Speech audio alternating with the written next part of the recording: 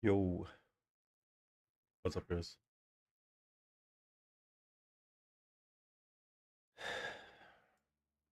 Hope everybody has a nice weekend.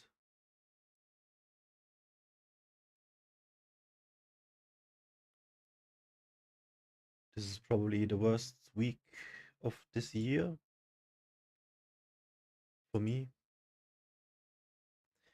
I'm gonna make a video about this. Maybe tomorrow, probably.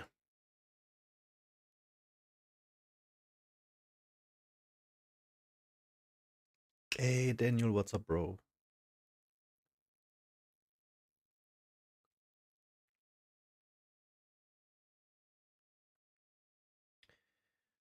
Man, I hope you're cool. Enjoy your weekend, man. I'm terrible. I try to reach out to her, and it ended very poorly. That was yesterday. And when that happened, I got like a heart attack. It was new as well.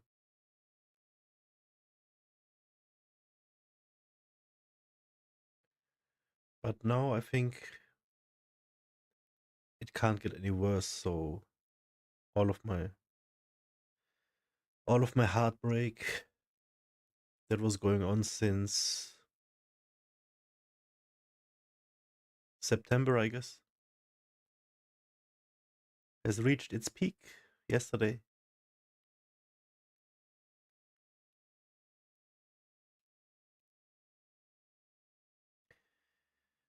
And I cried so much I'm out of fluids.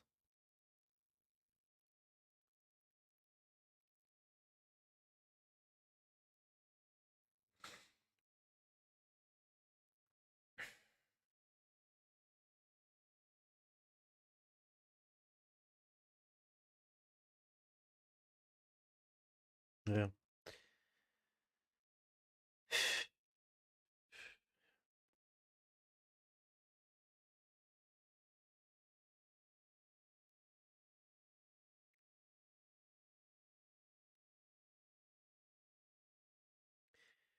I'm gonna make a video about it tomorrow, maybe,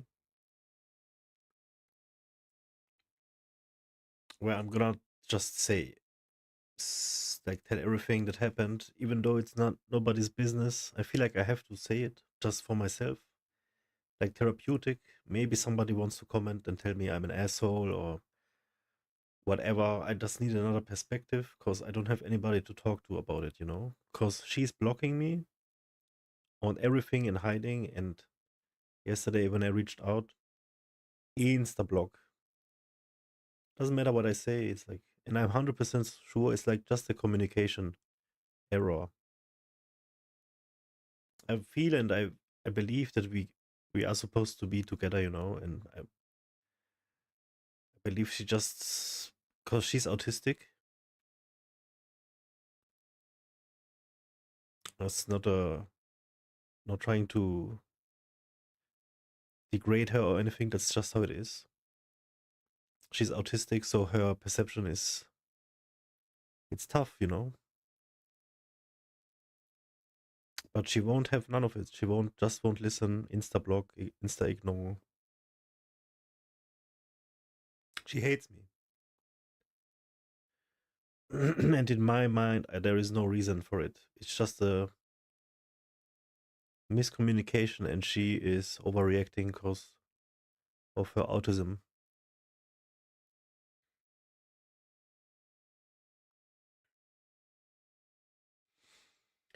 And if we are not meant to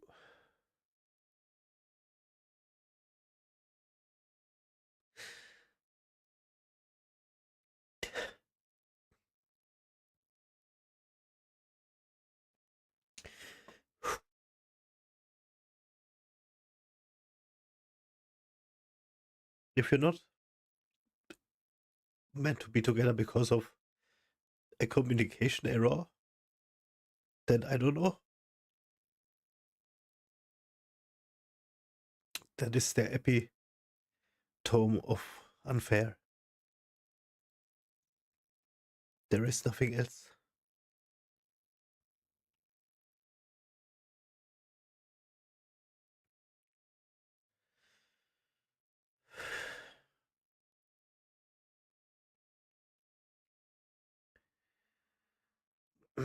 Yeah, if that's the case, then that is just the story of my life. Unlucky.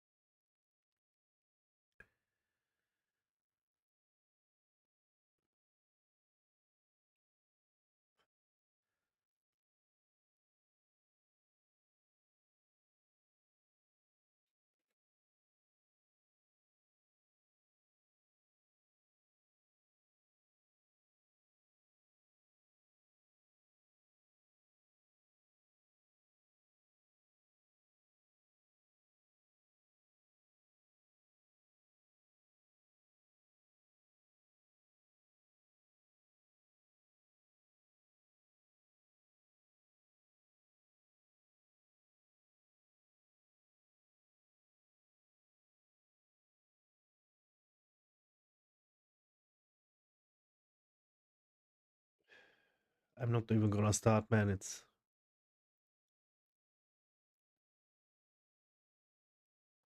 just a bunch of bullshit happening.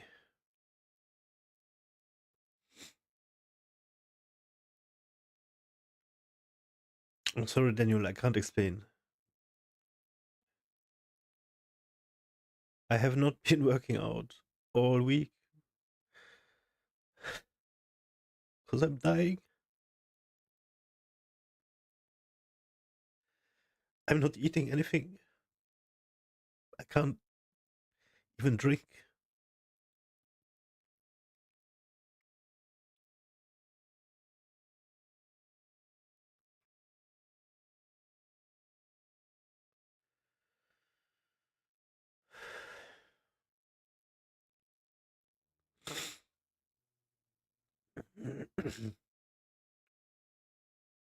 No, I only have one friend. Nobody to hang out with. I'm all alone, man.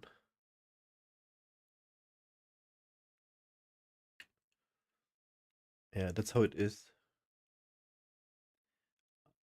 I made that. I manifested that.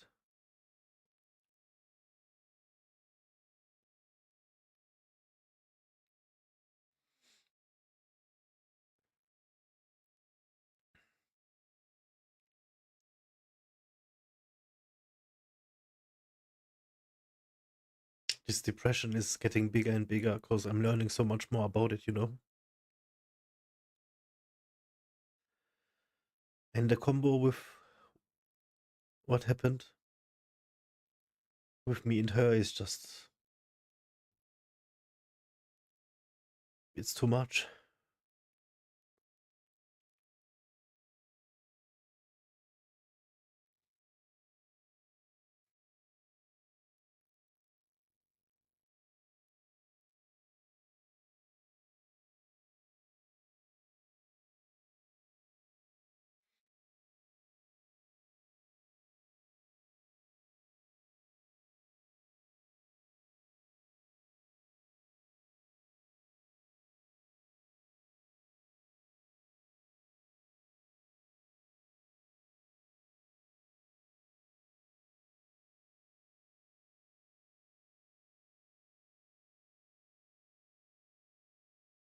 Yeah, I'm just learning that now.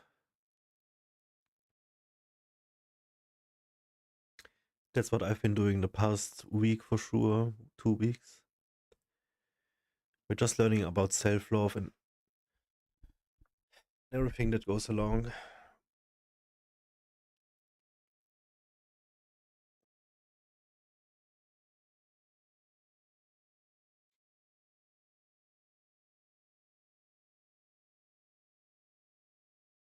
I'm completely messed up, man.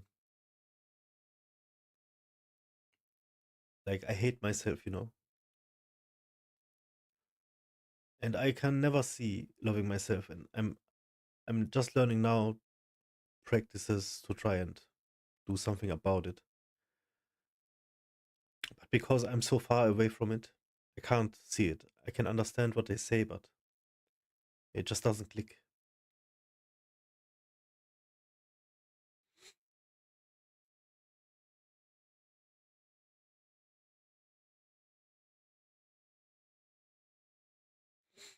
Just I don't know. I'm just not.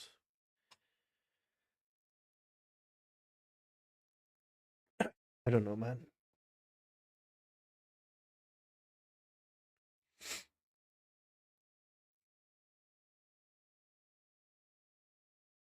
I'm gonna do more videos and content in German. I hope you will still come along. Whenever there is a possibility for a subtitle, I'll turn them on for sure. But I'm gonna be talking about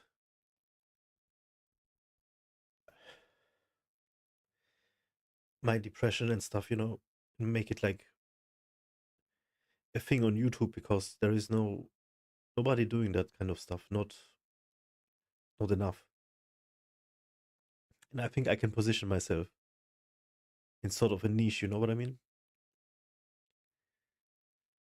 And maybe I can build a community.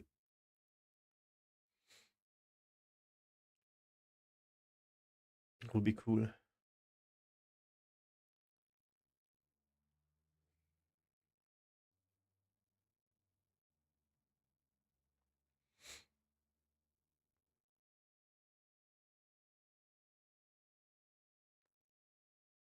Yeah, the thing is,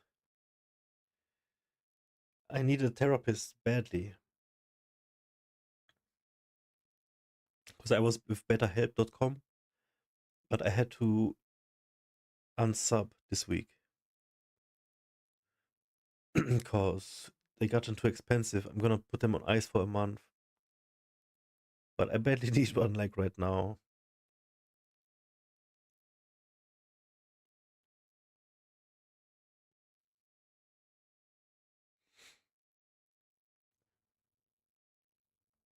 I'm trying to help myself with watching videos and stuff, and the playlist I made about mental health is 32 videos big now.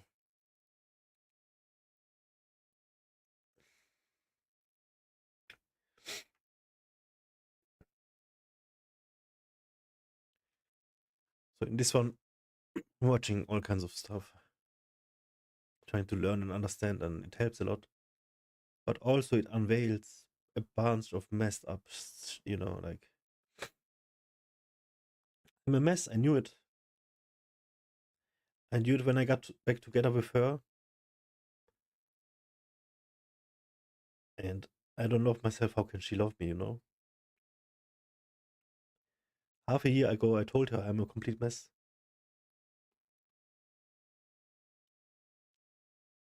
And I thought I got it under control. I thought I'm listening to her, but no, man.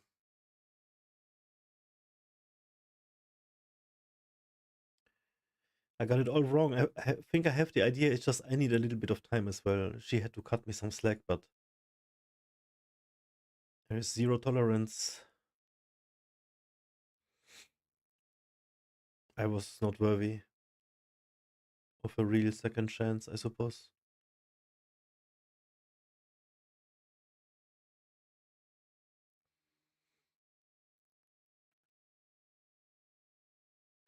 The more I look into why I'm so messed up and why my life went the way it went, the more videos and people I get to know about that and look up their stuff, and it all makes me just more angry, and everything is unfair, and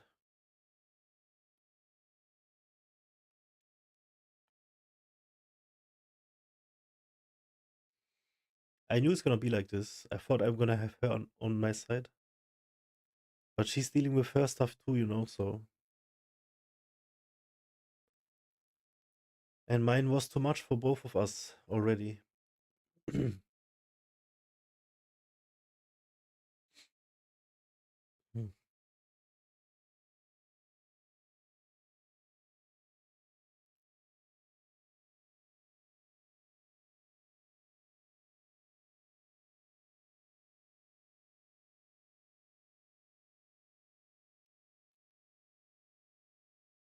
I feel very bad. I just I just got online and thought maybe I can do this, but now I'm sitting here, I'm thinking, what the fuck am I doing, dude?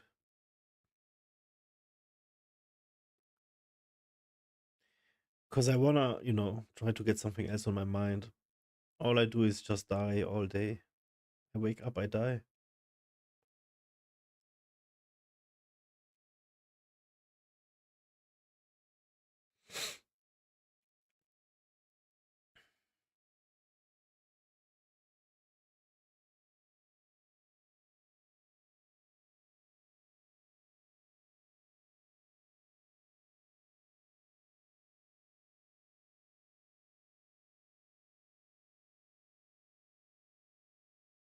Everything is messed up right now. I can't work. I can't eat. I can't work out. Like, I tried making a song. It felt disgusting. I was so like, I can't do anything. I just can't do anything. And I'm tell you something. What what I have as a problem, many people have that. They don't even know, but even those who know, who realize that if they got messed up in the childhood or some other traumatic stuff happened that they just did not have the time to deal with and it's coming to surface. In our society right now, there is no place for this kind of stuff to be dealing with. Look how much it consumes me. And then you have to work and do whatever. Imagine you have kids. It is impossible. We are from the start just how everything is made up. We are meant to be mentally sick and not to be able to explore and heal.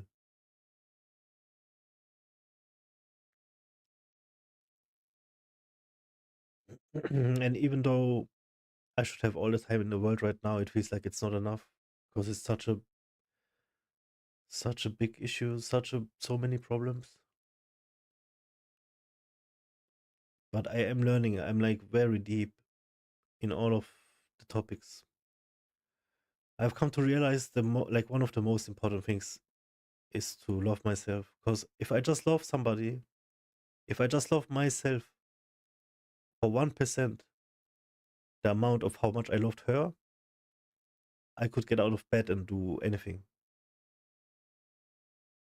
But I can't. I can't get to myself to do anything for myself. I just don't matter.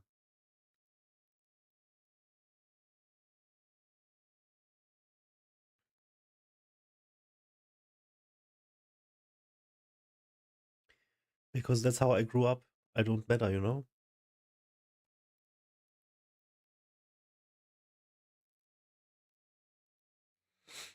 So it's so hard to kick because it's ingrained in me. And I have abandonment issues and all this kind of shit. I went through avoidant phase and I understand now why. Because I was just not able to deal with anything because it was too much. And now I'm dealing with it, but man, like it's too much. It's just too much. But I'm in here, and that's the thing. Like that's actually the thing. I'm still here. I'm doing it, and that's why I'm so fucked right now. It's so exhausting. It is so exhausting.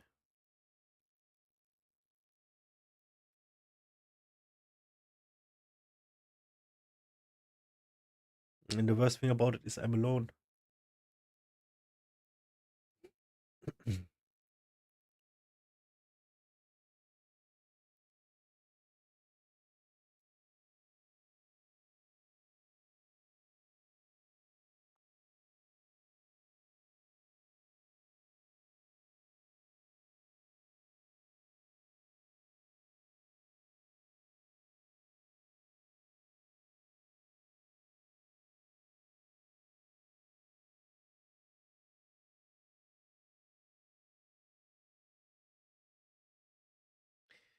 I know what I have to do, but I can't do it. I see the way, but my feet are stone.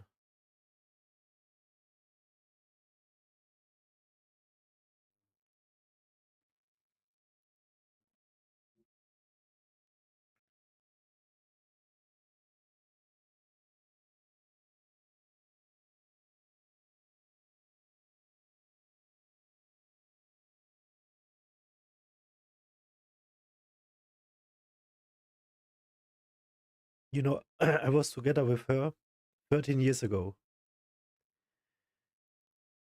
and then I broke up because she was too clingy, because she loved me. And then sometime later she comes back, and I threw her away again.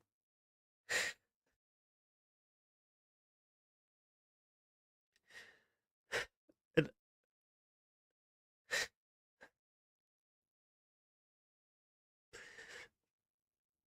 I was so toxic.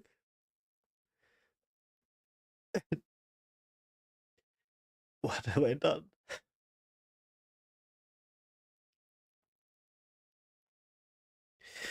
And then for almost 10 years, I didn't find her. I lost all her contact, all her names, everything. And I'm looking on all kinds of platforms to find her, you know? Some years more, some years less.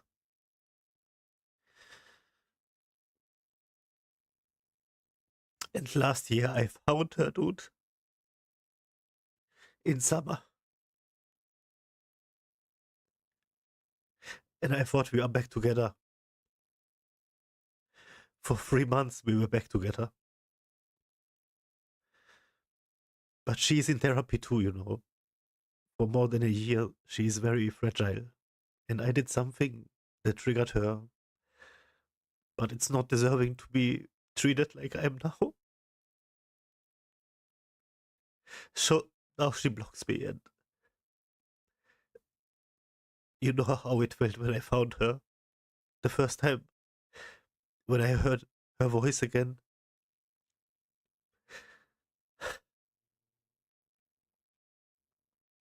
It is so stupid, dude. It's like a movie.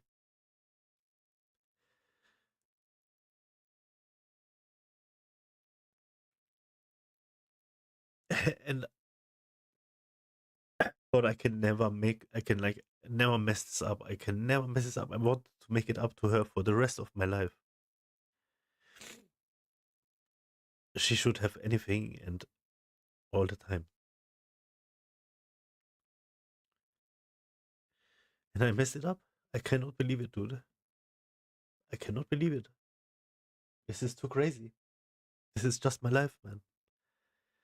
Cause I manifest this shit like this.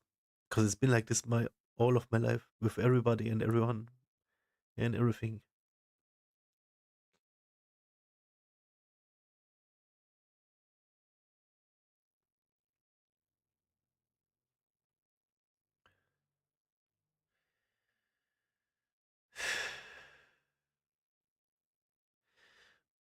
I was like all in, you know. I was completely all in, and everything I was about was all just to build something with her. And now all of this is gone, you know. I was trying to keep my mind with occupied with work, and it helped for a few months. But now work has become like a routine, and it's all coming crashing. It's all coming back now. And since New Year's, basically, I'm trying to contact her, but everything is blocked. And every time I write a message or from a new phone number, whatever, nothing is working, nothing. And then yesterday, because she's streaming, I made a new account on Twitch, and I got in there and I watched her stream. And at the end of the stream, I told her, please unblock me. And she insta blocked me again.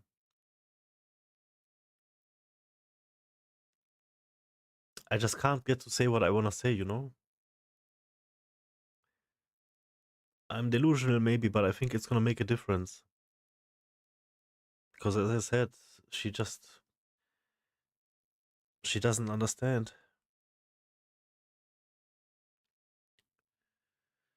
This is so messed up.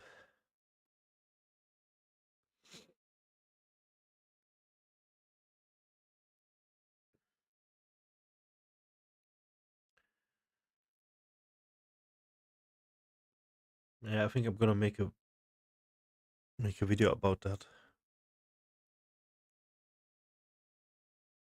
So so I can like, I don't know, watch it or something and try and understand better. I'm gonna say what happened and stuff because with me being blocked, I got taken away all of the closure that I need, you know? It's prolonging my suffering.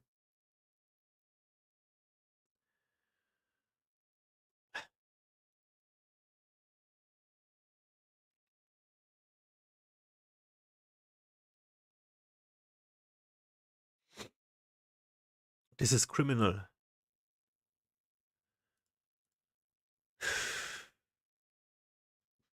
This is just criminal, I tell you.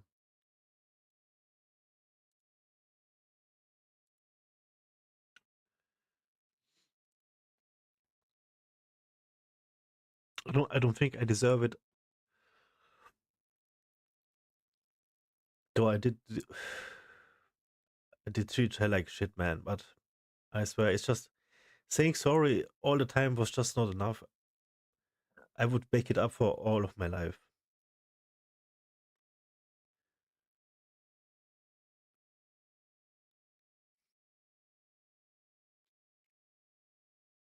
Yeah, how do you make something like this all right?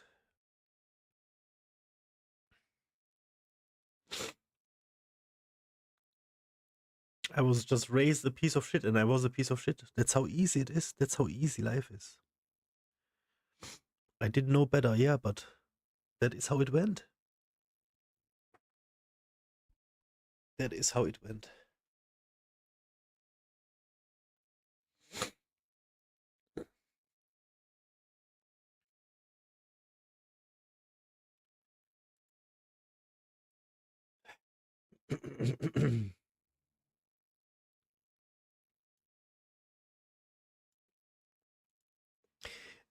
Yeah, Daniel, I'm working on this for so long and it took me everything to get here. That's how I lost everybody I know because I had to be alone for all 10 years. Because all of my environment here is, I do not know like a single secure person.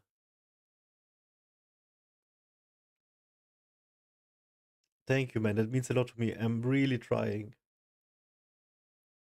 I'm really trying.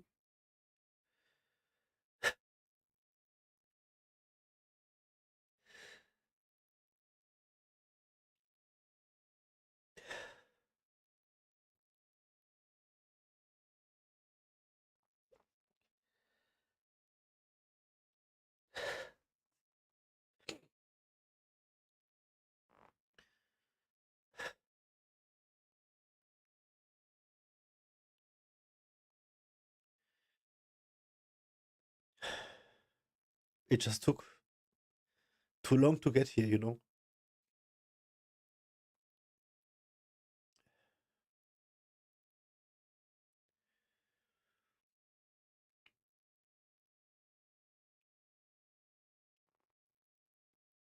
Society here is very different than where you are living. In the US, I had many situations where I would talk to people when gaming. I had a bunch to do with a lot of people from the US, and I was with them in voice for a long time, getting to know them really good. And their energy through just voice was so different, and I can read it to be different environment as well. just of the way they talk and about the things they talk and stuff. And here it's so bitter and toxic. This might not just be this area that I'm in, but most of Germany, to be honest, man, you hear it often, how bitter they are, how cold they are. And just this area where I grew up in particular is very shady as well and stuff. And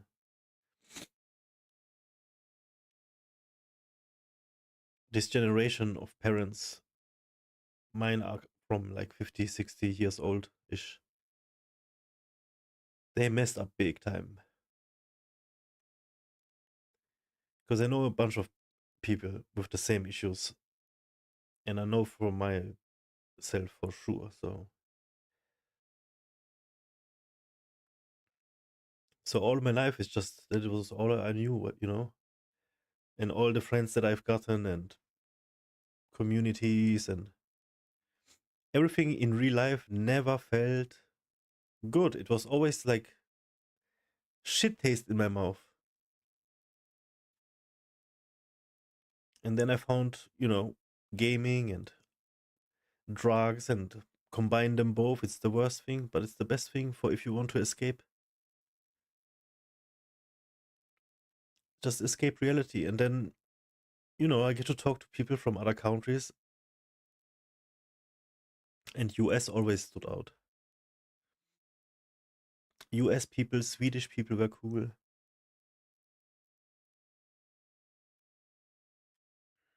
Yeah, and just as I'm talking about these guys being positive in my memory, there is some countries that are negative. Like what the fuck?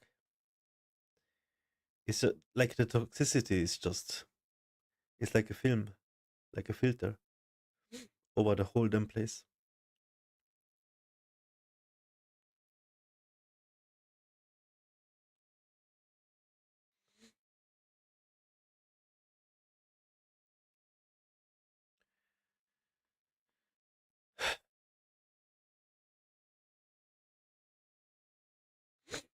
Yeah, there's some good people. I'm trying to be one of them.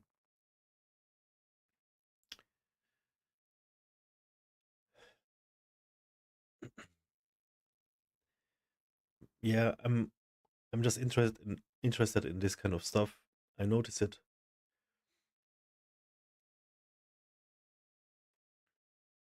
I'm a little weird. I'm just too sensitive.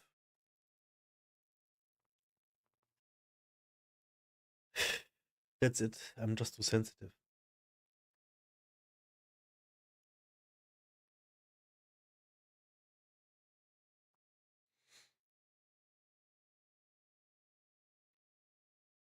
Yeah, too sensitive.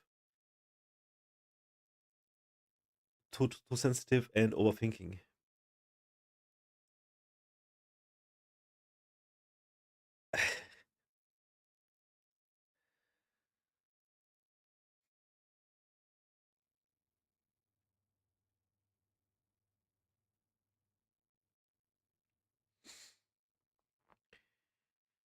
Man, I just feel empty.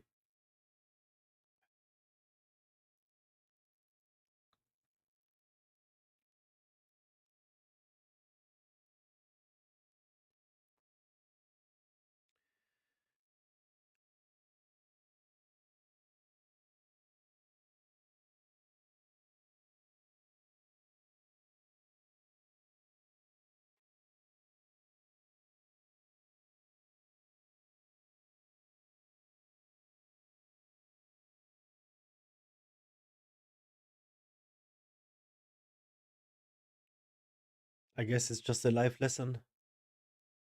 You can't have what you want.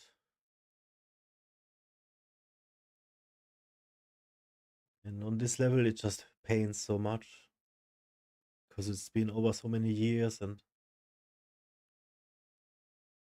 so much emotional investment. Oh my god, dude.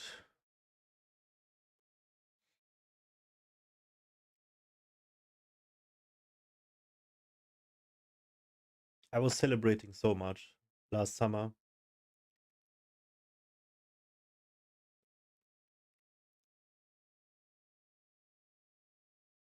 I swear to God, I was just unstoppable.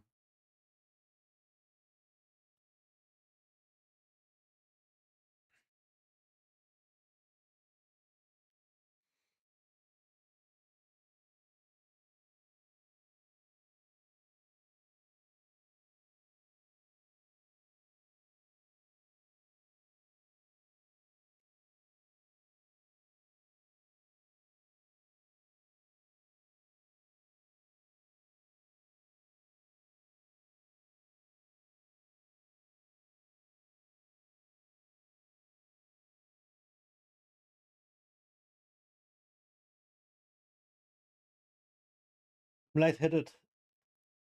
I feel dizzy.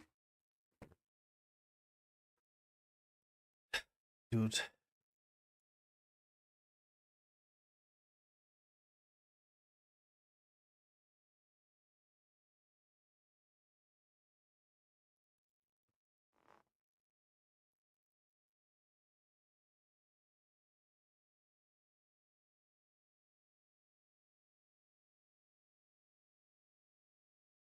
Hmm.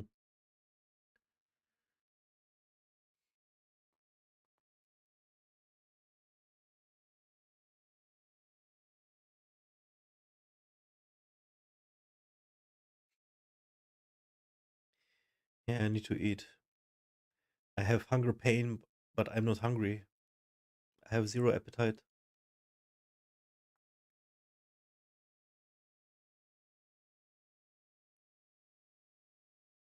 My neighbor got me weed, but it doesn't help. It does. It actually, I'm just getting worse because I'm thinking so much. He goes like, "Yeah, yeah, this will fix you," and I was like, "Yeah, I know. Nope."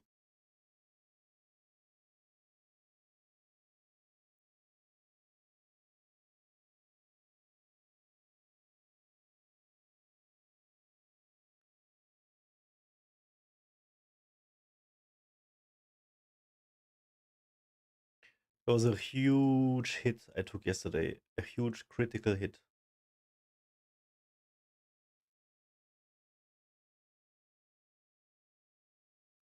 I had a heart attack, man. Like I was actually an honest heart attack. Like full body shaking and everything. I was crazy.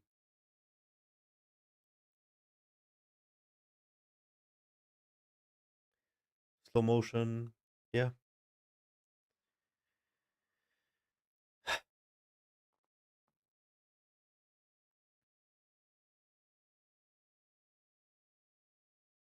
Tomorrow I'm gonna record the vlog and then I'm gonna record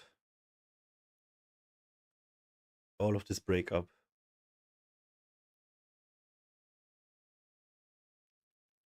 I'm not sure if in English or in German.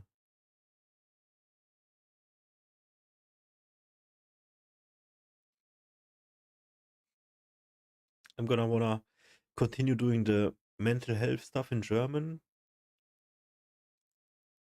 because Germany just doesn't have any.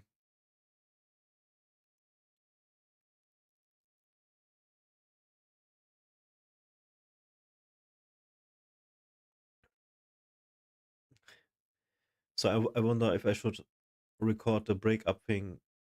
I'm just gonna like talk about everything that happened and how it looks from my perspective. And I don't care if people say that's like private or like what am I doing? Like I'm trying to, cope, trying to I don't care about any of that. Just say what you have to say and I will recognize it and it's fine. But I need some input. Just some. I don't care.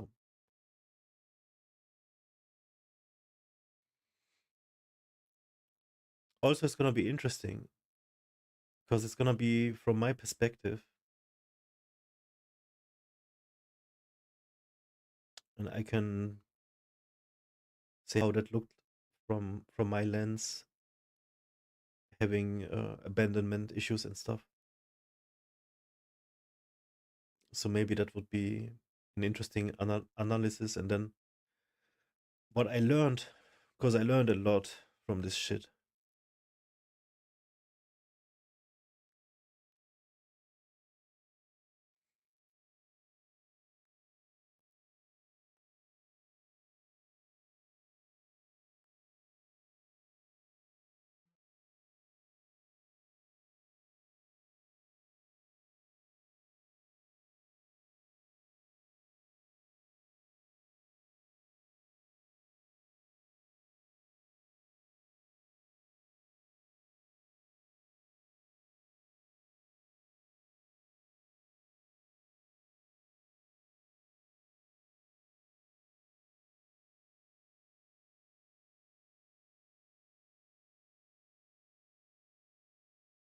I'm so thankful for everybody who's been in my stream, especially for the last few months and days. Because honestly, I never felt so alone, and you guys are just the best. Because I don't have anybody. I pretty much severed all the friendships that I have, and I mean, I'm still friends with people, but like, I'm not meeting them anytime soon. I wouldn't even know what to do anymore since the pandemic, anyways. Like, I haven't been doing stuff if it's not in like ultimate vicinity, like just going downstairs into a pub or something.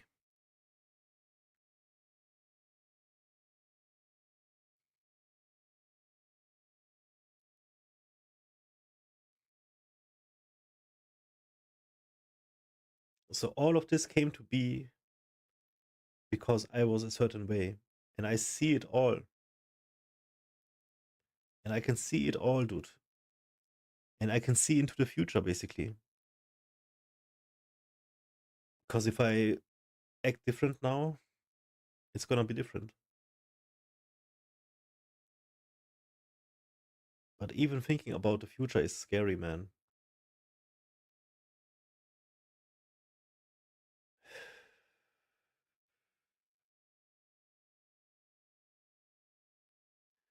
And again, I really just thought I had it all and just lost it.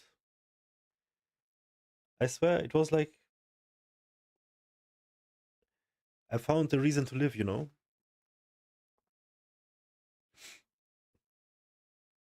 Zero material things mattered. Money only for whatever we wanted to do.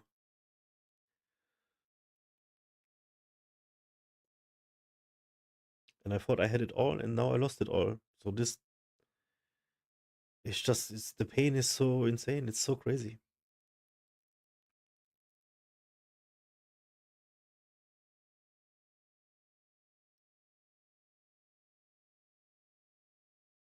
But the biggest pain is just knowing that it's a communication error, and she's got it all wrong. I know it to be true.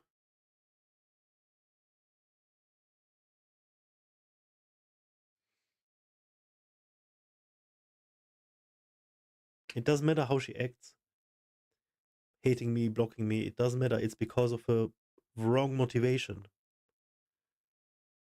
The motivation of it all is wrong.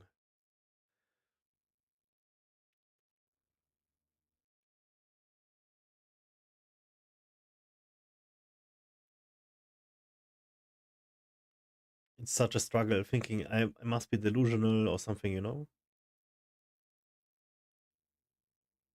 That's why I want to talk about it in a video. That's why I want to mention it.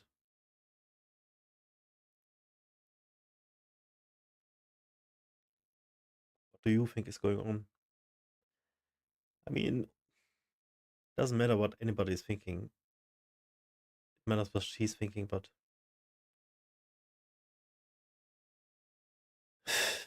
yeah, I need a closure, so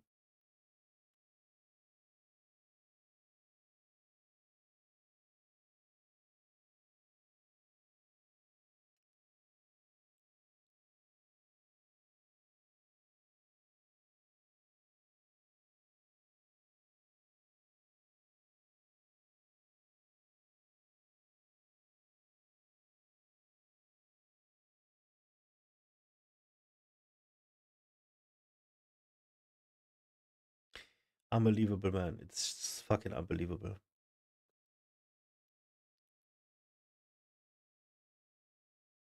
If this does make for a good movie, I don't know. Honest to God, man. If this doesn't make a good movie, holy fuck.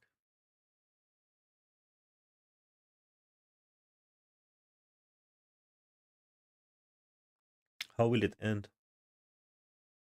Imagine we get back together.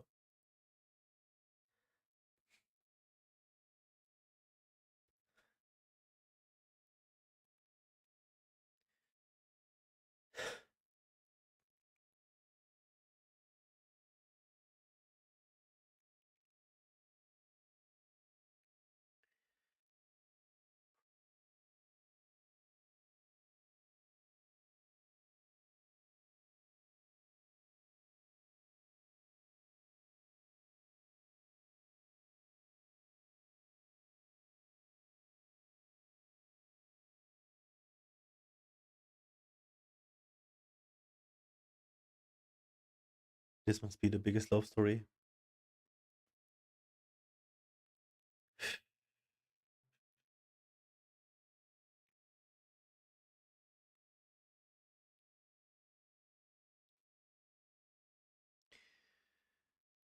I don't know. I can go on and on like this forever. Let's watch this. What does he say? How to forget her. Wie kannst du sie endlich vergessen?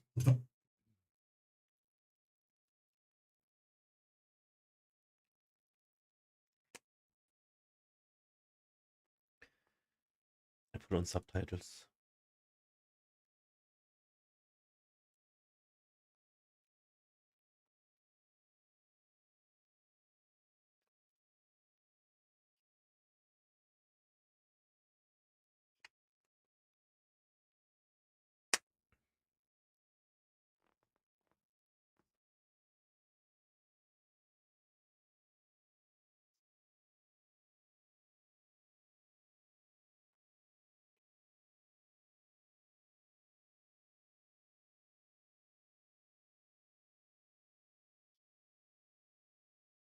Ey, was geht, Debo? Danke, dass du das sagst.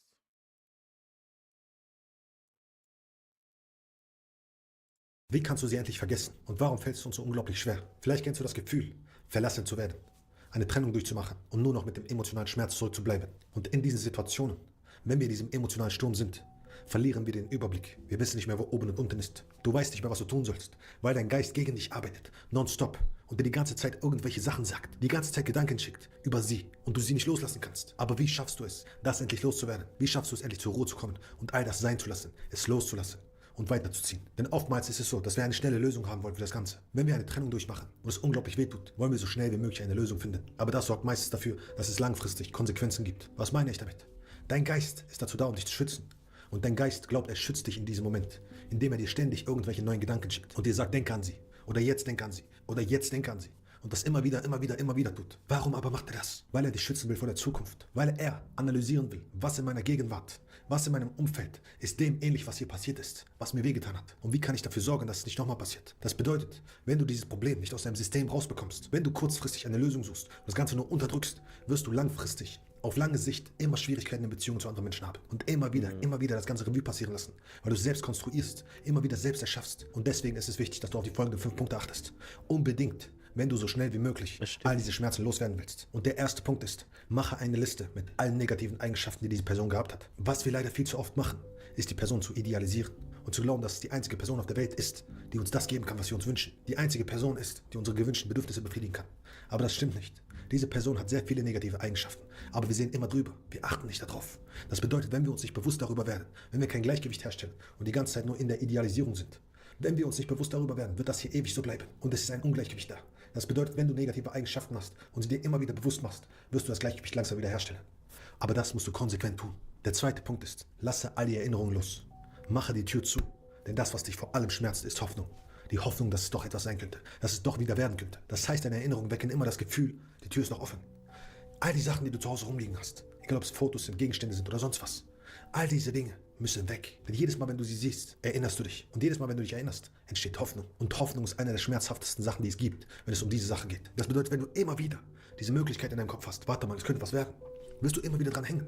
Und so gibt es Menschen, die jahrelang noch dran hängen, die einfach nicht loslassen können. Deswegen werd alles los, was du hast. Unbedingt, gnadenlos und schließe die Tür. Mache dir klar, bewusst klar, dass es ein für alle Mal zu Ende ist. Mache einen klaren Schnitt, einen Cut. Es gibt aber natürlich auch Dinge, die du nicht einfach loswerden kannst, die dich aber trotzdem an sie erinnern. Das heißt beispielsweise Orte oder Menschen. Und das ist der dritte Punkt. Assoziiere die Dinge und Orte, die Menschen, die du mit ihr assoziiert hast, neu. Denn was die meisten tun, ist diese Orte, Dinge oder Menschen zu vermeiden. All diese Dinge zu vermeiden. Aber was ist, wenn beispielsweise Kampfsport oder dein Beruf eine Sache ist, die dich ausmacht? Ein Teil, der, wenn er rausgerissen wird, dich noch mehr fertig macht. Was ist, wenn dieser Teil wirklich wichtig für dich ist und du diese Person immer wieder damit assoziierst? Das bedeutet, wenn du zur Arbeit gehst, siehst du sie ständig dort. Und jetzt denkst du dir, weißt du was, ich will nicht mehr dort arbeiten, weil sie ständig dort ist. Und du gehst ihr aus dem Weg. Wenn du das tust, vermeidest du nur und unterdrückst das Ganze. Und es wird später noch stärker zurückkommen. Denn jedes Unterdrücken bringt ein Ausdrücken in anderer Form. Das bedeutet, es ist wichtig, dass das nächste Mal, wenn du zur Arbeit gehst, du das Ganze neu assoziierst. Dass du an Orten, beispielsweise öffentlichen Orten, wo du oftmals mit ihr warst, das Ganze neu assoziierst. Mit deinen Freunden dorthin gehst und wirklich richtig Spaß hast dort. Damit dein System neu verbinden kann. Damit es weiß, warte mal, hier ist nicht nur Horror, hier ist nicht nur Trauer, hier ist nicht nur Vermissen, hier ist Spaß und Freude und Glück. Und wenn du an diesen Orten bist, oder mit diesen Dingen zu tun hast, die du immer noch mit der Person assoziierst, die du vermisst, komme zurück sofort in den Moment, in die Situation, in die Freude, in den Spaß. Und das ist eben der vierte Punkt. Fokussiere dich immer wieder neu. Immer wieder neu. Fange an zu meditieren. Fange an, deinen Geist zu trainieren. Fange an, deinen Geist zu stärken. Denn was dein Geist auf ganz natürliche Art und Weise macht, ist, sich auf das Negative zu konzentrieren, wenn du dich nicht aktiv darum kümmerst, deinen Fokus neu zu legen.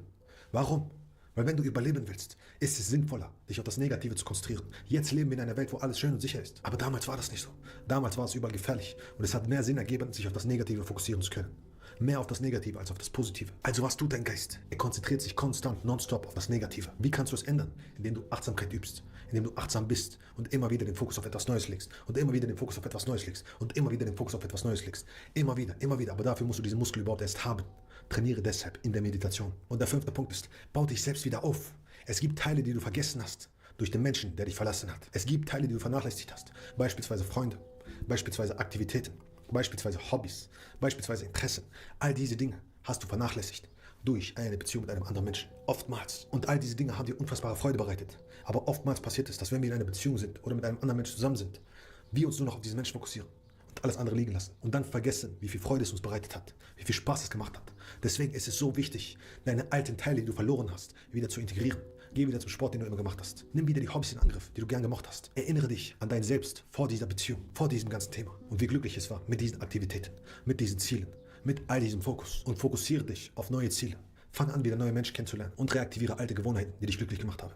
Und wenn du diese 5 Dinge machst, sage ich dir, wirst du sehr schnell wieder auf den Beinen stehen. Denn es ist unfassbar unangenehm, diese emotionalen Schmerzen zu haben. Und mit ihnen kannst du nicht normal funktionieren. Dein Körper hat 2 Systeme. Eines zum Aufbauen und eines zum Überleben. Und wenn du die ganze Zeit im Überlebensmodus bist, weil du die ganze Zeit in dieser Schleife bist, kannst du nichts Neues aufbauen. Das heißt, du wirst dich dort rausarbeiten müssen. Das heißt immer, Zeit heilt alle Wunden.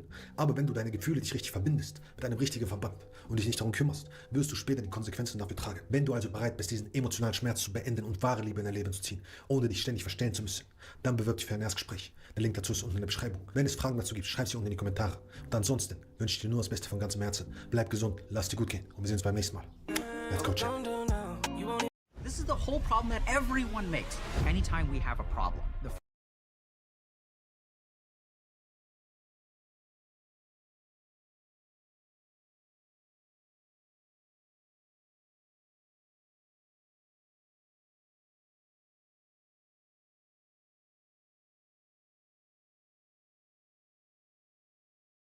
Was geht dir, Bro?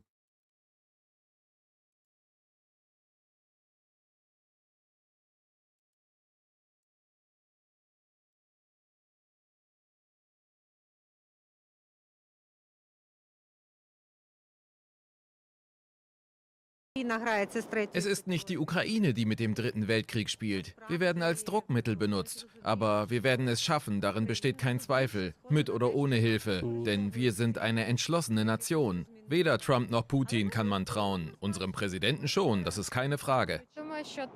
Trump hat endlich verstanden, dass Zelensky ein Präsident ist, der nicht einfach aufgeben wird.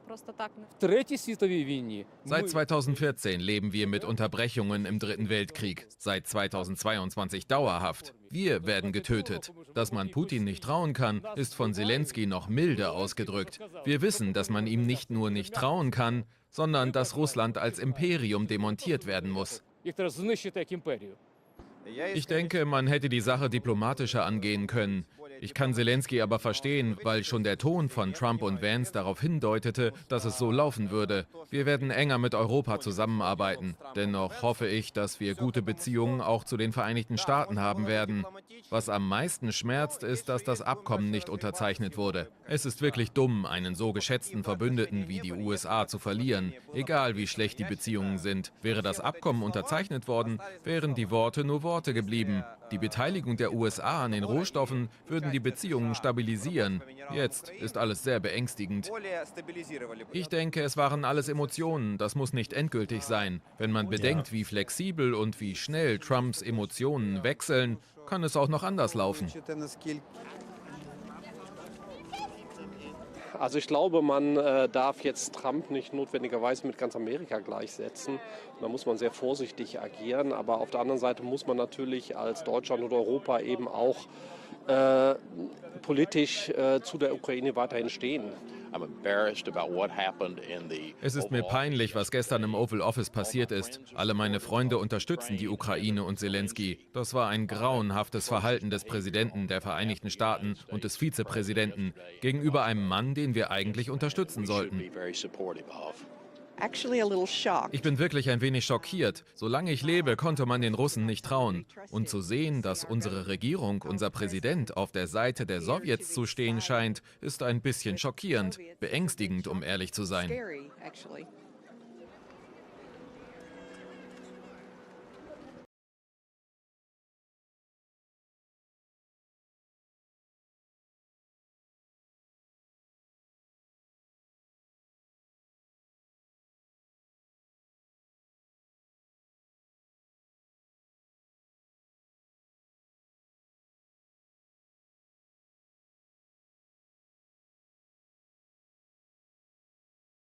Du manchmal gedanklich in der Box fest und hin und wieder kommen schlechte Gefühle oder Stimmungen nach oben?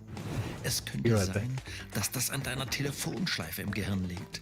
Im Video entdeckst du ein paar richtig coole Tricks, wie du die alten Kamellen loswirst und dein Gehirn auf Erfolg programmierst.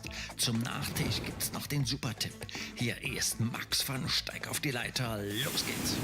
Schauen wir mal, was die Wissenschaft dazu zu sagen hat. Tatsächlich gibt es einige faszinierende Erkenntnisse, die dein Leben gewaltig verändern könnten. Dein Gehirn ist nicht nur ein statisches Organ, es ist eher wie ein formbares Stück Ton, das du dein ganzes Leben lang umformen kannst. Und genau das wollen wir jetzt tun. Aber zunächst holen wir uns wieder Hilfe, und zwar von der brillanten Dr. Nicole Vignola, einer Neurowissenschaftlerin und Organisationspsychologin, die die Art und Weise, wie wir über persönliche Veränderung denken, revolutioniert. In ihrem bahnbrechenden Buch Rewire, Deutsch die Good Habits Methode, erklärt sie genau, wie wir uns von unseren geistigen Einschränkungen befreien können. Alles, was du gerade über dich selbst glaubst, wirklich alles, kommt von irgendwoher. Dein Gehirn ist wie ein Schwamm, der seit dem ersten Tag Information aufsaugt. Aus dem Beobachten anderer, aus Erfahrung, aus dem, was die Leute über dich erzählt haben. Aber hier wird es knifflig. Jetzt kommt die dunkle Seite. Manchmal wird aus all dem Beobachtungswissen ein ziemlich harter innerer Kritiker. Kennst du die Stimme, die sagt, du bist nicht gut genug? Oder das schaffst du nicht, beeil dich und so weiter. Ja, genau das. Die Musik ist voll beschissen. Dein Gehirn ist unglaublich anpassungsfähig, egal ob du 25 oder... Meist werden jetzt irgendwelche Gedanken einschließen. I can't watch this. The music is so bad.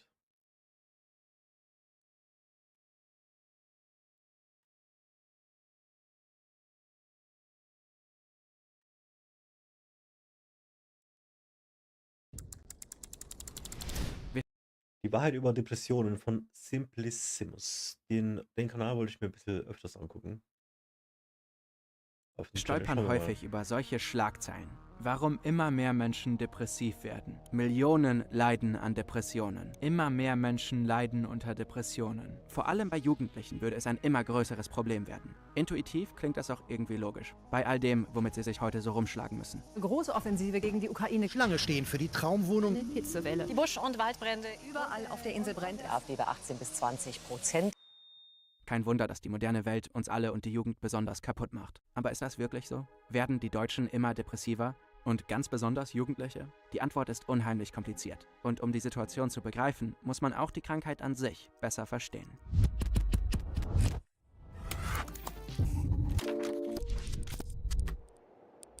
Wir haben monatelang für diesen Beitrag recherchiert und sehr viel Zeit in den Schnitt und die Animation gesteckt. Dank der Unterstützung unseres langfristigen Partners NordVPN können wir dieses Projekt umsetzen. Mit einem VPN kannst du deinen eigenen Standort virtuell verändern. Und das geht super leicht. Du wählst ein Land aus, klickst drauf und schon surfst du von dort. Amazon Prime oder Disney Plus, bitte sofort den Notruf. Okay, starten wir mit den Grundlagen. Was ist eine Depression und was nicht? Der Begriff wird umgangssprachlich oft für gewöhnliche Stimmungsschwankungen genutzt. Doch eine Depression ist eine ernsthafte Erkrankung und kann starkes Leid verursachen. Depressive Menschen berichten von dem Verlust jeglicher Freude, Antriebslosigkeit und einer fast ununterbrochenen, niedergeschlagenen Stimmung. Einem Gefühl von Leere. Dinge, die man früher gerne gemacht hat, machen einfach keinen Spaß mehr. Also man empfindet weder Trauer noch Freude, also gar nichts mehr. Das ist Diplompsychologe Stefan Lüttke. Er forscht an der Uni Greifswald zu Depressionen bei Kindern und Jugendlichen und arbeitet zudem als Therapeut in der Kinder- und Jugendpsychiatrie Stralsund. Betroffene haben oft ein vermindertes Selbstwertgefühl oder Schuldgefühle, können sich nicht gut konzentrieren, haben Schlafstörungen oder keinen Appetit. Sie verspüren innere Unruhe und haben vielleicht auch suizidale Gedanken. Halten mindestens 2 Hauptsymptome sowie mindestens 2 weitere Symptome länger als 2 Wochen an, wird eine Depression diagnostiziert. Muss mindestens 2 Wochen anhalten und es muss fast die ganze Zeit des Tages sein, muss relativ intensiv sein. Wie stark die Depression jeweils ausgeprägt ist oder wie sie verläuft, ist dabei individuell. Genauso, ob sie dauerhaft, in immer wiederkehrenden Episoden oder saisonal auftaucht. Jetzt, wo die Basics klar sind. Wer wird depressiv? Wie genau Depressionen entstehen, weiß man tatsächlich noch nicht. Lange Zeit dachte man, dass ein genetischer Mangel des Glückshormons Serotonin eine Depression auslöst. Hier weiß man aber mittlerweile, dass das nicht stimmt. Unsere Gene scheinen aber definitiv eine wichtige Rolle zu spielen. Kinder depressiver Eltern haben ein erhöhtes Risiko, ebenfalls an einer Depression zu erkranken. Aber nur weil ein oder beide Elternteile depressiv sind, heißt das noch lange nicht, dass auch das Kind eine Depression entwickeln muss. Es gibt nicht das eine vererbbare Depressionsgen. Es ist deutlich komplexer. Krankheiten, die teilweise genetisch bedingt sind, können Depressionen zum Beispiel begünstigen. Menschen mit Hormonstörungen, Herz-Kreislauf-Erkrankungen oder starkem Übergewicht sind häufiger depressiv als gesunde Menschen. Typ-2-Diabetiker haben sogar ein doppelt so hohes Risiko, depressiv zu werden. Gleichzeitig kann eine Depression aber auch viele solcher körperlichen Beschwerden und Krankheiten anfachen und teilweise sogar auslösen. Diese Wechselwirkungen machen den Ursprung einer Depression noch undurchsichtiger. Und dann gibt es noch etliche äußere Einflüsse, die eine Rolle spielen.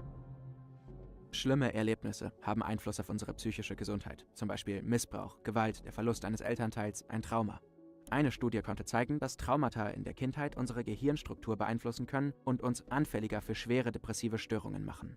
Wie wir aufwachsen, ist allgemein unfassbar wichtig. Ein stabiles Netz an guten Freunden oder sich oft einsam fühlen, in eine reiche Familie geboren werden oder in eine arme, gesellschaftlich integriert sein oder ausgeschlossen. All das kann die Entwicklung einer Depression begünstigen. Kinder und Jugendliche seien laut Lüttke heute einer besonders hohen psychischen Belastung ausgesetzt. Die könne Depressionen anfeuern. Neben Krisen, Kriegen, Pandemien und Naturkatastrophen steige auch der Druck existenzieller Fragen aufgrund der vielen Möglichkeiten, die man heute hat. Wer möchte man sein? Wie will man sein Leben gestalten? Auch der Einfluss von sozialen Medien auf unsere Psyche wird immer häufiger untersucht. Erste Ergebnisse deuten darauf hin, dass es Zusammenhänge zwischen Social-Media-Nutzung und Depressionen gibt. 2021 geleakte interne Studien haben zum Beispiel gezeigt, dass Instagram das Selbstbild vor allem weiblicher Jugendlicher massiv beeinträchtigen kann. Puh, einmal kurz durchatmen. Eine Depression ist also ein komplexes Zusammenspiel genetischer und äußerer Faktoren. Ausprägung und Verlauf sind individuell. Das macht es nicht gerade einfach, die nächsten beiden Fragen zu beantworten. Aber versuchen wir es mal. Wie viele Leute sind depressiv und wie hat sich diese Zahl entwickelt? Dieser 2019 veröffentlichte Bericht des Robert-Koch-Instituts hat sich mit der Häufigkeit von Depressionen beschäftigt. Das RKI geht davon aus, dass zwischen 7 und 10% der deutschen Erwachsenenbevölkerung depressiv sind. Mehr als jeder Siebte würde einmal in seinem Leben an einer Depression erkranken. Bei Erwachsenen ist sie nach Angststörungen die zweithäufigste psychische Krankheit. Frauen scheinen häufiger von Depressionen betroffen zu sein als Männer. Männer suchen sich allerdings auch seltener psychologische Hilfe und Depressionen äußern sich oft etwas anders als bei Frauen. Einige Männer zeigen zum Beispiel teils aggressives Verhalten. Das macht es schwer, die Erkrankung zu erkennen und richtig zu diagnostizieren. Gerade ältere Menschen sind laut dem Bundesgesundheitsministerium anfällig für eine Depression. Einsamkeit, körperliche Beschwerden und andere Krankheiten können die sogenannte Altersdepression begünstigen. Es gibt nur wenige Erhebungen zur Verbreitung von Depressionen bei Jugendlichen und Kindern. Die Forschung zur psychischen Gesundheit hat sich in den letzten Jahrzehnten fast ausschließlich auf Erwachsene fokussiert. Während unserer Recherche sind wir immer wieder auf Studien gestoßen, die Kinder und Jugendliche schlicht nicht berücksichtigen. Ein paar Erhebungen und Schätzungen gibt es aber. Zwischen 3 und 9% der deutschen Kinder und Jugendlichen sollen demnach depressiv sein. Stefan Lüttke geht aktuell von 450 bis 500.000 betroffenen Kindern und Jugendlichen aus. Die Depression, also im Jugendalter oder ab dem Jugendalter, ist die häufigste psychische Störung. 2021 waren psychische Erkrankungen die häufigste Ursache für Krankenhausbehandlungen von 10- bis 17-Jährigen. Die meisten dieser Patienten hatten mit Depressionen zu kämpfen. Die Depression ist eine der häufigsten psychischen Erkrankungen unserer Gesellschaft und damit ein massives Problem. Sie ist eine Volkskrankheit bei Erwachsenen sowie bei Kindern und Jugendlichen. Aber wird es schlimmer? Und vielleicht die beunruhigendste Schlagzeile: Werden Jugendliche immer depressiver? Für die letzten Ich glaube nicht, dass es schlimmer wird. Es wird einfach nur mehr darüber geredet und somit kommt es einfach mehr auf den Schirm. Aber es kann schlimmer werden, weil die Gesellschaft immer schneller wird, immer persönlicher. Ja, ich komme gleich wieder.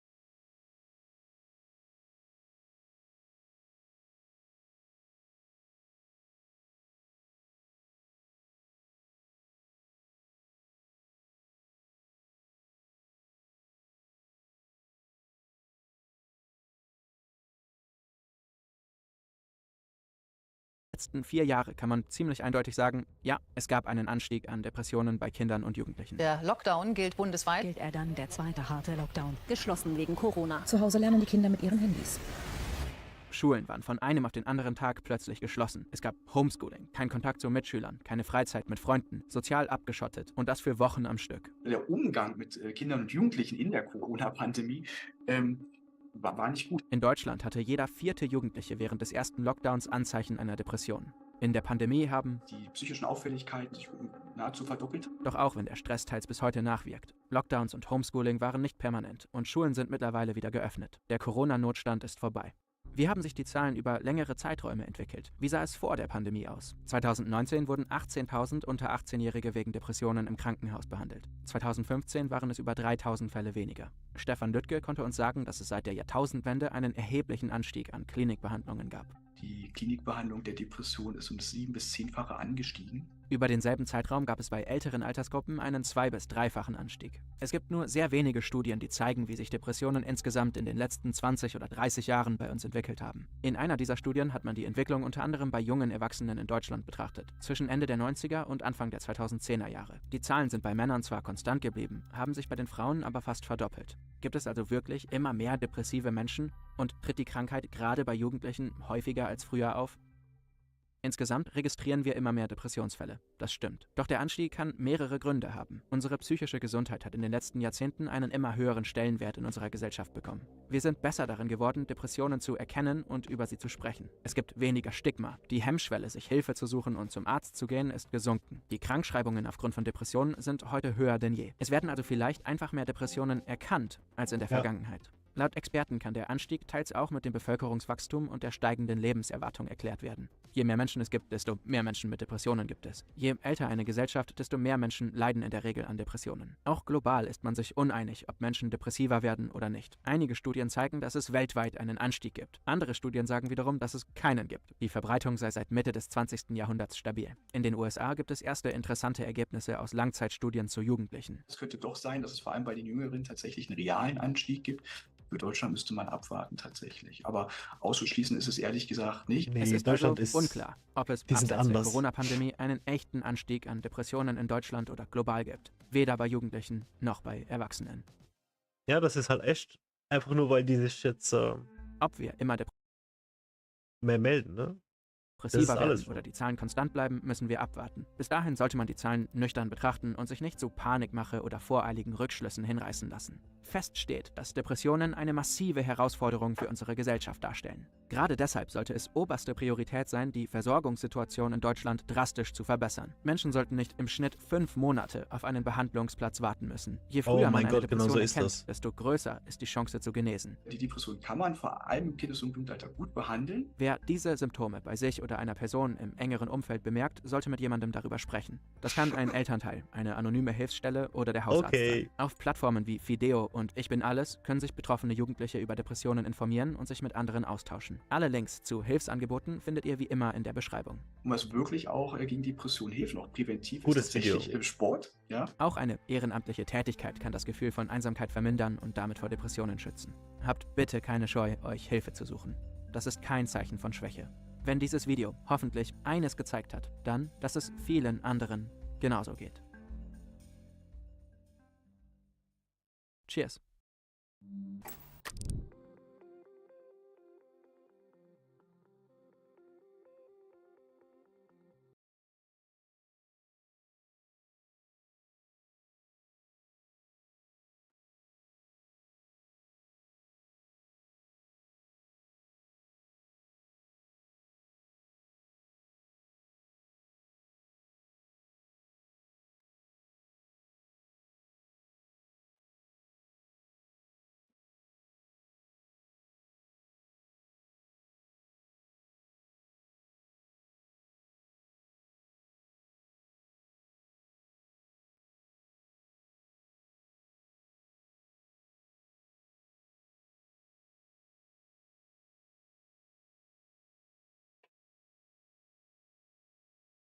Yeah, I'm gonna try and eat something.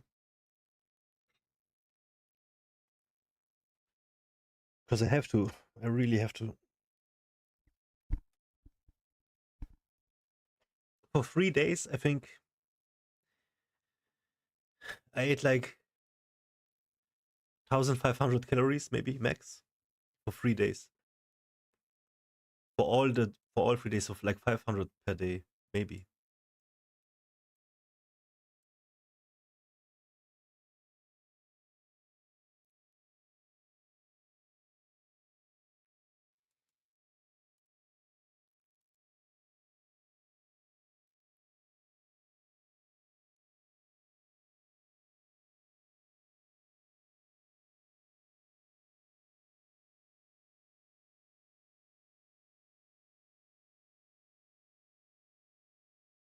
Okay, let's see.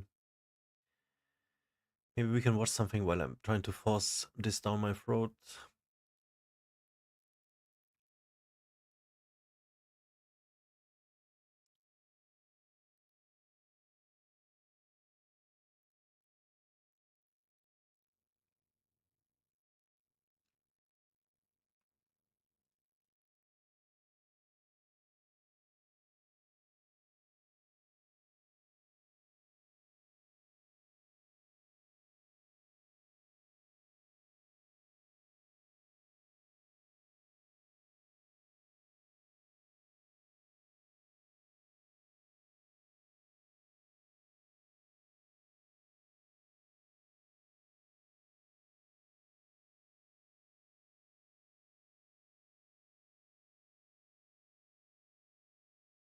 My feed is full of depressing stuff.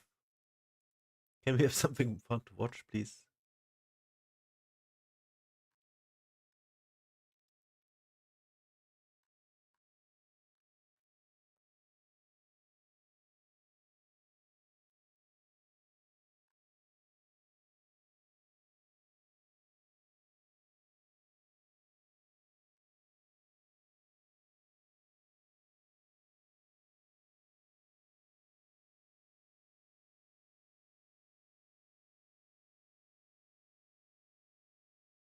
Because here's some interesting videos. I don't want to watch them while eating. I actually want to watch them on stream with you guys.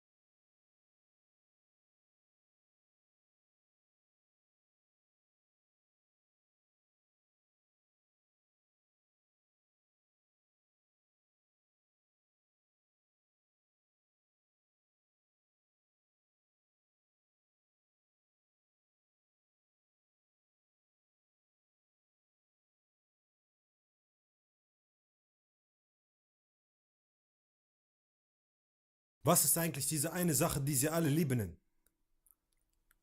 Diese eine Sache, in der man sich Hals über Kopf in jemanden verliebt und am Ende doch wieder im Bett liegt und komplett zerstört ist, völlig betäubt ist, nicht mehr klarkommt, nicht mehr weiß, wo oben und unten ist und am Anfang denkt, verdammt, ich bin nichts wert. Sie hat mich verlassen, weil ich nichts wert bin. Er hat mich verlassen, weil ich nichts wert bin.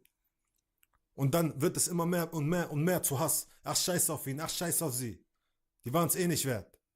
Juckt mich eh nicht. Und das ganze Spiel geht wieder von vorne los. Und wie kommt es, dass man immer wieder hinfällt und immer wieder hinfällt und immer wieder hinfällt und trotzdem nicht daraus lernt?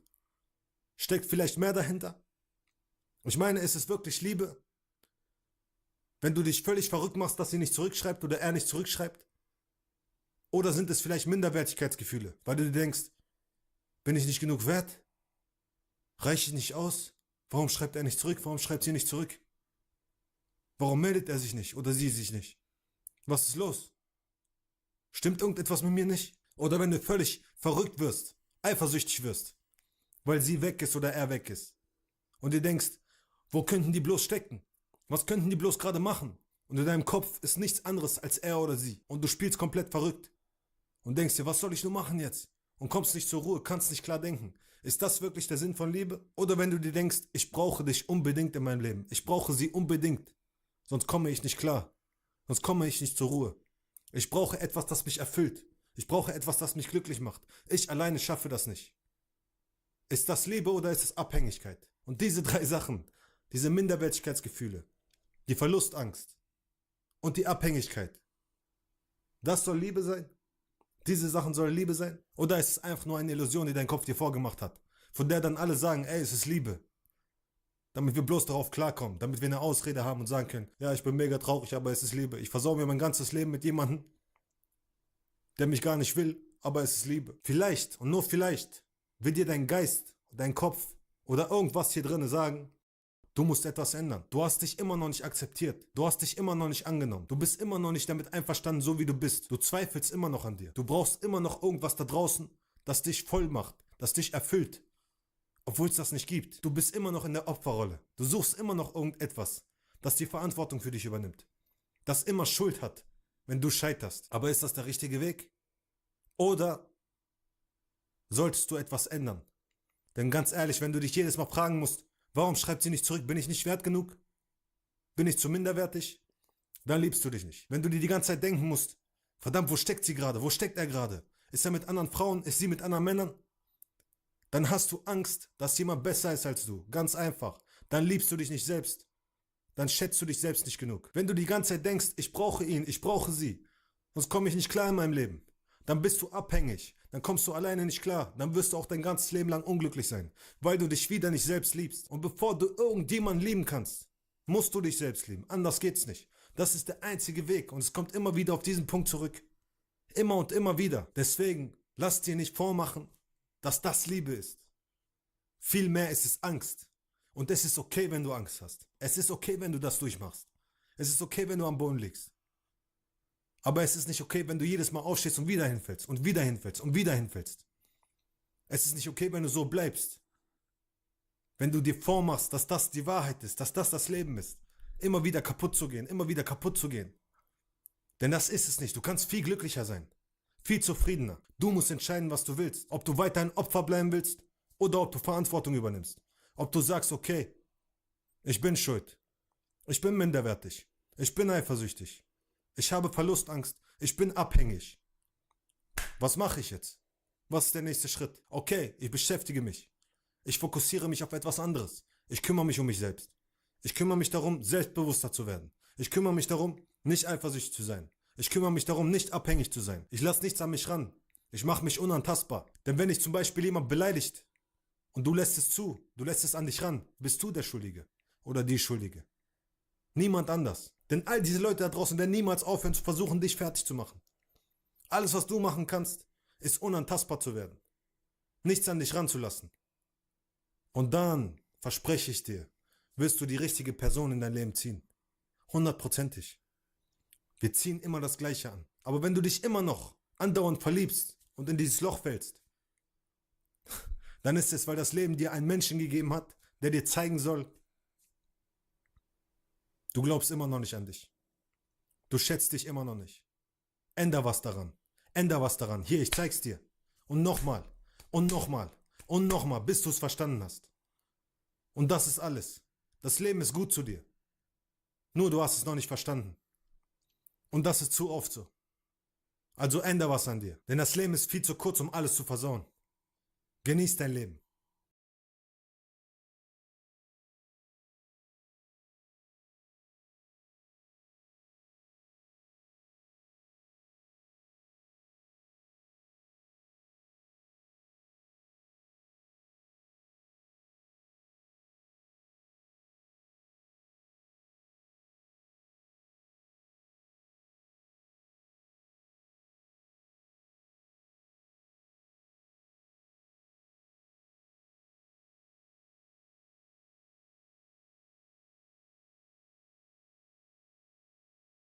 Everything I'm about to say to you has never been talked about on YouTube in this way before, and it is information that passes down in my family and I will now share with you. If you are someone that is tired of feeling limited, if you're tired of living in fear, anxiety, or feeling hopeless, if you're just done with this reality that's been painted around you, this video will change your life. I'm going to scientifically explain to you why you are the way you are. Not only am I going to release any limiting beliefs or blocks and stuck trauma within your mind and body, this video is also going to help you navigate the world better. I cannot stress how important this information is for your success and your future generations of your family. If you are someone that is used to flashy animations and you have a short attention span, you need to get over it and push through that, because what I'm about to share with you can change your life. So your brain in your body has something called programs. Programs that are downloaded into your subconscious mind and even your body. So when you were a child, you depended on your parents, any authoritative figure, to develop your mindset, to teach you how to be in this world. You were generally taught what was good or what was bad. You were taught what pain was, things like love and heartbreak. So programs is pretty much the filter that you see the world in. Beliefs, patterns, habits you've developed along your journey of life, things you've learned from loved ones, from life experiences, as a child to an adolescent and to an adult. Now I want you to think of your mind as a computer. And within this computer, we have these programs that have downloaded into our subconscious mind, like software. So on this journey from a child to an adult, you've gone through things in life such as heartbreak. Maybe you got into your first relationship and you got cheated on. You have gone through experiences such as traumatic events. Maybe you got into a car accident. Maybe you fell and broke a bone. Maybe you have gone through some kind of trauma as a child, such as abuse whether that's physical or mental abuse.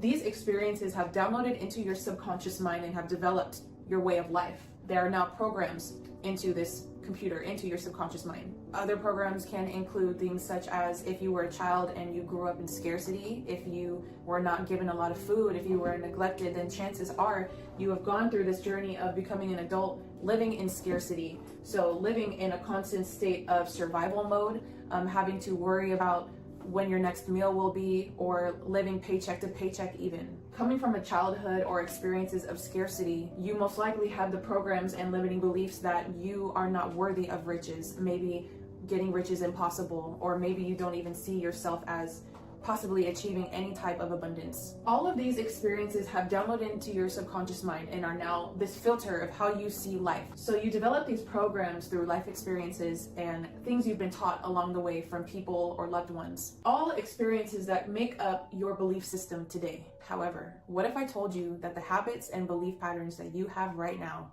are not yours? You can also develop these programs through something called epigenetics, meaning not only can you develop these programs through your life experience, you can also inherit them from your family. Epigenetics is basically the study of cell function and how the environment or things external from you can trigger genes within you and turn them on or off. This is very critical information because if you have someone in your family, maybe your mother or your uncle or your grandfather has gone through traumatic experiences within their childhood and has not healed these programs, they have highly likely passed those traits down to you. The thoughts that you have in your mind and the feelings you feel about yourself every single day might not even be yours. A prime example of epigenetics is, have you ever met somebody that can just pick up an instrument and they're naturally good at it? Chances are that that person has someone down the line in their family that is musically talented or creative. Me, yeah. However, it's extremely important for you to understand just how serious epigenetics can get. So there's a study done at Emory University where they had a group of rats, and what they did is they took a male rat and they made the rat smell the cherry blossom. And immediately once the rat smelt it, they shocked it with electricity, conditioning the rat to feel fear when it smells the flower. They repeated this process a few times and then placed the male rat back into the cage of rats. Later on, this male rat impregnated one of the female rats, and when the offspring of the rats were given the scent of the cherry blossom, the baby rats were extremely sensitive and traumatic to the smell. This experiment shows that the trauma that the male rat experienced passed down to the offspring, and the baby rats inherited that trauma. Now you might be thinking, well, dude, I did not think about this, but I do immediately understand and believe it. Because I do know about epigenetics, but having trauma being passed on, wow.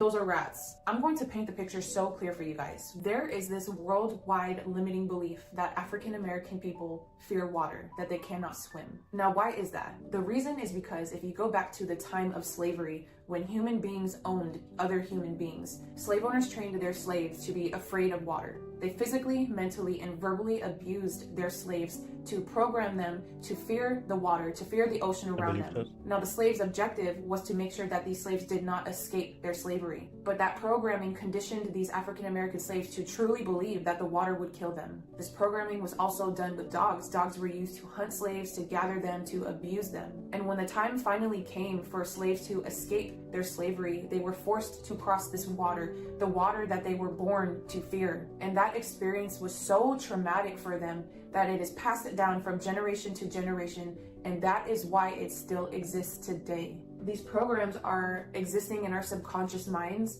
and they're affecting our everyday decisions. Any decisions we make is being filtered through that lens that we developed through our childhood, through our beliefs, limiting beliefs and traumas that we've inherited. Programs can even awaken later on in life if they're triggered from external experiences. There are plenty examples of children that have siblings and one of them have inherited a trait from their parent.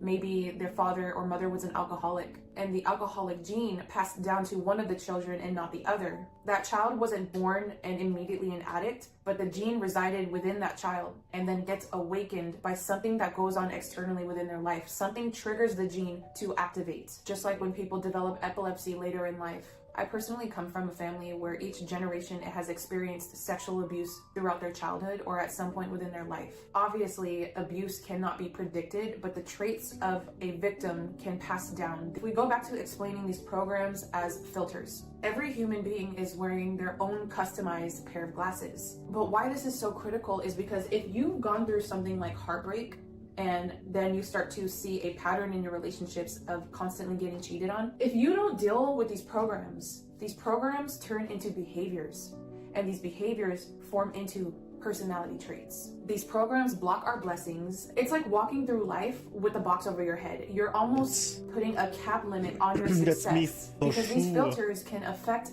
everything you do in life. Decisions, the people that we make as friends, who we get in relationships with, how we spend our money. So my job background is in the healthcare industry. And there was a time where I had a male patient that was in his 60s and he was extremely emotional. And every day that I spent time with this patient, he would constantly remind me of a story that happened to him 6 months before he had admitted into that hospital. And every day that I saw him, he would take me back to a specific fight that happened between him and his roommate, constantly expressing of how much he hated that roommate, enough to talk about it every single day as if he had completely forgotten that he told me the day before. That fight scarred him so much so that he took it on as a personality trait. This fight that happened months prior to me meeting him rewired his brain to keep him living in the past. He developed a new lens for the world, and every person that he met, including me at the time, thought that everyone was out to get him.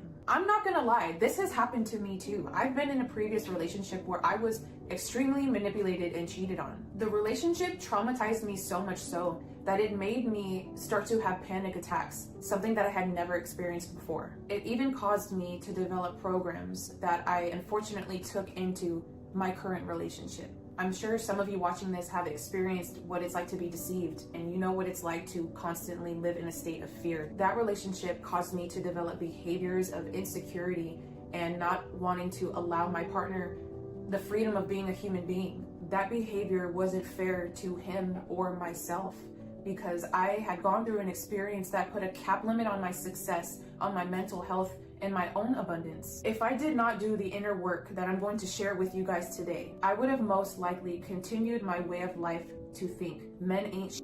I know that's a very common phrase that a lot of women like to throw out there. Therefore, putting a cap limit on myself from my dream relationship, from experiencing true love. To find success, we have to uninstall these programs. So how do we do that? First, I need to explain why it's so hard to let go of emotions, to let go of these beliefs. So there's a 3-step process, and most of us get stuck in step 1. Step 1 is thinking, step 2 is doing, and step 3 is being. Knowing what you need to do in your head, practicing it with your hands, and knowing it by heart. Every day we're thinking new thoughts of how to change our lives or how to create new habits or do something different. But 9 times out of 10, what I'm saying. I'm stuck in one. Take action, therefore not creating a new outcome. God, I'm sorry for the glare, you guys. So the language of the mind are thoughts, and the language of the body are emotions. What happens here is that our minds get stuck in our bodies. Our emotions will take over because they're more powerful than our thoughts. So when we get triggered, 9 times out of 10, we will be emotional rather than thinking logically. If your ultimate desire is to feel successful, no matter what it is you're trying to pursue, if you want to feel love, you want to feel happy, instead of survival mode or scarcity, you want to live in abundance. First, we have to break those thoughts, those automatic assumptions, those negative thoughts you jump to from these experiences, to then create new ones. And then teach your body emotionally to understand what it is your mind intellectually understands. If you're one of my subscribers, then you know just how important your thoughts are, because your thoughts create a reality. In fact, everything around you right now in the room you're standing in was all created from a thought. And if you've developed a lens that tells you that life is hard, then you will receive what you believe. Science tells us that we have about 60 to 70,000 thoughts a day. And 90% of those thoughts are the same thoughts that we had yesterday. So if you're thinking the same thoughts and you believe that your thoughts have something to do with your life, then your life will stay the same. Okay, I need to clean off this whiteboard because it's... I know! We're not going to talk about the brain. So if 90% of your thoughts are the same ones you had yesterday, then the same thoughts lead to the same choices. The same choices lead to the same behaviors. The same behaviors lead to the same experiences. And the same experiences will produce the same feelings and emotions. Those very same emotions will drive the same thoughts you had yesterday and the day before and the day before. Now get this. How you think, how you act, and how you feel is your personality. Your personality creates your personal reality. If you want to change your personal reality, you have to change your personality, which means you have to start thinking about what you've been thinking about and change it. Now, I want you to look at these limiting beliefs, these thought patterns that are keeping you anchored to the past, and right here and now decide if they belong in your future. So how you think and how you feel creates your state of being. You have to become greater than your environment, greater than your emotions, your body. Step Okay, we're number doing one it. It to just break takes a these long, limiting beliefs, to a long change time. the filtered lens, is to become conscious. It's very small steps. It's baby steps. C-O-N-C.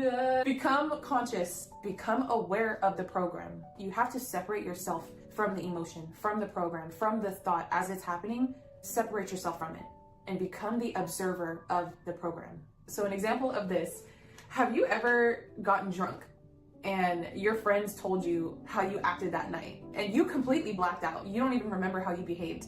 And then the next day you find out everything that happened, and that has you thinking like, whoa, maybe I should chill out. And the next time you guys go out, you don't drink as much. You've learned your lesson. So you observed your behavior from that lesson and modified it. Step 2 is to modify your behavior, your actions, to be better. You have to consciously make different choices now that you've developed new thoughts. You have to change. You have to create a new outcome. And step number 3, the hardest step, is to repeat.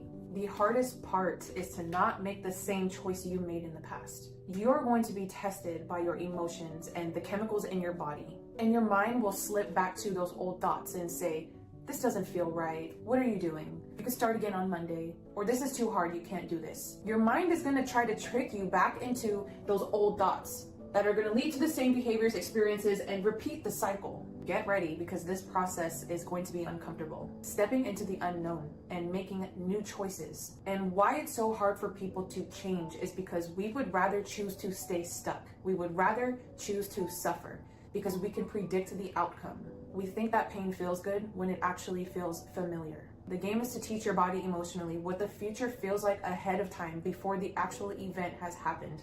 The truth is that your brain doesn't know the difference between the past, present, and future. That's why if you've ever thought about something that happened in the past, something that was emotional or made you upset, and you start to feel emotions surface, your body starts to feel heated, you feel your blood boiling, you start to relive it because your mind doesn't understand that that happened last year. It starts to feel like it's happening right now. The more that you can visualize your future and stay out of the past, you will rewire your brain to new thoughts. Your body will begin to produce new chemicals and new circuits. You will rewire your nervous system, leading to new choices, to new behaviors, new experiences, and to a new reality. When I fully understood this information, I freed myself from the suffering I felt from dealing with people that in all actuality are the way that they are because of the things that they've been through. It made life easier because now that I understand why people are the way that they are, I can communicate with them better. I've developed a passion for these people. I understand where these people are coming from. I've created abundance and I've gained so much more love and prosperity, all because I released the cap limit I put on myself, the box I had over my head. I hope this video enlightened you to take a look at the programs you have. If you are on a mission to create success, if you are someone wanting to break generational curses or even create a legacy, you now understand just how important things like programs and epigenetics are. You will just make life easier for yourself. I would love for you to like or comment down below because your comments and your engagement will push this video out to the world, to the people that are suffering right now that need to hear this information. If I can just change one life, then I will have accomplished my intention with this video. If you liked this video, subscribe because my YouTube channel is all about embodying the version of you need to be to create whatever it is you want in life. If you want to connect, feel free to comment. You can also check my links below. From my family to yours, wishing you more love and abundance this new year. That was a great video. I'm gonna sub as well, and I'm gonna like. Dude, yeah, she's just repeating what we heard the past week. That is, just think other thoughts and practice them.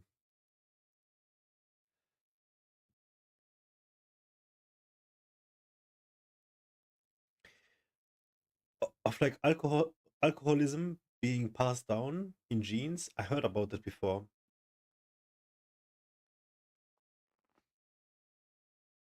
And I didn't make the connection that everything can be passed down.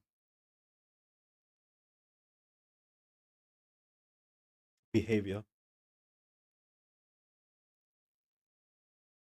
And I did not think further that it can trigger later in life.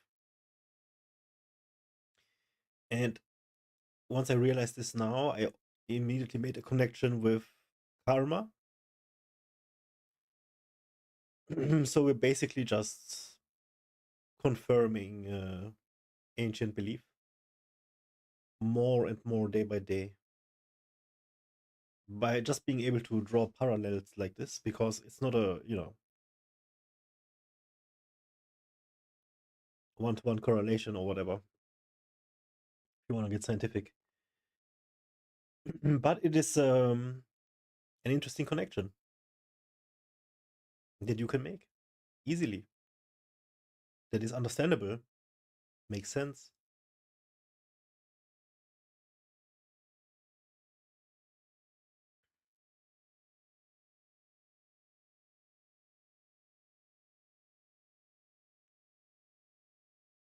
Yeah.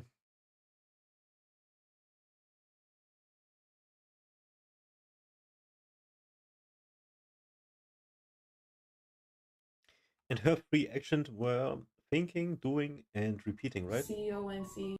You have to predict the outcome because your mind doesn't understand that happened last year. It starts to feel like it's happening right now. That I understand why people are the way that. This reminded me so much of what I tried to understand at the start of the week of Master Your Mind. I'm so far away.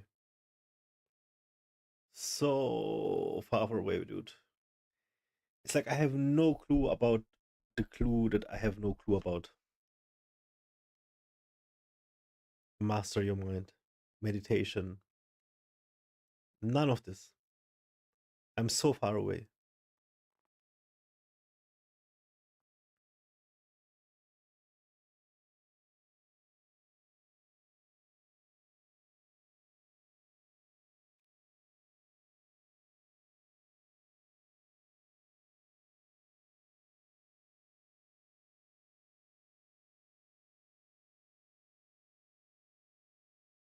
I'm at the beginning and it just doesn't look like it's moving. But I guess I am, just because I'm dealing with it.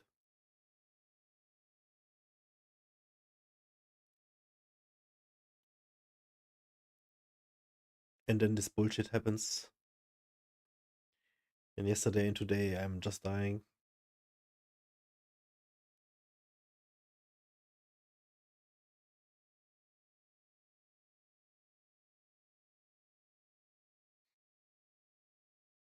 The day I get out of bed without hesitation is gonna be my biggest victory. If there is like zero hesitation, just like wake up. Oh, where am I? In bed? Okay, whoa, let's go.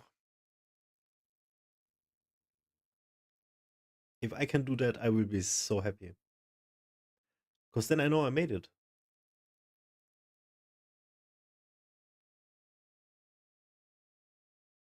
For myself. If I do that for myself.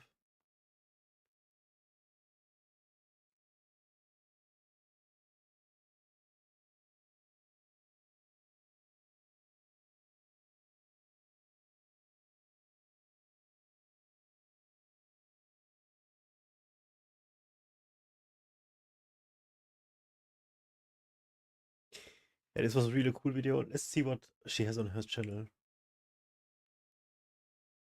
What is she eating? Oh my god.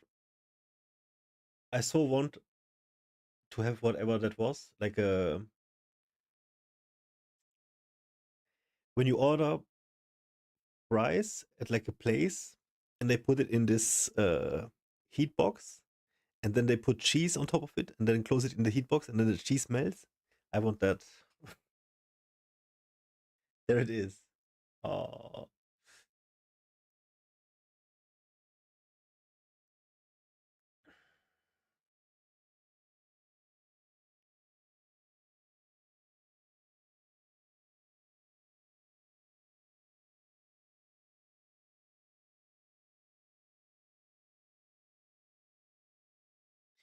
Oh, this is very spiritual, very divine and God and everything. All of what she talked about in 21 minutes was enough for me without mentioning God. Thank you. That's a whole nother animal. I have to figure this out first. Myself.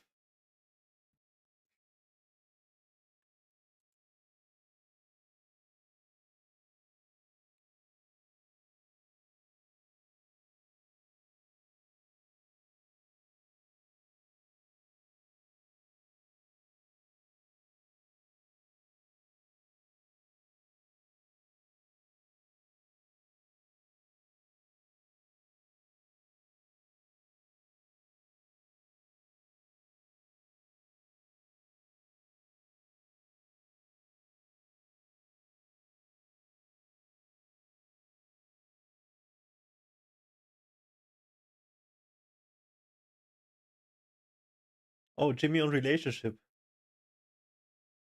He got a new video about red flags this time.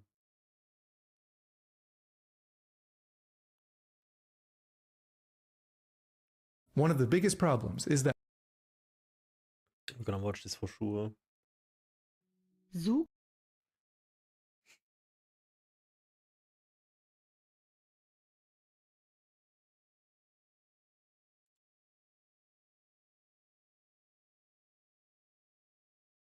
Oh, and I was gonna check out Kyla. Or Kayla.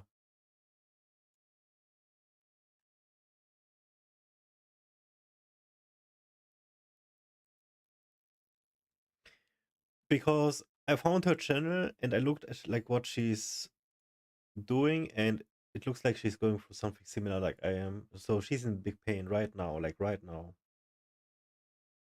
Let's see what she has to say. I think it's very triggering. I had already attempted to take my own life twice. I never went to school and I hated it. I would constantly argue with my mum and I never thought I would make it to 18. I'm now turning 20 in 8 months and I love living. She's just a I baby, have no dude. script for this video. 20. I just wanted to make it purely to say, no matter what's happened, no matter what you've done, no matter how you feel, the only time there is never any hope of getting better is if you die. No matter how much you feel That's life is not strong. worth living, never, ever make the most permanent decision you could ever make by taking your own life. Mental health is the most meaningful topic that I could ever talk about. And so I thought, why don't I talk about it? I have never fully opened up or talked about what it's like to grow up, how hard it is to be a teenager, how hard it is to live in the society we've created. But I think I want to. No matter whether you're 20, 13, or even 40, life can be really difficult. And it's the same for women and men alike. And it's so important we talk about it. You can't save someone who likes drowning, but you can check in on your friends, on your family, on your peers, on your co-workers. You never know what a simple, "Are you okay? Can I help you with anything? How are you doing today?" You never know what that might mean to someone. You never know who's truly hurting. Yep. But it doesn't matter. You should show everyone love because you don't know who's hurting. And even if someone's not hurting and they seem happy, you should still check in on them because that might be the difference from them hurting and them not hurting in the future. Life is rough. There is constant anxiety, constant insecurity, constant self-doubt. Man, And she's the up and just a downs in baby life and she sometimes already feel knows punishing. But nothing what good I in life just comes learned, you without a know? little bit of pain.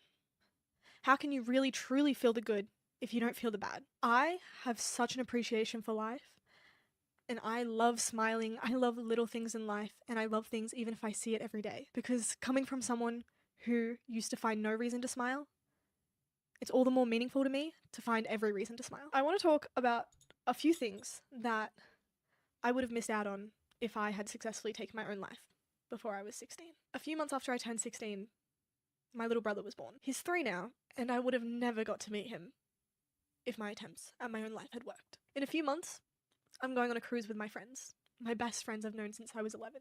I wouldn't be able to do that if it had worked. The day after I turned 19, I got monetized on YouTube. Something I've wanted since I was a kid. Something that would have never happened if I died. I have the opportunity to go to uni next year and get a degree. Something I never even would have considered because I hated school so much. But now because I persisted and pushed through and came out stronger on the other side, I confidently know if I want to get a degree, if I want to get 2 degrees, I can absolutely do it. When I see people from high school, I give them a hug and say hi. People that I used to hate, because when I came out So on the good other for her, end, dude. I'm so happy. I learnt love. I have the ability to talk to anyone. I have the ability to laugh at anything. I have the ability to brighten a room. I have the If ability to this spend time on my message is own and be spread happy more, that about would be it. so Something I good. never had the ability to do prior to that. You will never know what you could do in the future, who you could become, what you could see, what you could do if you take your own life. It is the most permanent solution for a temporary pain. And no matter what you think you've done, no matter who you think you are, no matter if you dropped out of school when you were 16, or you flunked a test in uni, or you lost your best friend or your boyfriend broke up with you, no matter what happened in your life, that is not worth destroying your life over. That is not worth ending your life over. Something that feels super big in the moment, you'll soon come to realize that it's just a small blip in the timeline. Almost everyone growing up now has the same problem of needing other people's approval and desperately needing instant happiness and needing instant solutions to what you're going through and living through insecurity and struggling in relationships, friendships, family relationships, whatever it is. Almost everyone is struggling with something big, and that's why it's so important to push through. The stronger you get, the more life lessons you go through, the better you'll become for it. Every time I push through something, I become a better person. I become a stronger person, a more resilient person, a person who loves myself, and everyone has that possibility. But to get to that, you have to push past the pain. And you have to let yourself feel it. Being overly emotional, feeling your emotions too much, going through pain in life does not make you a weak person, and it definitely isn't a negative. Some of the brightest smiles on this planet come from the people who have gone through the most. Because when you go through pain, it helps you appreciate life that much more. I appreciate good friendships because I've gone through bad friendships. I appreciate my boyfriend because I've gone through bad relationships. Going through struggle can be a positive. You just have to reframe how you view things. Everything is part of growing up, and everything is part of the lesson of life. There is no need to know all your plans. You don't need to know when you're going to get in your first relationship. You don't need to know what your forever career is going to be. You don't need to know when you're going to have children. You don't need to know who your friends are going to be forever. He's you don't need to know where you're addressing going to live children, forever, or where you're going to travel, kids or under what you're going 20 to be right doing now, this and time it's next still year. such an Life changes. Be grown-up flexible. video, It's you know? okay. So Even good. if you go and get a degree and you work in that career for 10 years, who's to say that's going to be Look, who is he your talking forever career? to? Little Life does not always have to be figured out. children And in sometimes school. even I forget that. Most things you consider a negative come with a positive side. I overthink a lot, which comes with the positives of that I'm really mature. And because she's And I can 20, think they're gonna things listen. through, and I tend to see things that other people don't, and I can analyze things easier.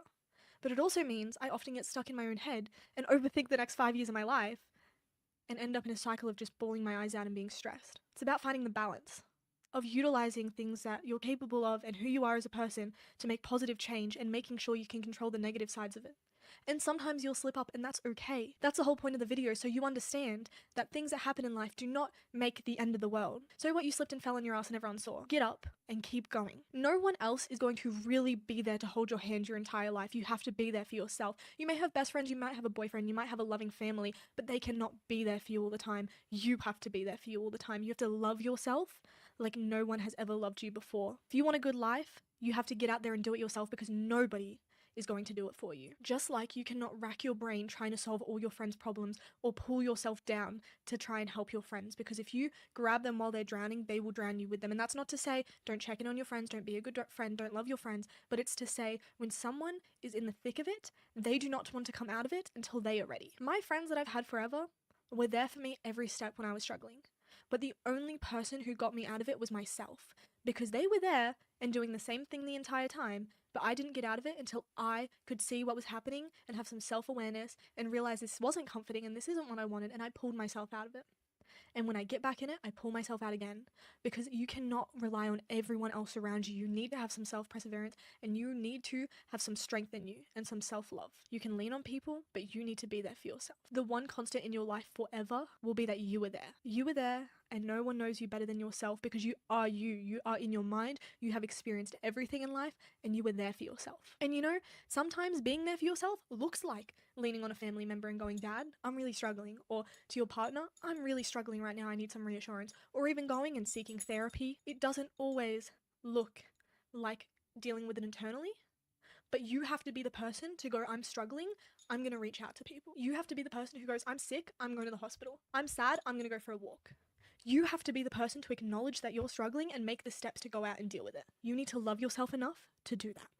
And I know it's hard, because oftentimes going through depression, going through hard times in life, it feels permanent, or it feels comfortable, or you don't want to deal with change. You know who you are sad, so why would you want to make the effort to go and not be sad? Because you don't know who you are happy, you haven't seen it in years. Sometimes the depression's comforting. Sometimes when you finally reach the point, the threshold, when you stop being sad and angry and hurt, and you reach being numb, it feels like relief. Like a final breath of fresh air. When you're so numb with life, you could just pull the trigger. And I get it, but you need to have some self-awareness and take it as a wake-up call and go and seek help. There is no weakness in asking for help. There is no weakness in admitting you're not okay. If you feel like you have no one out there anyways, and you're not missing out on anything, you don't have family you care about, so you're not missing out on anything. You don't have friends, so you're not missing out on the possibility of doing anything with them. Maybe you don't go to work, so you don't have co-workers who are there to uplift you. Maybe you don't have anything in life where you feel loved or you feel like it's worth it, but you have to create that. I know it's rough. I know it's a bit of tough love, but sometimes in life you have to kick yourself in the ass and go and find it. You don't have friends who you love. You don't have friends who love you. Go and find them. I don't care if you sign up to 10 different classes to go and find those friends. You go and find those friends. Find that love within yourself. When I got broken up with and cheated on, Oh god. I watched countless videos on self-confidence, on self-love. I kept watching them until it was engraved in my brain that my love didn't need to come from him, it needed to come from myself. Yeah, that's what I'm doing I now. read self-help book after self-help book, after listening to podcast after podcast, after listening to other women talk about similar experiences, until it was engraved in my head that what he did had nothing to do with me. So I don't care if you have to watch 1,500 videos to get it in your head that I this is will. on you and you need to get out there. And you watch hundreds of videos to find that self-love, and you go on hundreds of self-love dates by yourself, you go to watch a movie by yourself, I don't care what it is, but you go and find that. But until you do, if you lay in bed for another 3 months, another year, if you withhold finding your future career, finding friends, if you withhold self-improvement for a year, that is okay. If improving 1% every day means you just manage to get up and brush your teeth, then that's what that means. There is nothing wrong with that. That is my whole point of this video. No matter how far down you feel, no matter how fucked you feel like your life is, you can always improve. And you know what? The further down you are, the higher you'll spring back up. So I don't care if you don't get out of bed for a whole nother month after watching this video. Come and rewatch it when you're ready. But no matter what's happening, the answer is not to end your life. Even if you flunked out of uni, or you failed an exam, or you lost everyone in your life, or you haven't got out of bed in 3 months. Maybe you have no money. Maybe you're getting evicted from your house. Life happens and it fucking sucks. But none of that is an excuse to end your life. There is so much waiting for you on the other side. Whether it takes you another year to get through, maybe next month, maybe tomorrow, you put in the effort and get up. Doesn't matter when it is. Doesn't matter how you do it. Just know the option to get up and start over and have a great life is there when you're ready. And as long as you don't end your life, the option to have a great one will be there when you're ready. I love you all so much. And to anyone out there who's struggling, I love you. And I'm sure so many other people do. And I hope you find that love within yourself. Make sure to take care of yourself.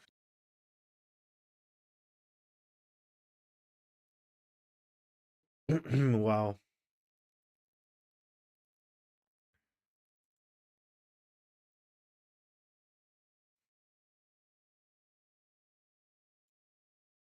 So young and so mature.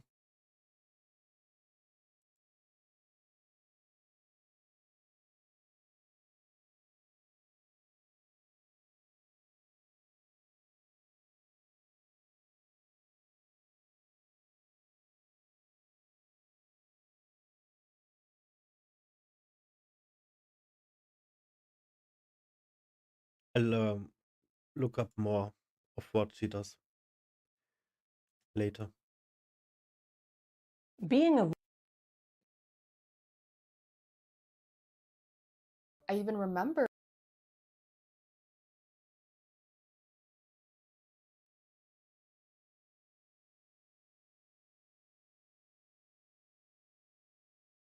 Okay, let's look at this one.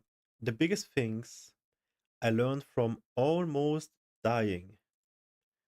So, as I said, it's gonna be a little triggering stream today. Lizzie Q.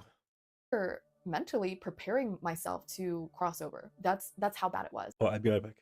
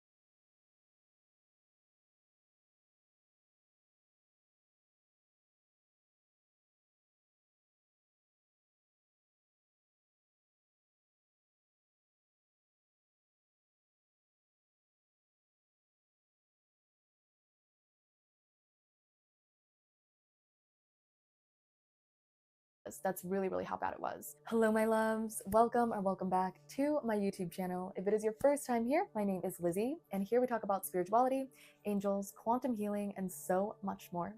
Today, I felt very called. I've actually been feeling called to record this video for quite some time now, but I finally feel like I'm at a place where I am ready to do this. I am ready to share more about what my experience was like, almost losing my life and choosing to stay here in the earthly realm, choosing to live, choosing this path that I am so grateful for today. If you are newer to my channel, you may not know that 2 years ago, I was navigating through a debilitating illness, navigating through a very difficult health journey. But that's actually what led me to Reiki healing and to a lot of where many of you have found my channel through, which is energy healing. This time was one of the scariest times of my life. It was one of the hardest initiations that I have ever had to go through. But I look back on it with so much gratitude because it has allowed me to share all the wisdom gained with you all. I know that I've shared a little bit in previous videos, but when I was going through this health journey, there was so much that I was resisting on the spiritual level. I knew deep down that it was a spiritual initiation that I was going through. It was something spiritual that needed to be healed. But because my logical mind, and truly because of fear, I was gripping onto logical solutions. I was like, there has to be a way that these doctors have to help me, or Western medicine, or any of these things. But there was nothing Western medicine could do, nothing that Ayurvedic medicine could do, or Chinese medicine, naturopathic medicine, anything. No diagnosis. I was just rapidly losing weight. Nothing was absorbing, and it wasn't until all human possibilities, all human solutions were exhausted, where I finally was able to accept the fact that this is a spiritual lesson, a spiritual journey for me, and I will make it through the spiritual journey. In the times when my health was really declining, that is when I continued to receive the message, the divine will heal you, the divine will heal you. And that's also when I found out about Reiki and learning how to do Reiki on myself, learning how energy healing works, and this brought me to a whole new perspective of looking at life and looking at the layers that we don't get to see here in the physical. There's so much more than what meets She's like the a eye. priest. And I definitely learned that her own through this health journey. Now, when it comes to my near-death experience, there were multiple times during this journey, during this time, that I was this close to losing my life. Oh, I'll check this out. Now What? that I've recovered and now that some time has passed, I can see things so much more clearly than when I was in it, when I was really, really going through it. And I also believe that there's a reason for this as well. I mean, when you're navigating through a traumatic experience, it's going to take a bit for everything to catch up, for your mind, everything, your body to catch up on everything that has happened. And now that I'm in such a healthy state, mind, body, and spirit, I recognize everything for what it really is. I truly, truly do. And I have truly learned believe so her. much from it. I also want to say that my Also, I just started experience believing in is my spells. experience, and I trust that whatever will Because if you resonate truly with believe you it in will your resonate, subconscious but I'm thinks truly just speaking from my it's true, then it's experience. true. I'm sure there's many other opinions about The what most true there happened is. to me, but what I will always stand by is knowing my truth and sharing my truth. So let's get into what I learned during this very, very dark time, low vibrational time. The Dude, very that's how first curses thing in that voodoo I really, come to be. really learned Wow. is that the darkness is real. Now, when I say darkness, you can refer to it as anything that you want. I'm going to say very low vibrational energies, dark things, dark energy, which I didn't fully understand until I navigated through this health journey. I'm very much someone that has always been optimistic, full of light and very positive, but I fully now see that the contrast of that is also very real. There was a point in my health journey where I started to lose a lot of my physical ability to do things. I could not walk. I could not even lift my arm. I also could barely see. My vision was very, very blurry. The only time that I could really see was when I would close my eyes, and those were things that I didn't want to see. It was a crazy, crazy time. And because my physical ability to do things was truly gone, and my parents were helping me move, and it was heartbreaking for everybody involved, even though they have so much strength, like truly would not have gotten through this without them. It was breaking my heart to see them in pain because of me. It was breaking my heart to see them in pain because I was in pain. And I remember the times when I would just lay in the hospital bed awake. I would hear these voices, and they were so mean and so cruel. And at that time, it took me a lot of discernment to understand, like, hey, this is actually not my voice. These are the voices of low vibrational energies, entities that had made its way into my field because I was susceptible to them at that time.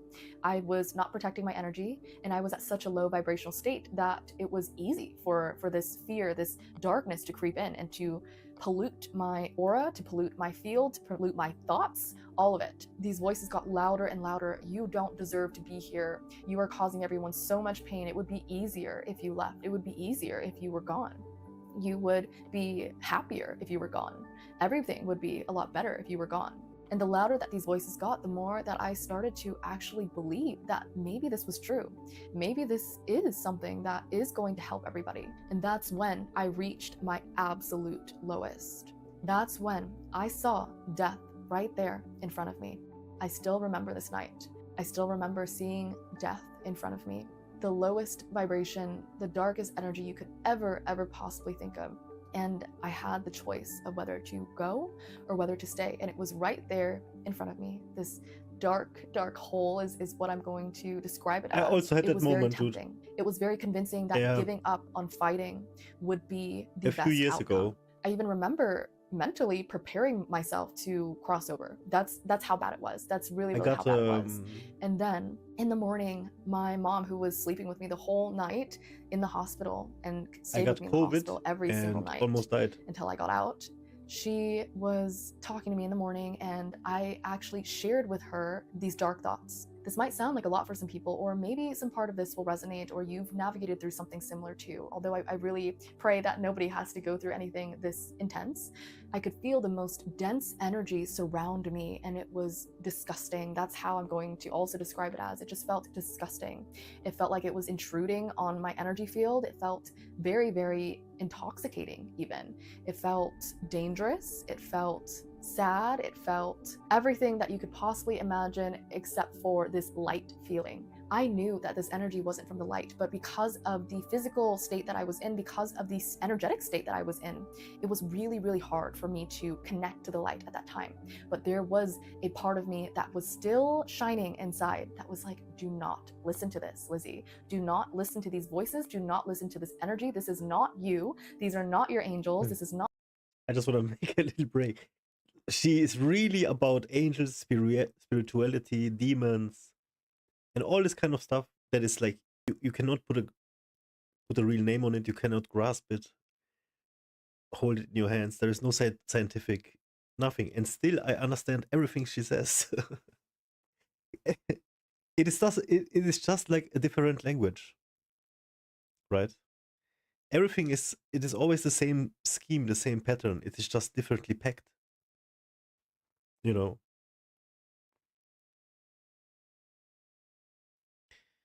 So I don't know. Should we continue watching?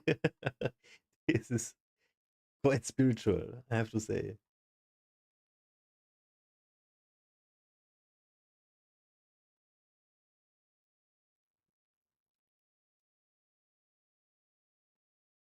Debo, bist du hier? Was sagst du zu ihr?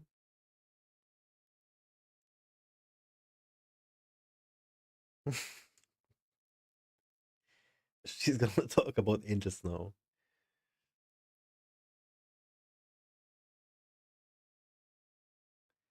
Bisschen übertrieben.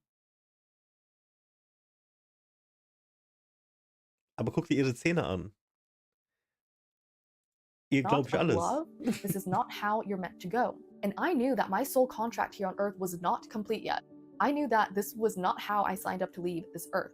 And so the more that I came back to remembrance with this, the more that I Aber es macht raised my Sinn, was sie vibrational sagt. frequency to connect back to the Diese light. I Dunkelheit, weißt knew du, that this was not how my ist story einfach ended. Depression, weißt Something du? that really helped with this actually was Es ist einfach that ein anderer morning, Name. after Alles, one of was the sie darkest sagt, nights of my life, das hat I jeder aber told schon my mal mom, I shared with erlebt her what quasi. was on my heart, and the look on Halt her zu einem face anderen when Grad, aber she heard that I was man kann es thinking about vergleichen. possibly giving up was extremely heartbreaking. It was one of the most excruciatingly painful times, painful experiences that I've ever had, seeing the look on my mom's face. I have no idea what came over me to think that that was okay to share with her, but she did respond with a lot of compassion, but most of all, she responded with so much fire within her that snapped me out of this haze that I was in, this dark cloud that I was burying myself in. And she said, "You are way stronger than that. You are way stronger than that." And she just kept saying that. She said, "You are way stronger than that." And the more that she said it, the more that the volume got turned up on those particular words, which then resonated with me so deeply and brought me back to remembrance with who I truly am.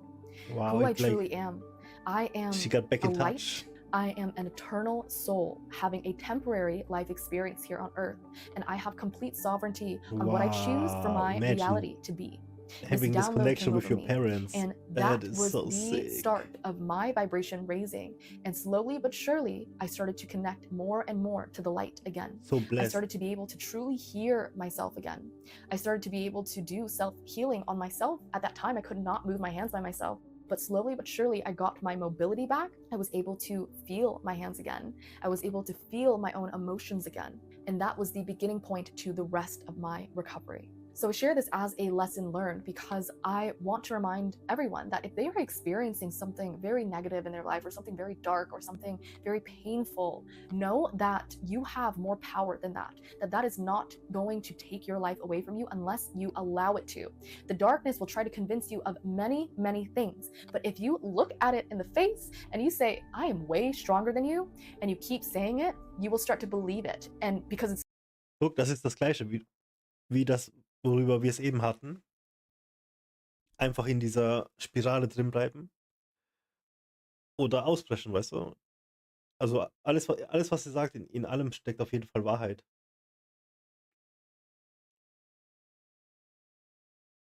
Weißt du, was ich mich gerade frage? So die letzte halbe Stunde. Komme ich in meinem Leben nochmal irgendwie in den Kontakt mit Gott? Oder einer Idee von Gott oder irgendwie sowas? Das schickt mich gerade drauf. Weil es so viele Überschneidungen gibt. Und wenn Hoffnung, guck mal, diese kleine Hoffnung, die ich hatte, mich so weit treibt, ein halbes Jahr lang so kaputt macht, was für eine große Hoffnung hast du dann, wenn du wirklich an Gott glaubst? Dein Leben muss ja voll geil sein. What the fuck? Weißt du? Und das müsste irgendwie in den Film meines Lebens, in meinen Lebensfilm noch irgendwie mit reinkommen. Weil ich immer so ein Kritiker war, weißt du, was das angeht.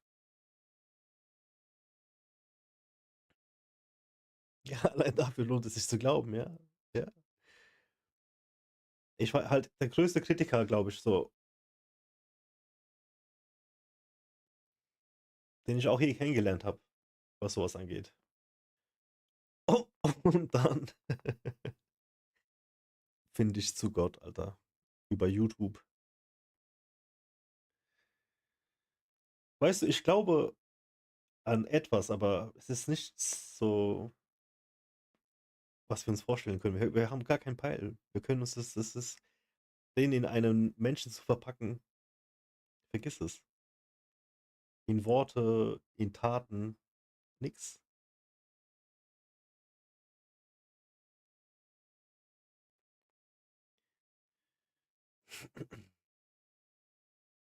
Liebe ist das Göttlichste.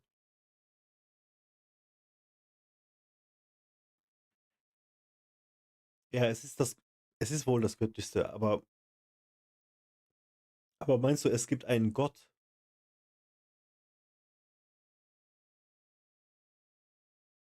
Also als personifiziert? Das ist halt voll schwer zu glauben, oder?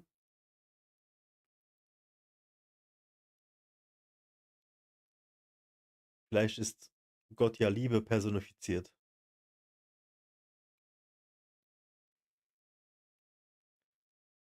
Er als Energie, ja, und nicht mal Energie passt. Aber ich weiß genau, ich würde auch Energie sagen, weil das ist das, worauf wir uns einig sein können. Und das ist auch nur so abstrakt, dass wir haben uns das ausgedacht, damit wir das verstehen können. Weißt du, es ist so ganz viele Schichten an. Wir können das gar nicht schaffen, die da dranhängen. Ja. Aber ja, hören wir mal weiter. It's the truth. First, it's the truth, but also that will help you take your power back.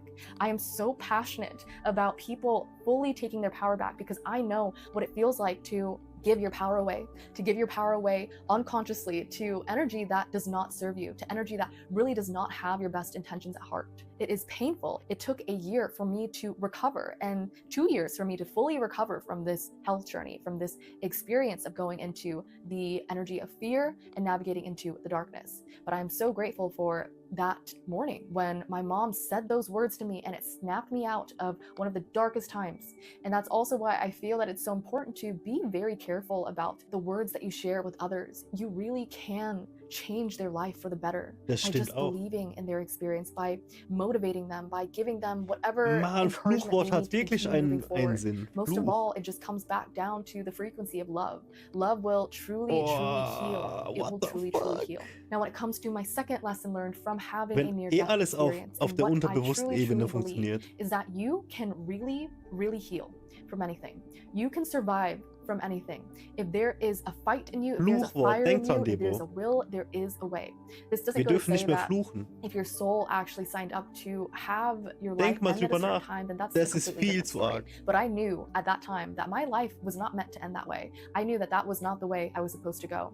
And that is why I continued to fight. That's why I was like, absolutely not. I'm taking my life back. I'm absolutely taking my life back. If it feels like you are hitting a block here on the physical realm, then there is a spiritual component that needs to be addressed. And that's what was made very, very clear to me when I experienced that. So if you're feeling like you're really going down into the depths of the darkness, or you continue to hit a wall with things, there's probably a spiritual component to it that needs to be navigated through. Asking yourself, what lesson needs to be learned from this? What can I learn from this? How can I navigate through this for my highest good? And then it's a matter of connecting to the light, connecting to your angels, your higher light team of guides that are always there to support you, connecting to your higher self that knows how to navigate through any situation that you do not want to be in, any situation that does not serve you. That is why I emphasize and always reiterate how important it is to keep your vibration high, to move your vibration to a higher level, and to sustain that frequency by committing to the practices, committing to the energy of gratitude or whatever it is that lifts up your vibration so that you are not as susceptible to energy that does not serve you, energy that is in a lower vibrational field. I remember that as my vibration healed, when I was in facilities, in the hospitals, I was better able to connect to my angels, because your angels are a very, very high frequency, and it takes you lifting up your vibration to be able to receive their signs, receive those intuitive nudges, receive the light, the healing that they are giving to you from the higher realms, that they are channeling to you from the higher realms, opening yourself up to receiving it. There was actually a time when I was staring out the hospital window, and I remember thinking to myself, wouldn't it be beautiful if a seagull, because this hospital was facing the sea, if a seagull just came and rested by my hospital window on this ledge? And literally the next day, I was sitting by the window, looking out of the window, praying, and the seagull showed up right next to me, and it looked at me right in the eyes. I still remember this, and I remember freaking out, but also just knowing, like, holy crap, the veil is so thin, it is so thin. And it was sitting there just looking at me, and it decided to just take a seat by the ledge. All the nurses, all the people were like going over to the window, and it's like, we've never seen this before. She's just taking a nap next to you. And I knew that the angels had sent the seagull because my wish was for that to happen, and that was a sign from the universe to just keep going. That is just they're cute. there with me, that my angels are there with me, and they've been with me this whole entire time.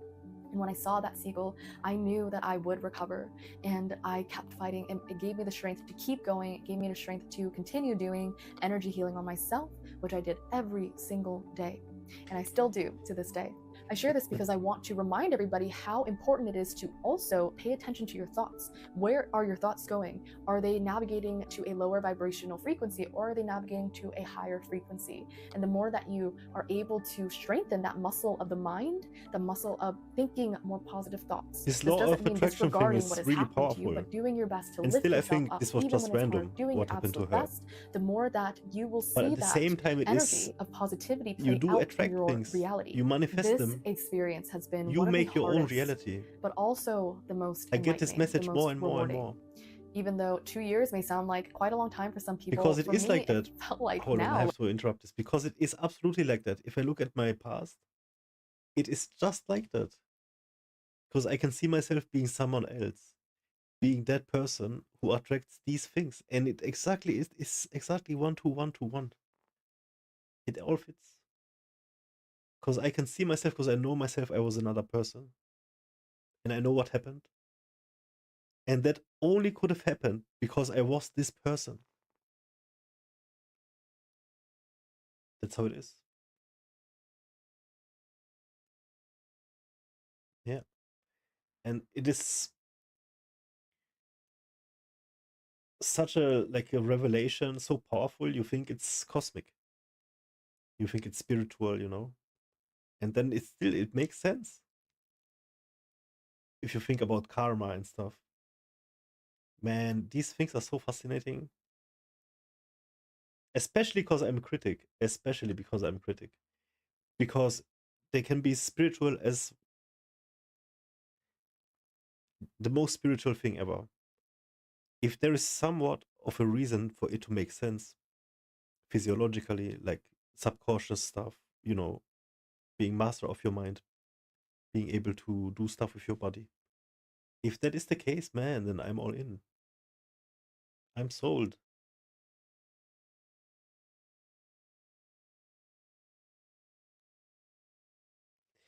She's talking about angels, so it's a little over the top. But I do believe her if that is what she is experiencing. It's just not everybody is gonna have these angels.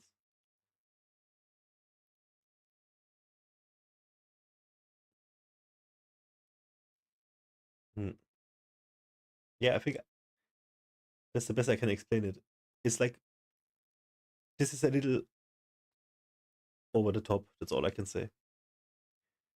Anyone else getting involved in this thematic and then being at that point? It's just gonna have like a lower frequency, I suppose, because she's talking about higher frequencies, right? Let's see. Looking back on it, it feels like it went by in a blink of an eye. It was like all of my soul lessons got condensed into that specific time frame. And that does not mean that it's over for me with learning. There is so much more to learn and to know of still. There is This so much journey is a more. Oh my continuous God. evolution process.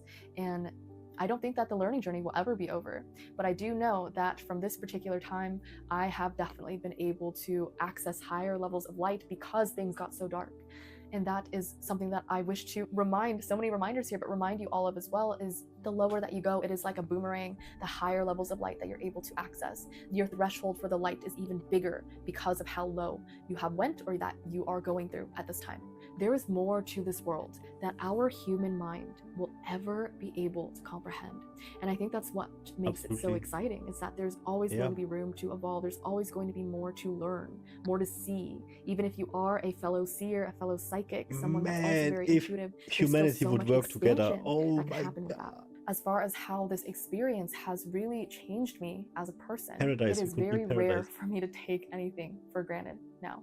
Of course, there are times when I am deeply in the human experience, but it's very rare that I will take anything for granted, whether it be that deep breath outside, and you don't have to go through a near-death experience to remember not to take anything for granted. But my Yo, feelings around this are this definitely near-death heightened experience that because I had of the experience also that changed me a I've had. lot. I'm also so devoted to continue moving forward with my life purpose, to bring 'Cause energy it's so healing to others, powerful. to bring divine You guidance to others, you notice to time bring is my lessons learned to you all so that we fleeting, can and support you on your journey as well. I want imagine you nothing didn't more say than for what you wanted people to say to live people, you out know? their dreams, to really feel that joy, that It love, hurts that light when you lose within them as them, all well, and around them, because you deserve there it is and you are stuff that has to so be said worthy of still. it. I feel like there's so much more that I could say, that I could share. However, I do feel like I am complete for now, and if you want to see a part 2 of this, please let me know. You can also ask any questions that you have, or even share experiences of your own. I would love to hear them. I appreciate you. I would love to sub, but if I sub, I think I'm gonna get more angel stuff.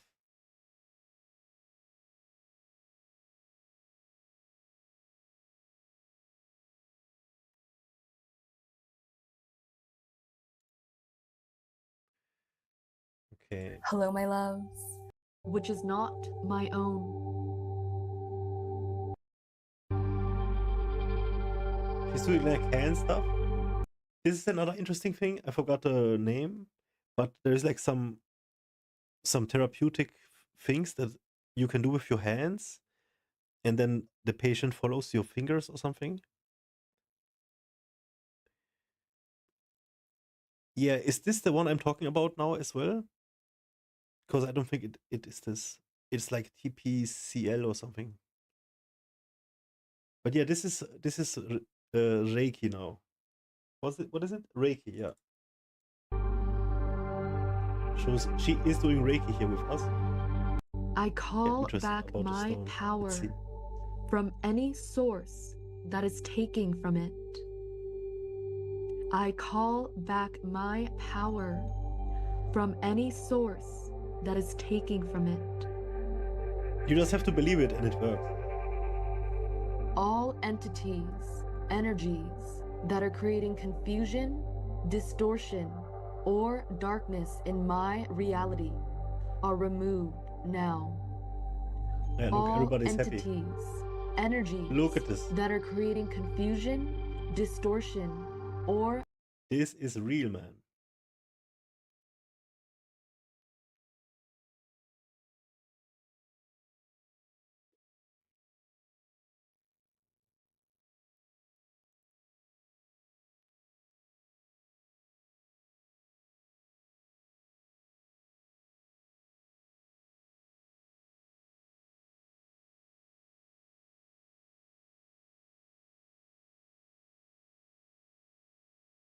Alles, was fehlt, ist Liebe.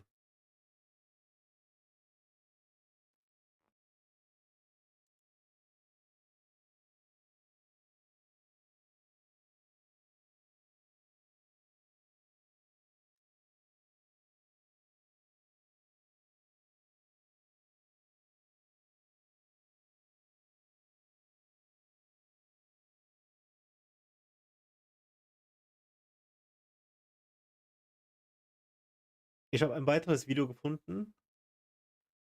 Das heißt, wie man Menschen wieder vertraut, wenn man verletzt wurde. Und ich habe das gewählt, weil die Kommentare waren so krass. Alle sind nur Depri und ich wurde verletzt und ich traue niemandem. Menschen, nein, danke, vertraue niemandem.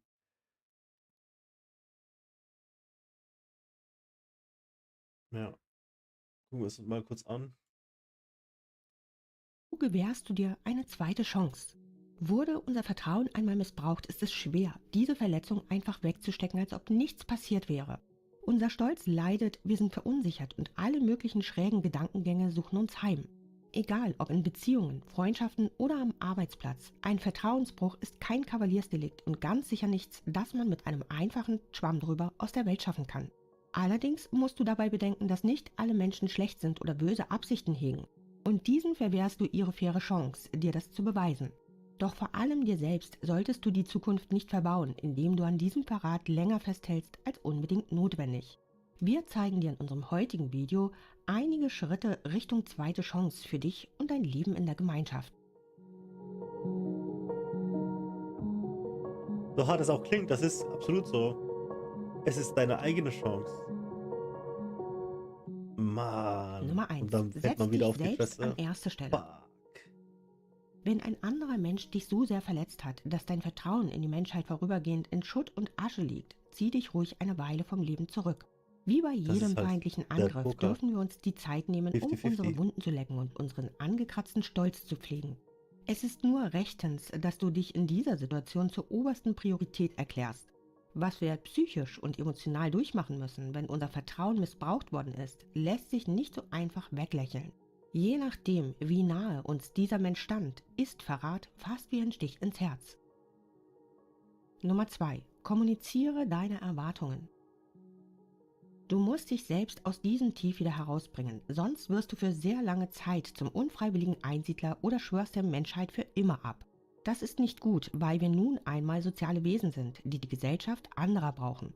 Eine der Gefahren, die damit einhergeht, ist es aber auch, den einen oder anderen Tiefschlag einzustecken.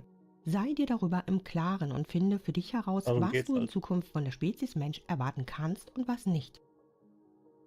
Nummer 3. Setze klare Grenzen. Das Problem mit dem Vertrauen ist seine unausgesprochene Forderung nach totaler Hingabe. Viele Menschen haben deswegen lebenslang ein veritables Vertrauensproblem mit der ganzen Welt, weil ihnen dieses absolute und grenzenlose suspekt erscheint. Dabei liegt es an uns, wie wir unseren Vertrauensbonus definieren und wie großzügig wir ihn verteilen. Überlege dir gut, welcher Mensch in deinem Umfeld wie viel von deiner Offenheit und Hingabe verdient. Vertrauen muss man sich erarbeiten. Unsere Freigebigkeit damit darf also durchaus eine gewisse Zeit in Anspruch nehmen und muss nicht übers Knie gebrochen werden. Ja, die sagen das so Nummer 4. richtig so, Sei dir im Klaren weil es darüber, wirklich dass so die ist. Wiederherstellung von Vertrauen Das Zeit ist halt braucht. Arbeit echt. Und man Natürlich muss dann gibt es diese unerschütterlichen manche Menschen Optimisten, weniger, die nach manche einem mehr. Sturz vom Pferd sofort wieder aufsteigen und weiter zur nächsten Konfrontation galoppieren. Diese Steh-auf-Mentalität ist bewundernswert, aber nicht jedermanns Sache. Die logischen Reaktionen auf einen Vertrauensbruch sind eher Groll, Rückzug und Selbstisolation. Wir brauchen diese Auszeit von der Gesellschaft, um zu heilen und uns über unser Standing im Leben, umgeben von unzähligen Menschen, im Klaren zu werden. Dieser Prozess dauert bei jedem Menschen unterschiedlich lange und das darf und soll auch so sein. Nummer 5. Begib dich auf die Suche nach den Schuldigen. Keine Sorge, hiermit rufen wir dich nicht zu einer Kampfansage auf. Aber wenn dein Vertrauen missbraucht wurde, gibt es konkrete Personen, die diese Verletzung verursacht haben. Es geht dabei nicht darum, diese an den Pranger zu stellen oder gar Vergeltung zu üben. Aber es hilft uns, am Weg der Heilung zu wissen, aus welcher Richtung dieser Schlag gekommen ist, der sich derart vernichtend und entwürdigend anfühlt. Begib dich auf Spurensuche und finde heraus, wer deinen wunden Punkt offenbart und wer dir das Messer in den Rücken gerammt hat. Nummer 6. Achte in Zukunft auf die Handlungen deiner Mitmenschen, Ist halt echt nicht so. auf ihre Worte. Eine todsichere Methode, nie wieder verletzt zu werden, gibt es nicht. Dafür müssten wir tatsächlich die Abgeschiedenheit einer Einsiedelei in Erwägung ziehen. Menschen sind menschlich. Sich falsch zu verhalten und schlechte Entscheidungen zu fällen, gehört zu den zutiefst menschlichen Eigenschaften leider dazu. Aber gewöhne dir in Zukunft an, die Leute nicht nach ihren Worten zu bewerten, sondern nach ihren Taten. Auch ihr Verhalten Personengruppen gegenüber, die ihnen untergeordnet sind oder nicht ihrem gesellschaftlichen Rang entsprechen, sagt mehr über sie aus als jedes blumige Versprechen. Worte sind schnell ausgesprochen. Auf sie kannst du dich nicht verlassen, da es keine Mühe macht, ihnen Leben einzuhauchen. Achte auf die Handlungen der Menschen, nur daran wirst du ihr wahres Ich erkennen. Nummer 7. Verpflichte dich dazu, neu anzufangen. Angenommen, jemand hat dir dein Herz gebrochen, dich betrogen und belogen und das vielleicht sogar über einen längeren Zeitraum. Einen schlimmeren Verrat gibt es fast nicht. Unsere Welt liegt in Trümmern und alles, woran wir geglaubt haben, wurde mit Füßen getreten und für null und nichtig erklärt. Wir sind an einem Tiefpunkt angekommen, der uns ratlos und zutiefst verletzt zurücklässt. Du kannst hier natürlich aufgeben und all deine Hoffnungen an den Nagel hängen und dein restliches Leben gleich mit. Aber dieses Opfer ist der Mensch nicht wert, der dir das angetan hat. Nimm dich selbst in die Pflicht, ihn nicht gewinnen zu lassen. Nummer 8. Such dir professionelle Hilfe. Manche Verletzungen, die andere uns zufügen, wiegen so schwer, dass wir ohne professionelle Hilfe nicht damit zurechtkommen werden. Es darf nicht sein, dass ein Vertrauensbruch uns unsere Lebensfreude und jegliche Perspektive auf die Zukunft verbaut. Bevor das geschieht, hol dir Hilfe und dir damit dein Leben zurück. Unser heutiges Fazit: Vertrauen ist gut, Vorsicht ist besser. Es wäre falsch, die gesamte Menschheit über einen Kamm zu scheren und niemandem mehr sein Vertrauen zu schenken, nur weil es einmal missbraucht wurde. Aber wir dürfen und sollen aus solchen Enttäuschungen natürlich auch unsere Lehren ziehen. In Zukunft schadet es nicht, Vorsicht walten zu lassen, bevor wir unser Herz allzu leichtfertig öffnen oder Mitmenschen gar einen Blick in unsere Seele werfen lassen. Doch die Menschen sind nicht alle schlecht. Gönne ihnen also eine Das zweite war ein Chance ziemlich und gutes dir Video. selbst vor allem den Neustart als Teil einer Gemeinschaft. Wenn dir unser heutiger Beitrag gefallen hat, dann schau auch gern auf unserer Homepage vorbei. Dort findest du viele spannende Themen zum Nachlesen. Den Link hierzu Alle sind am findest du Heulen. in der Videobeschreibung. Das war's für heute. Vielen Dank und bis bald. Die haben es halt knallhart gesagt, wie es ist.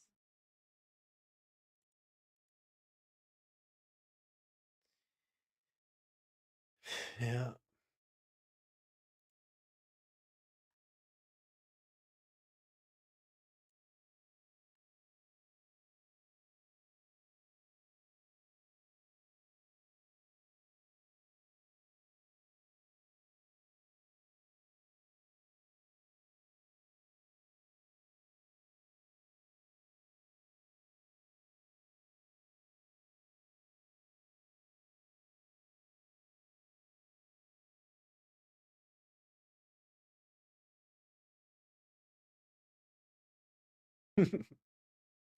Die Themen. Vorsicht, Zeichen.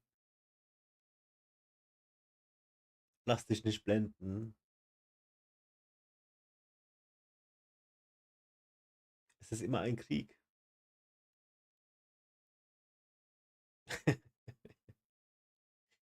Es ist immer so ein. Jeder will irgendwas so. Deswegen pass auf, tu das nicht. Tu das nicht, tu das lieber.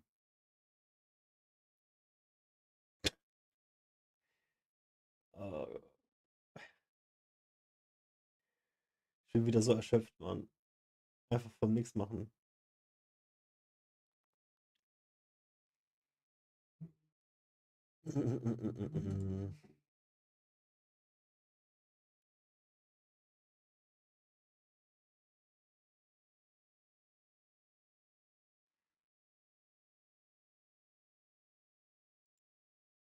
Okay, we can watch this one and then we play some Senua.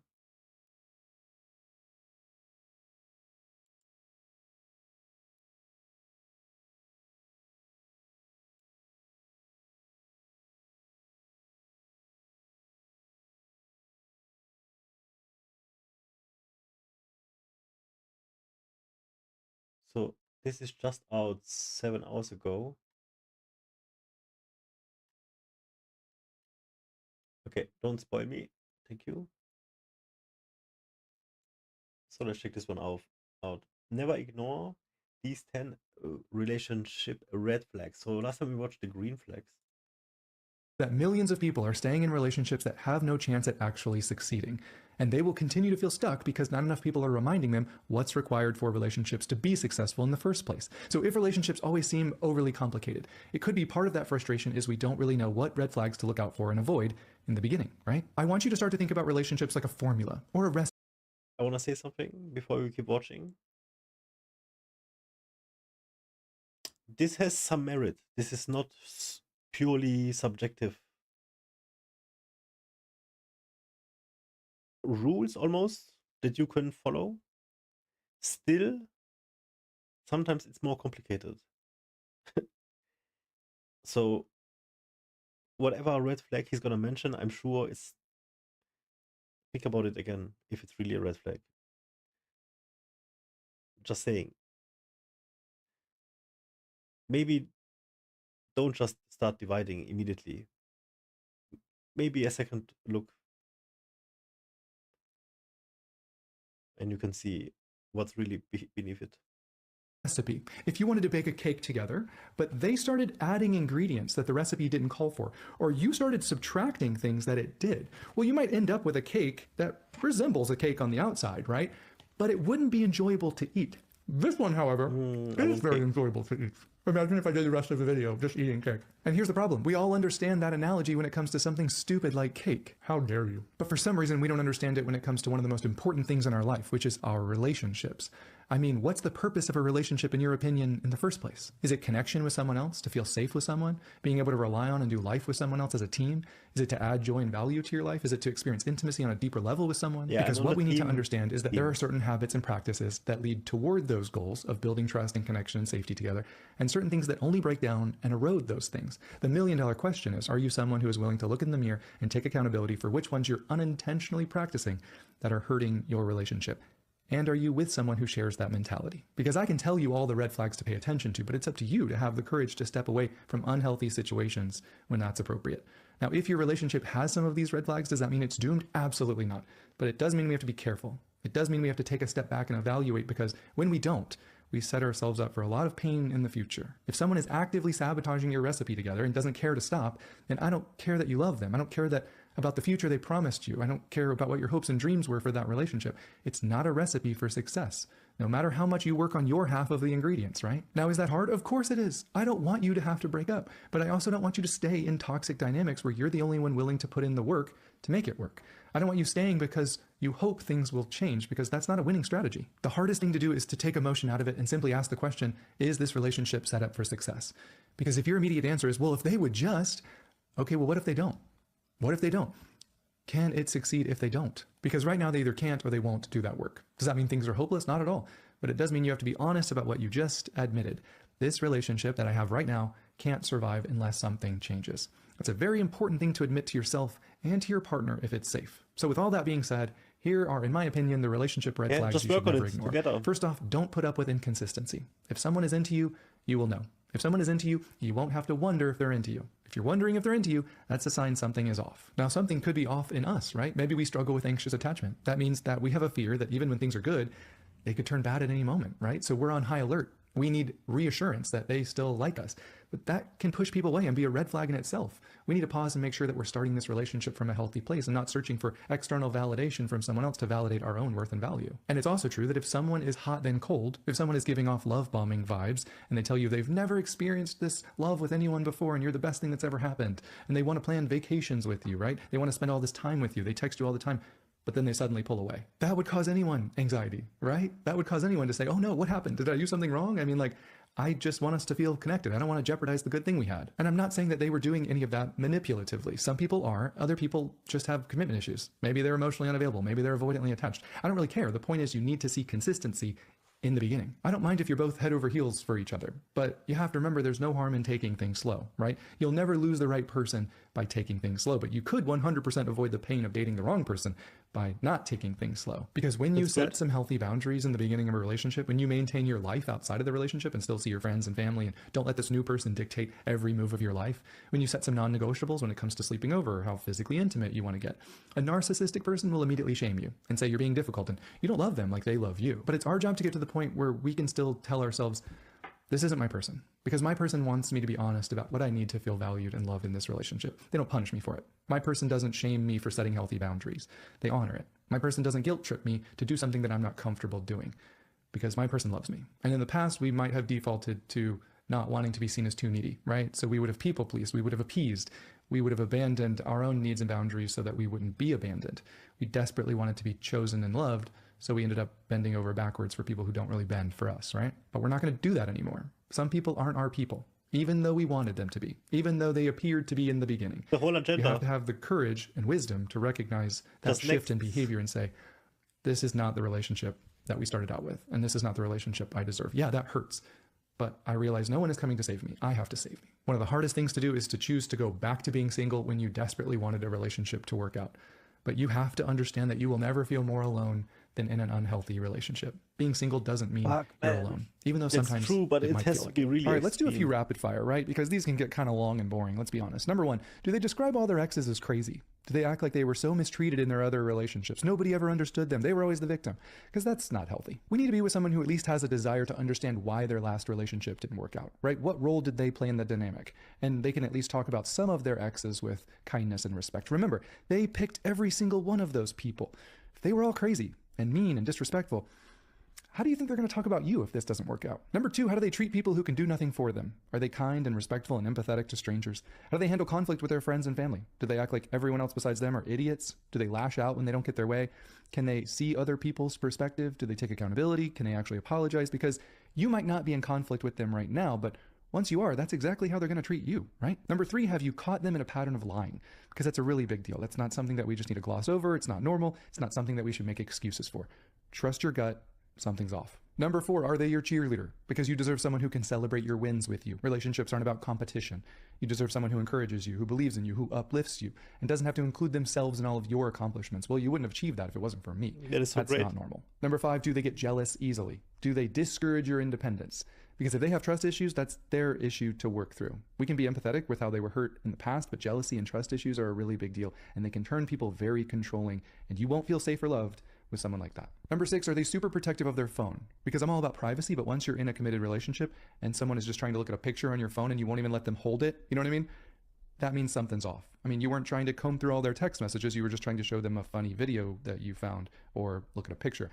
Either they have massive trust issues or they're hiding something. All right, number seven, while I want to be extremely kind to people who are struggling with addiction, this is something you absolutely need to pay attention to at the beginning of a relationship. You need to decide how much of whatever substance they're taking is too much and be able to walk away once it starts affecting the relationship. Because what happens so often is we want to become the helper and help them get clean. But what ends up happening is you're the only one that's massively affected by their drinking or substance abuse. All right, number eight, they don't have a life outside of you. They don't have hobbies. They don't seem to have aspirations or dreams. They don't have plans for their career. I promise you it might be fun in the beginning to date someone with no ambitions, but it gets old real quick. All right, number nine, do they act like your coach even though you didn't ask but them that's to not be? Do they give you constructive criticism toxic and helpful or a feedback reason on to leave what you should be somebody? eating Just and how often tell you them should go to the gym and how you can really be the best version of yourself if you just do this, because that's a red flag. And I know they're going to frame it as, I'm just trying to help, right? Thanks, but no thanks. Didn't ask for your help. That's actually a sign that they don't really accept you the way you are. And while I believe we should be trying to be the best versions of ourselves, toxic people use constructive feedback as a way to make you feel insecure and use it as a form of control. And number 10, this piggybacks on number 9. Sometimes they won't be encouraging you to go to the gym. They'll discourage you from going to the gym because they're going to accuse you. You're just going to the gym because you want guys to look at you. You want girls to look at you. Nope, your jealousy and insecurity, big red flag. Now, if you'll excuse me, I have some more cake to eat. Now, of course, conflict happens. Fights are going to happen. But how you fight is absolutely going to make or break your entire relationship. So if there's contempt, if there's name calling, those are non-negotiables that you can't continue in that relationship without them getting some help. Because if you stay, and people stay in toxic relationships all the time, but it eventually breaks you.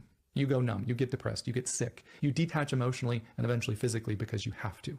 It affects you to your core, and I just want to stop any of that before it starts. You never deserve to be talked down to, belittled, demeaned, devalued, mocked, laughed at, looked down upon, yelled at, called names, or any of that. No one has to speak to someone else like that, right? Those are choices, and they could choose a healthy approach to communicate whatever they're trying to communicate, but they either can't or won't. And it's not your job to figure out how to teach them how to be kind and respectful. I don't care about their past. They were traumatized. They didn't have X, Y, and Z growing up. I get it. We all have our stuff. And yet we can still hold people accountable to how they speak to us. You don't speak to them like that, do you? Do you call them stupid? Do you treat them like they're worthless? Of course you don't. And you deserve that same level of respect and consideration. I bet they don't speak to their boss like that. Now, the hard part is recognizing and admitting that sometimes we put up with bad behavior because that's what was modeled for us. Our parents fought like that, or our parents belittled us. And so in our bodies, it actually feels familiar to us. But even if that's true, we have to fight that narrative because that's not love. And it doesn't lead to the relationship you deserve and want.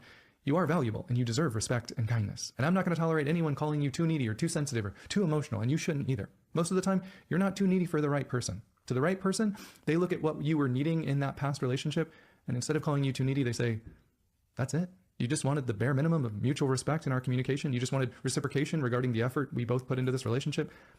I'm happy to give you that. The right type of person doesn't make kindness conditional, right? They don't do something for you and then immediately expect you to return the favor in some way. And of course, we should be in reciprocal relationships, but it's a sign of insecurity and immaturity when someone only does things to get something from you.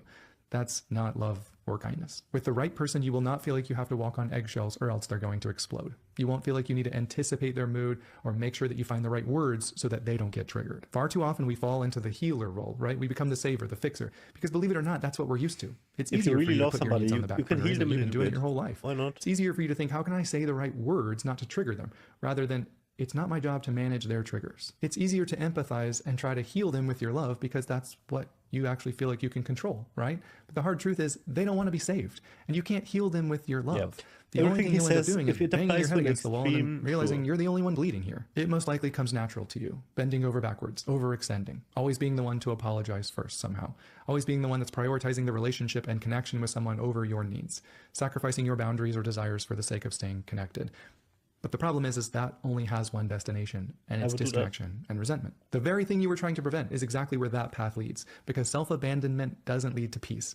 It leads to bitterness. And I know all this stuff can be confusing, right? No relationship is going to be perfect, but we're not talking about perfect. We're talking about safe. We're talking about connected. We're talking about mutually respectful. I don't need perfect from you. I just need two people who are willing to serve each other in love. I need two people who can listen when their partner brings up a feeling or a need or a hurt. I need two people who can actually take accountability when they mess up. I need two people who care about how their words and actions affect their partner. You find me two people who are willing to put in that work, you can make just about any relationship work. But far too often, we treat those characteristics as a It pipe should be dream, the right? basics, Those but, things are yeah. impossible to find. But I'm just warning you, those aren't going above and beyond. That's the bare minimum if we want our relationship to minimum. not be miserable. Basics. If you're dating someone who has no capacity to actually listen and hold space when you're sharing a feeling, if your vulnerability is met with invalidation and rejection instead of curiosity and understanding, I never said that. You're really going to make a big deal about that? You're so dramatic. Not to mention, you do the same thing to me, and I don't complain. I guess I can't do anything right in your eyes, right? The truth is you can't feel connected to someone you don't feel safe sharing your feelings and needs to. You won't feel intimate with someone who you don't think respects your boundaries.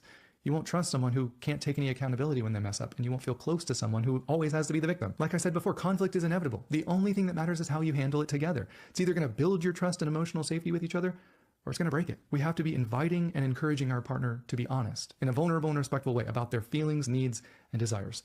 We should want to keep short accounts in this relationship. That means if it's a big deal to you, it's a big deal to me. We want to know what's on their heart. The last thing we would want for someone we love is to feel alone in their pain, feeling like they're going to be punished if they bring it up. Now, am I saying someone should constantly complain? Of course not. That shouldn't be the majority of the conversations we're having together, but there also has to be some space allowed for our partner to be honest if there's something on their mind that bothers them. Conflict is simply an opportunity to understand each other better. It can lead to a deeper connection and intimacy with each other, but only if we do it correctly, vulnerably expressing feelings and needs, and the other person actively listening to seek to understand, validate, and empathize with their partner's experience before offering theirs. That's the formula. I can promise you that if you guys can't figure out conflict, or if you're willing but they're not, that relationship's not going to work. I mean, you can stay together, absolutely, but you won't experience closeness because your body will eventually distance itself from unsafe people. And when someone refuses to learn how to listen when you're hurt, they are not safe. Once again, does the presence of red flags mean that this relationship is doomed? No. But it does mean we have to slow down. We have to reflect. We have to take a step back and evaluate, is this person actually interested in intentionally About working on this relationship change. in a healthy, mature way? Because if they aren't, then regardless of whether I love them or not, this isn't going to lead to a mutually fulfilling relationship that I know I deserve. All right, that's all I have. I really hope this was helpful. My goal is certainly not to make you feel hopeless or attacked. I just want the best relationship possible for you.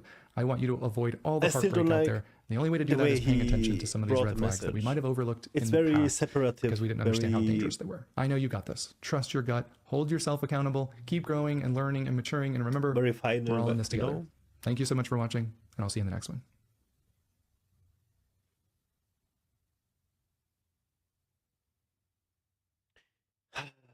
So stupid, everything, man.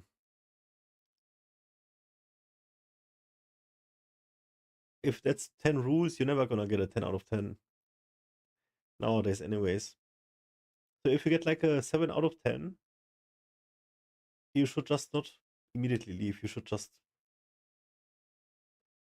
mention it and try and grow together. And he did not go into that. He did sort of point towards it, but he didn't really say it. What he then said and enforced multiple times was, nothing in terms of come togetherness, but like step away and reevaluate and leave them. You know, it's like save yourself kind of stuff. Nothing in terms of working on it. So I don't like the message. So I'm gonna farm down. Fuck you. I mean, I farmed up his last video, so.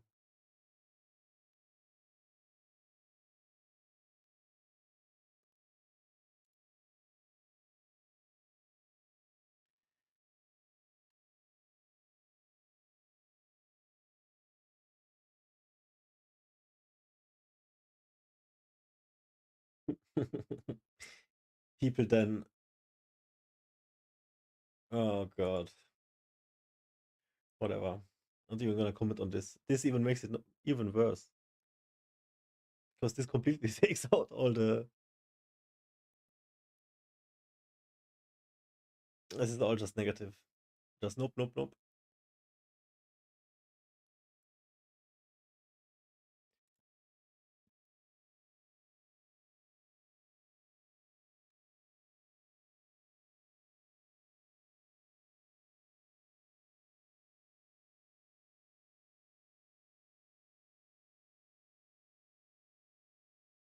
Should we play some Hellblade?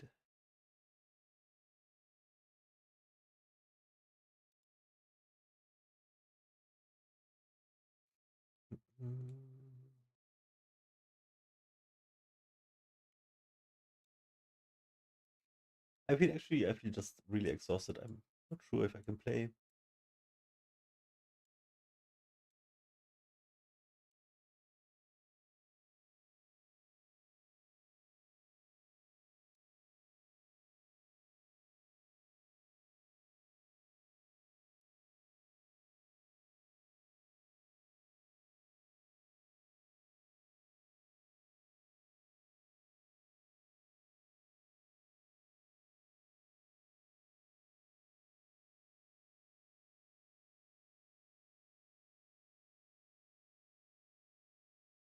I feel like I have no energy left, and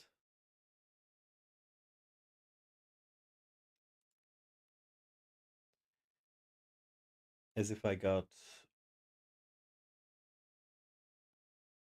ran over by like a truck or something.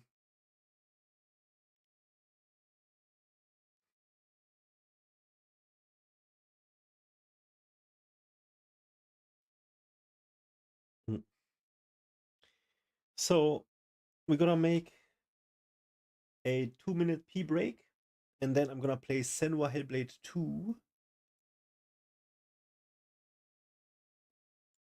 for at least like 1.5 hours. Let's make a nice YouTube episode.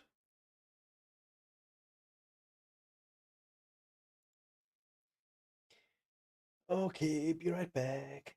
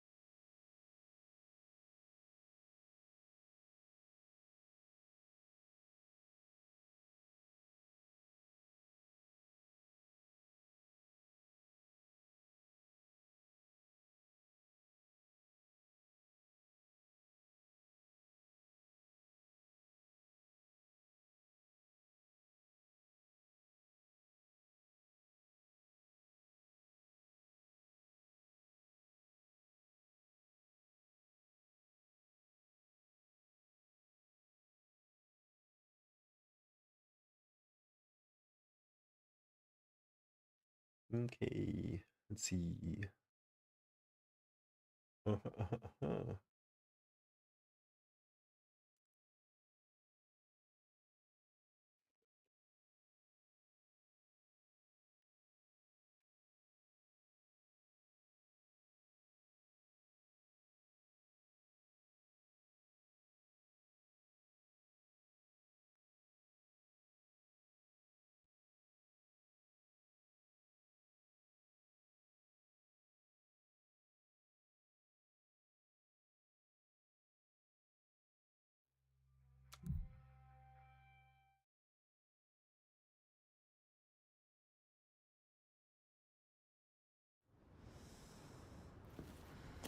Right, let's see.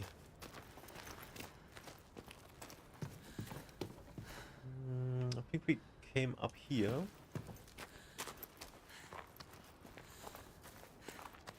And then what? Okay.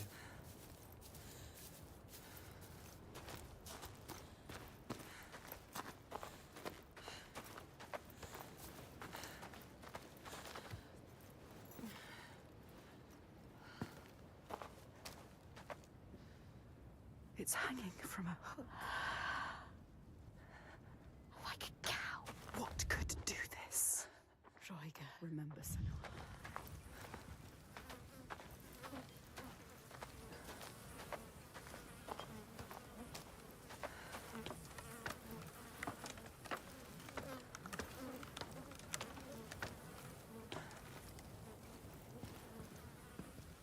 The light. Go towards the light. It is terrifying, but somehow... Let it draw you in. Beautiful. The light.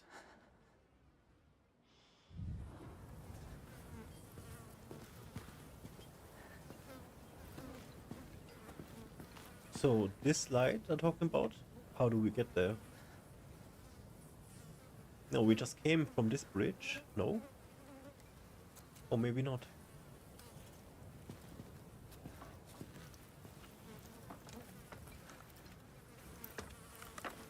So on the right side. Okay, hold on.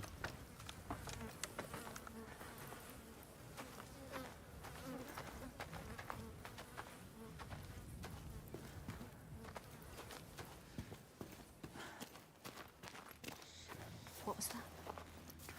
Something is hidden. Can you see it? Okay, we're gonna go there for sure.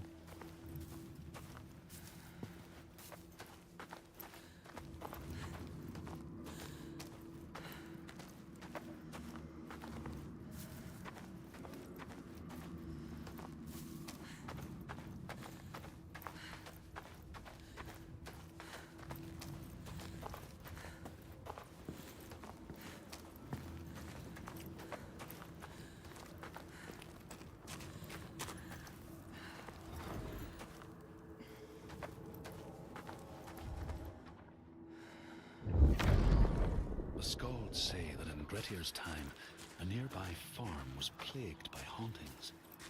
A shepherd called Glamour was killed by some evil force, found dead in the snow, bloated and black.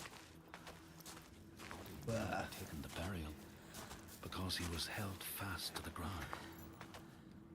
So it was left. Yuck.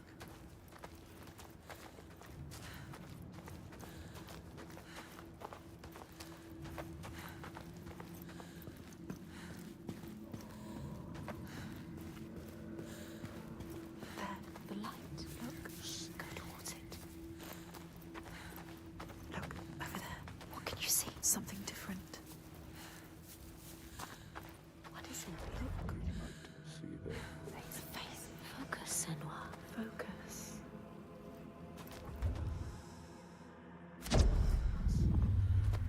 So beautiful. They're moving. Moving, transforming. Where will it take you? Whoa, what the fuck? It was so random. Focus, Senua. In all the places of the earth, they know that the gods and spirits affect man's path. All the misfortune that befalls man lies at their feet. If you have eyes to see, you see their presence and their power.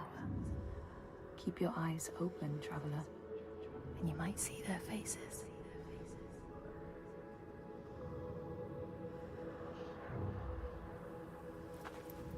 Okay. In all the places of the earth, they know that the gods and spirits affect man's path. All the misfortune that befalls man. So there is the relics, and now we have this tree. You have eyes to see. You see their presence and their power. Keep your eyes open. It's probably a mechanic. And you might see their faces. So when we see a face in something, like we did here, we can maybe do something. When they said, go to the light, I didn't know they were talking about this. And then I saw the face, I zoomed in on it myself.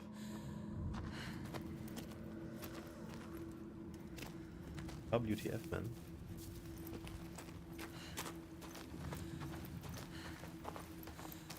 I thought I meant the light over there.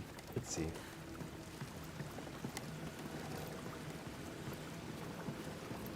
Oh my god, look at the graphics. Does this look as good? That voice. Something dark, Senua. You need to go up there. Don't let them see you coming. You need to find out. Don't let the monsters find you. You can do this. Monk.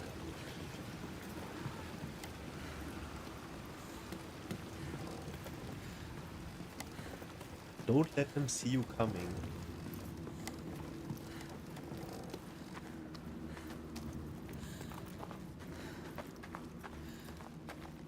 She knows what it's like to fear. As a child, scared of the night, her mother's soft voice calmed her. But now, she's alone. And there's more to fear than just the darkness. There are ghosts that walk in the noonday sun. Monsters that climb out from under the bed. Some shadows can't just be dispelled with light. I think I saw something. Some shadows don't want to scare you. They want your blood, your flesh, your life. But the voices are calling.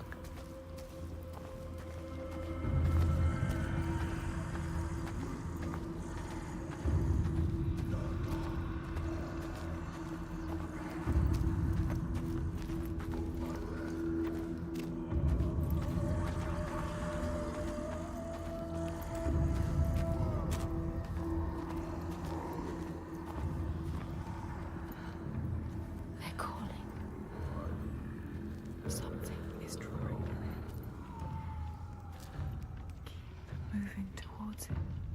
The glow of the light. Go quietly. Slowly. Il Toiga. What does that mean? What does that mean? It's terrifying. So beautiful. You can't sense the evil here.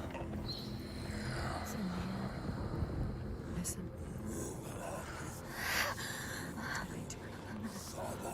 Torture. They will kill you. They will kill us.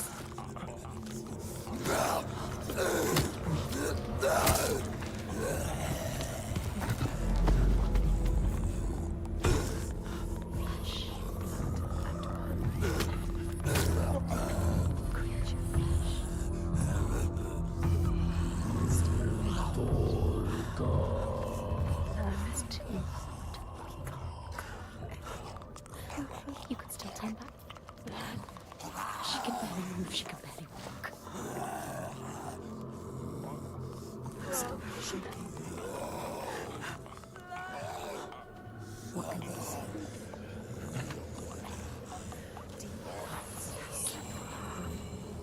Moving, control your fear, control it. You can do this. Yo. The light is so enticing. Can we just kill them, please? To keep moving towards it. Will lead you to where you need to be. No, she can't get in here. Find another way. You can do this. It's easy to turn back, turn away, when every nerve is screaming with fear. Be safe, be quiet, run and hide, run away.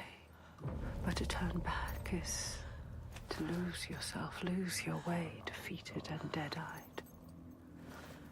And the path ahead is clear, soaked in blood and bile, but beacon bright and clear.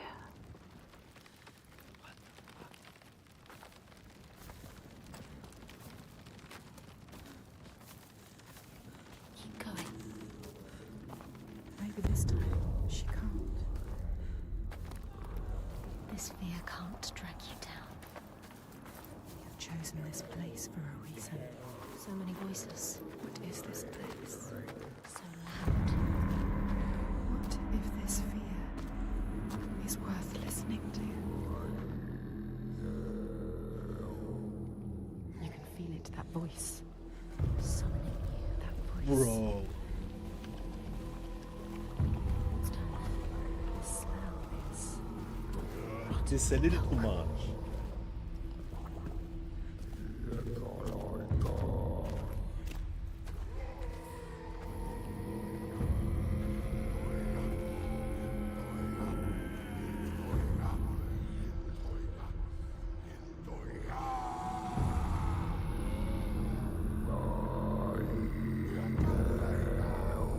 I journey to these darkest lands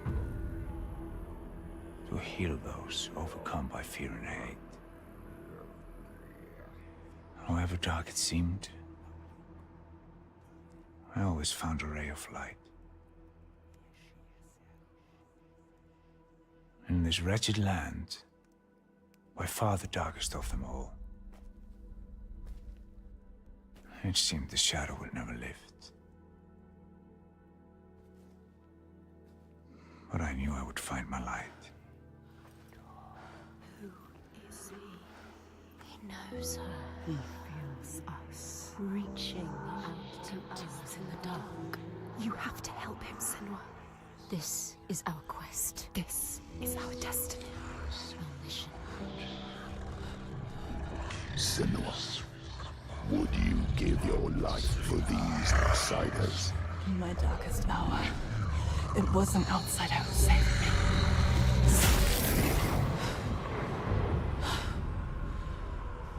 This man, his kin killed yours. You should want his blood, not to give him aid. Oh, you have lost your way. Holy shit. Oh my god. Okay.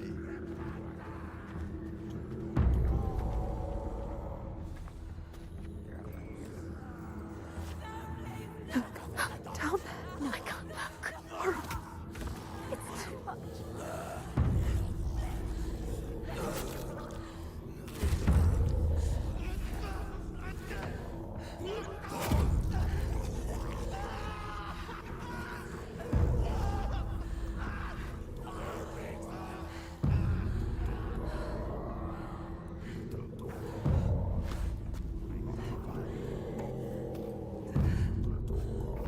What are they doing to her? Dragging her away.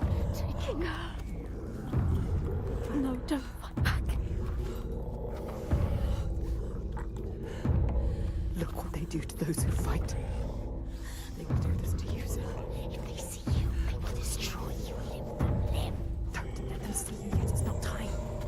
You have to get out. Get out of it. Get out. Get out. Get out. It's not too late to turn back, Senua. You can always turn back.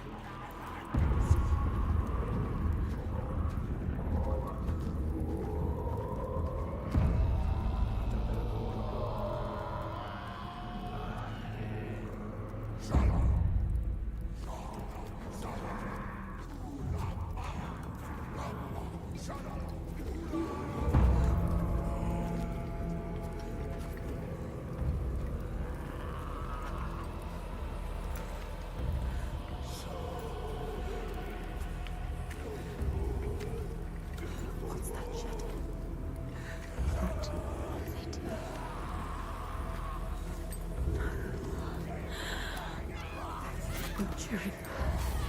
Slaughtering. Thought it couldn't get any worse. How could you make this stop? What are they? It's too much. What are they? It's just too much. They're not human. They can't be. They're monsters. A rite of blood and fire. You will never understand this power. Something is coming.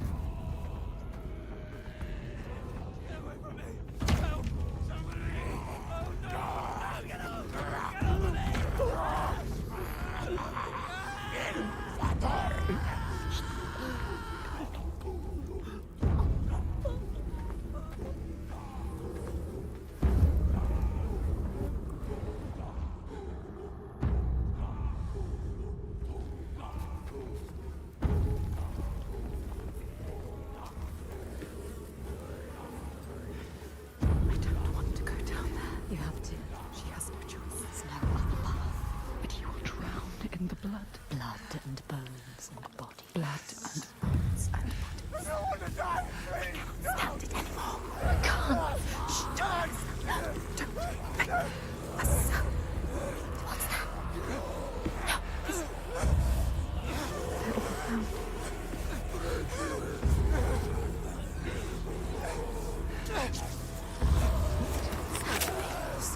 The screaming.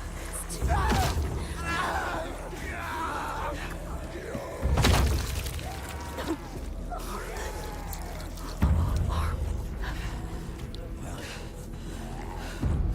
The bones, the sound of bones creaking, snapping. Close your eyes. Finish. The sound is worse. The murder happening above your head. It's too much. It's too much, man. I can't move. She can't move.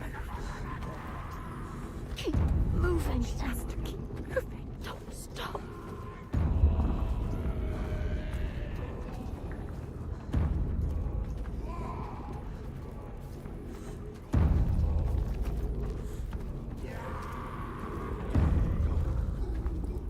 The one whose voice cuts through the chaos.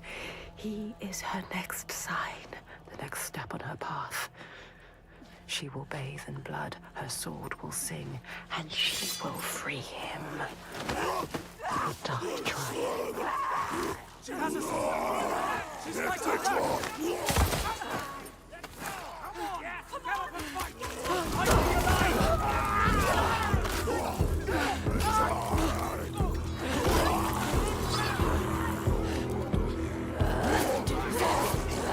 There's no time to feel pain now, Senua. Keep going!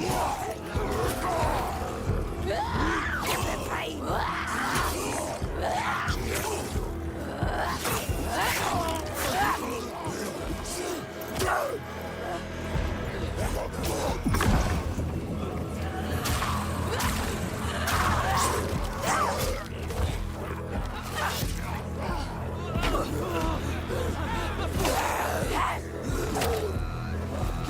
They underestimate you.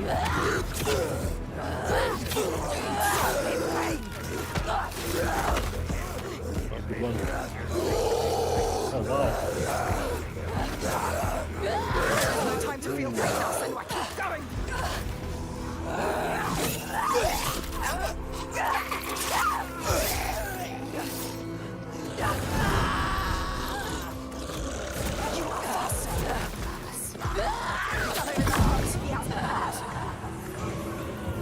Yo.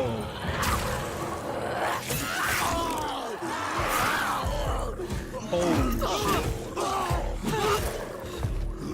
Get him away from us!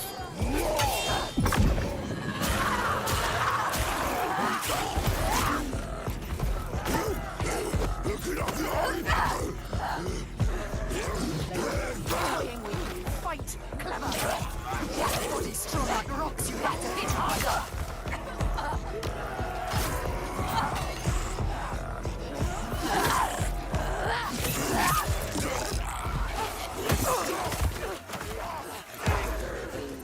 Bro.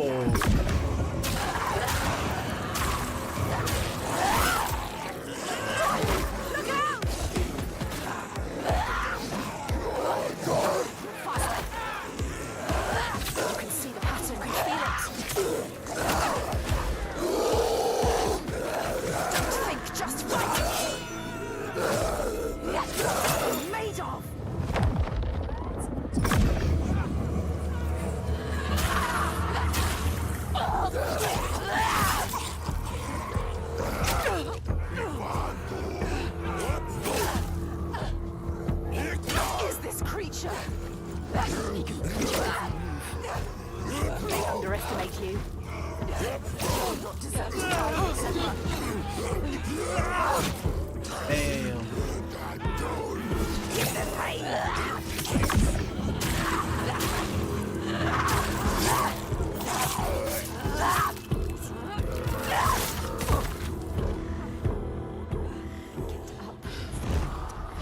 No time. You came here to free him. Now do it. Cut me loose.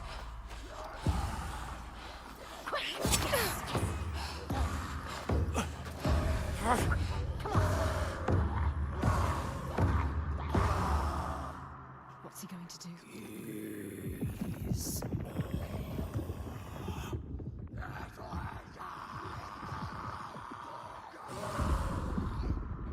We have no time, Senua. The earth is shattering. He is not ready. Set him free. What is your name? Senua. He's not free yet. I've been waiting for you. Do it. Do it now. It's here. Help me. His voice terrifies.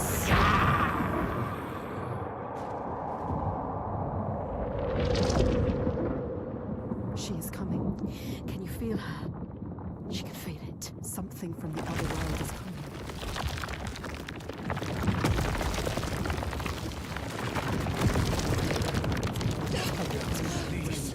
It's here. Help now. Do it. Get out! Run! Run! Don't find out.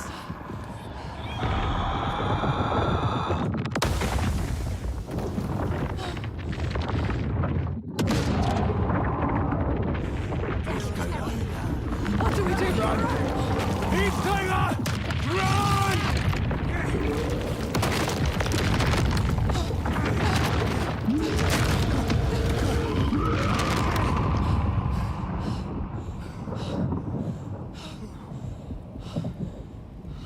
We were lucky. Come on.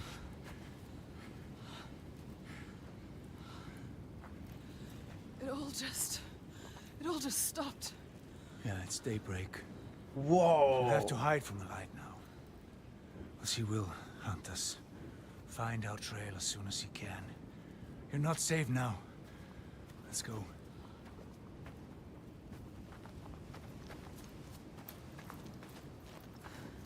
What was this? It's all gone. All those monsters are dead. And the people. Did you see it? Il Toiga. Il Toiga.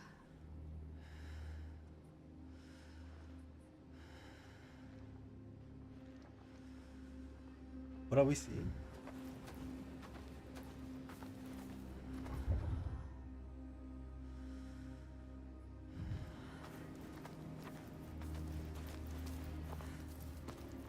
Oh my god. Who are you? That was an My name's experience. Falke. Wow. I come from a settlement nearby. I came here to seek help. He almost died. You The helped. Freyslög had fallen to the Draugar. And to something I else. walked into a massacre. What was that? And they took me as well. But he was not like Why the were you others. bound to that pole? What were the Draugar doing? Calling to the creature, drawing her forth with Her.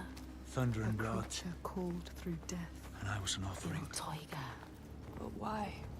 Why were they calling it? It killed them. Are we safe now? I seem to worship her. He seems too calm. What if she comes back? Her dark heart seems to speak to their own. I mean, all the old gods have left these lands, so We should leave as well. we find new ones where we can. This land is cursed, Senua. We will only find death. Everyone is dying, and you know they will blame you. Everyone does. We do. What are you going to do? What can we do? Follow him.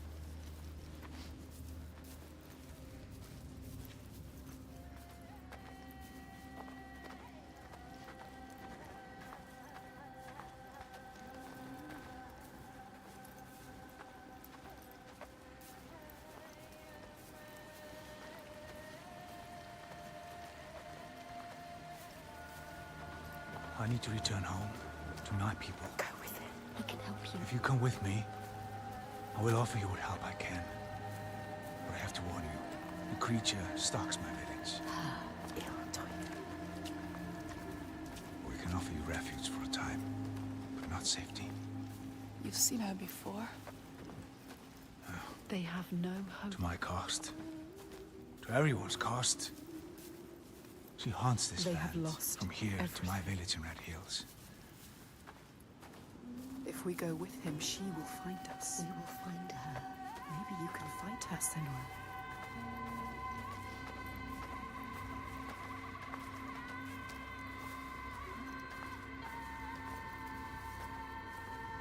So you're from Orkneyar by your accent. How did you come here? As a slave. I have the slave master tied down there. He brought you here. The master. Maybe he escaped. True, where is We he? don't know his name. We do now. I didn't ask his name. Þorkistur of Borgarvirki. There. We need to go there. He knows. He knows.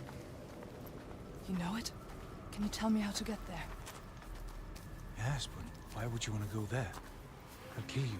Worse. You need to go there, Senua. Don't doubt. Don't be a coward. He can help you. He will show you the way. You don't need that monster. What was the name? Thorgest. By the gods. Oh, what a terrible thing this is. The Draugr were always savage. This is worse than I ever thought possible. I believed that with time, we could claw back our land. He wished that. But he didn't believe it. He has no hope. This gets darker, bloodier with each day that passes. He is asking for help. He didn't ask anything. He did. She cannot help. She has a mission. Let her think. Look, that monster, Thorgest, is still there. Still alive. What are you going to do, Senua? You know what to do. We don't need him anymore. What do you want to do about him? Nothing. Leave I him. don't need him. You can tell me where I need to go. He cares about him. Well, if you leave him, he will die. Draugr. Or simply starvation. Don't doubt, Senua. If the Draugr took him, it would be no less than he deserves. Help me. She is weak. Don't feel pity. He doesn't deserve it. She cannot do it. Something about We're gonna cut him loose? She So, saw it. not just a monster. She saw it. A ray of light. He is evil. There is no choice. So stupid. She's not listening to us. Stupid. She is saving him. That monster. That wound looks bad, Thorgistur. I don't want to talk And to if you accept my hospitality, I can have it treated. You will not make it far alone. of course we cut him loose. I will come with you. But this changes nothing. Do not expect any gratitude from me or my father. How could I? You still haven't told me what she is. Iltoiga. So many questions. She's a giant. They awaken at sundown. Iltoiga. A giant. A cursed land. But now she has help. Fargrimma knows this land. Many have tried to fight them, but all have failed. They're immortal.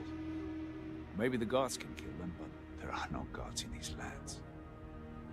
The giants, they hide by day and hunt at night.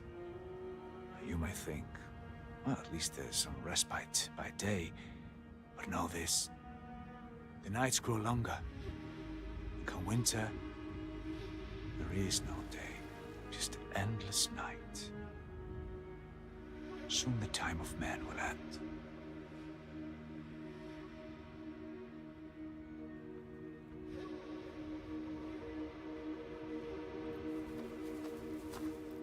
This place. What is this place? My settlement. In pain. I led my people here. Promised them a new life. Called this home. An escape from the madness and misery across the sea.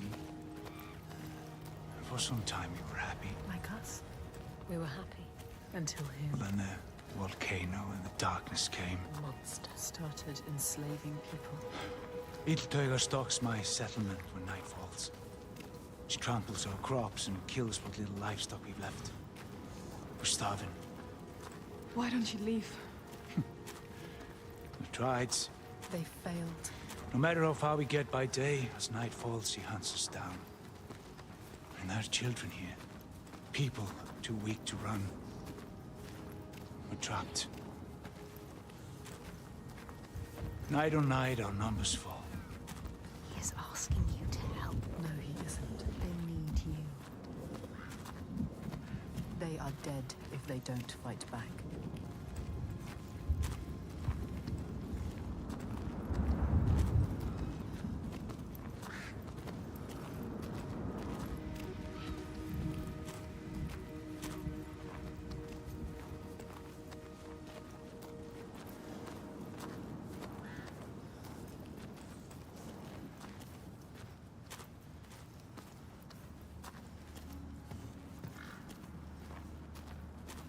There's something I missed. Can we check something out?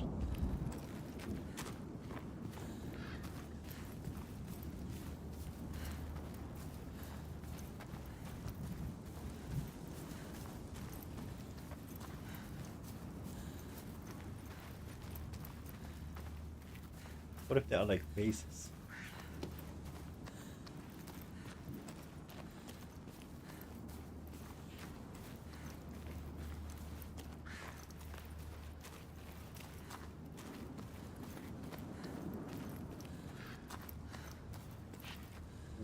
What is this?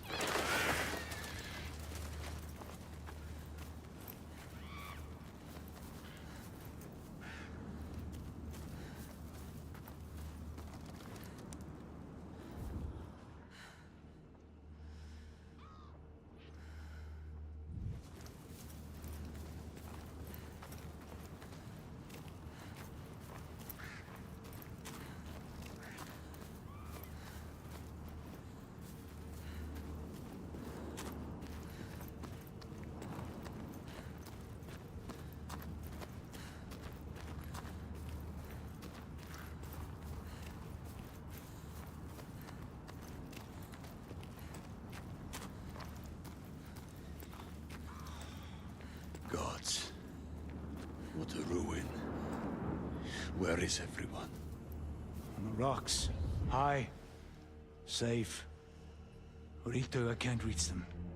You should have joined us when we offered you the chance. There is no honor in the path you've chosen. Say that again, old man, and I'll gut you like a fish. Thorgestur, have a look around you. Have a thought as to who your real enemy is. What does he mean? Who is the real enemy? The giants are the real enemy. No honor. He said there was no honor in the enslaver's path. Which path did he choose? This place has secrets. She needs to find out.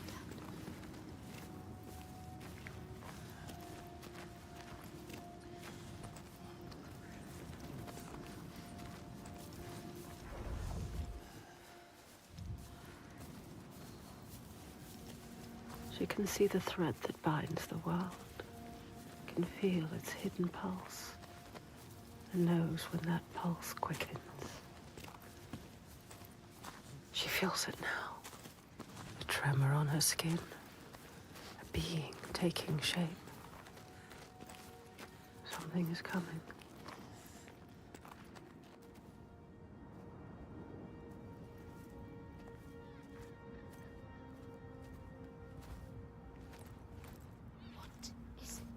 Rising from beneath the earth. He knows. He can sense it too. Can you feel it? Can she? She can feel it. She brings the rage. Did you feel that? She's coming back. It's coming. Wait. Edelteuger. She destroyed and she will destroy again. He knows.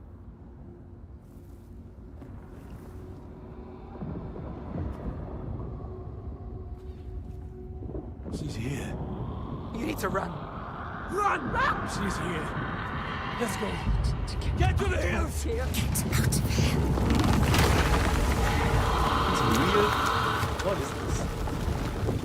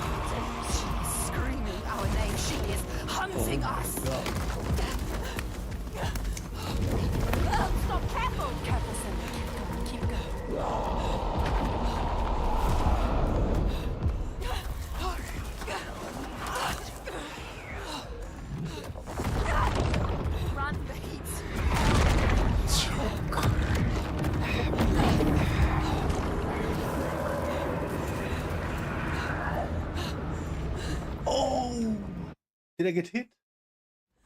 Oh, I did.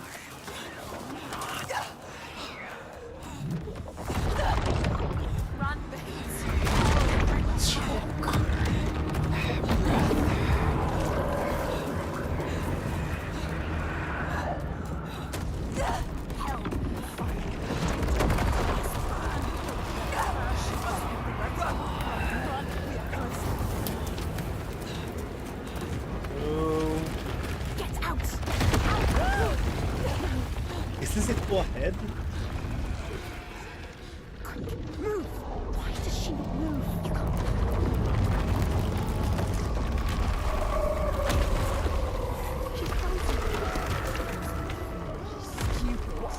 The one other guy, he's an enabler.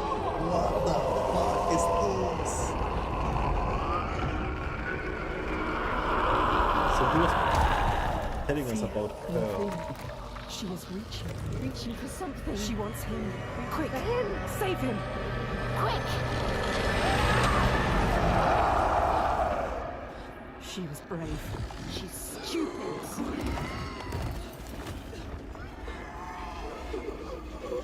She can see into you. Monster. She wants you. You are monsters. She is like us. She is suffering like you. We can see her. She knows you.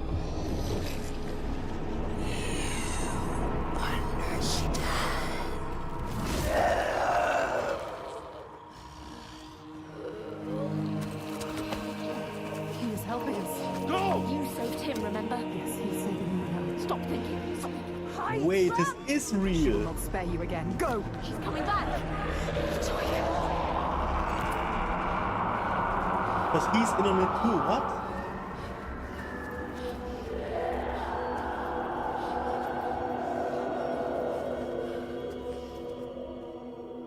There are some wills so strong they dream a new world, a hell of their own creation, and they will not sit lonely in that nightmare. If you wake the dreamer, does the nightmare die?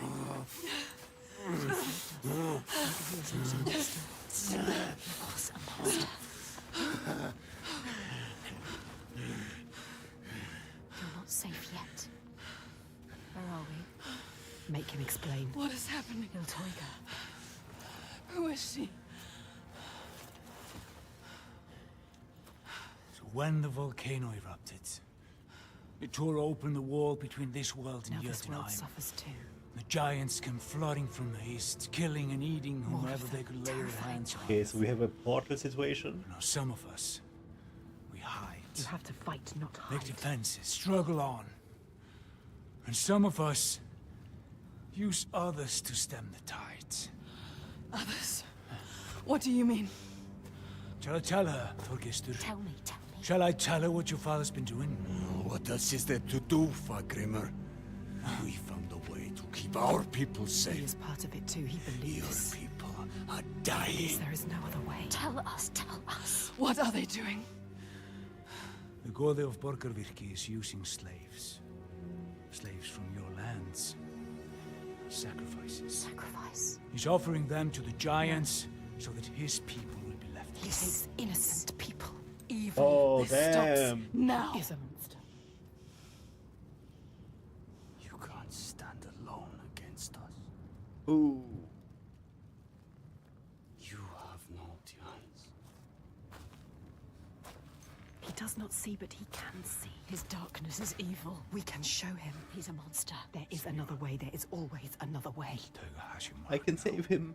If you try to leave the Red Hills, he will hunt and kill you. No. And I will kill her first. She can't be killed. It's impossible.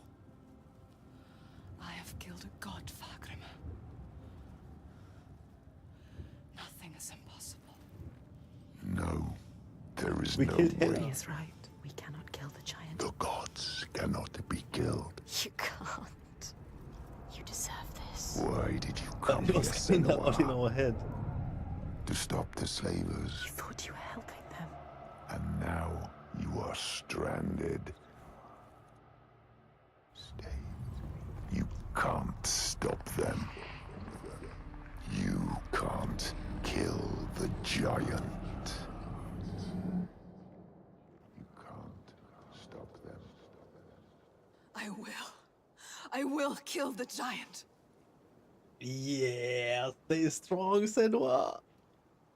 Shit. How long did we play? I have to check. Damn, this game, dude. What the fuck? This was amazing. This episode was sick. That was really good. The visuals, oh my god. How can I see how long we played this?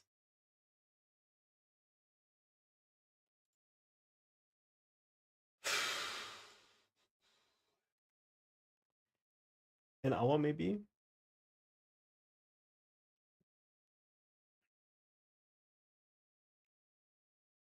Yeah, I think we just watched a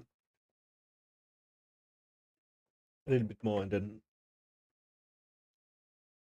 we can play tomorrow. Because I don't wanna rush the game too fast. Let me check real quick.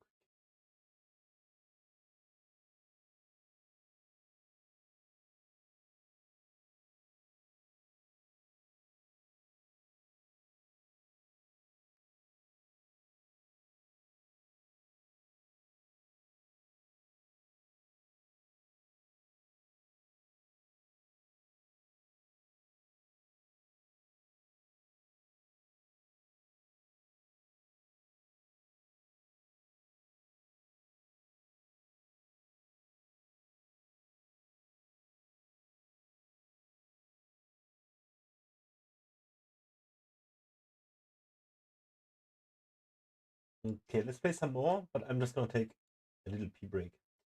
Also have to change the things to Senua.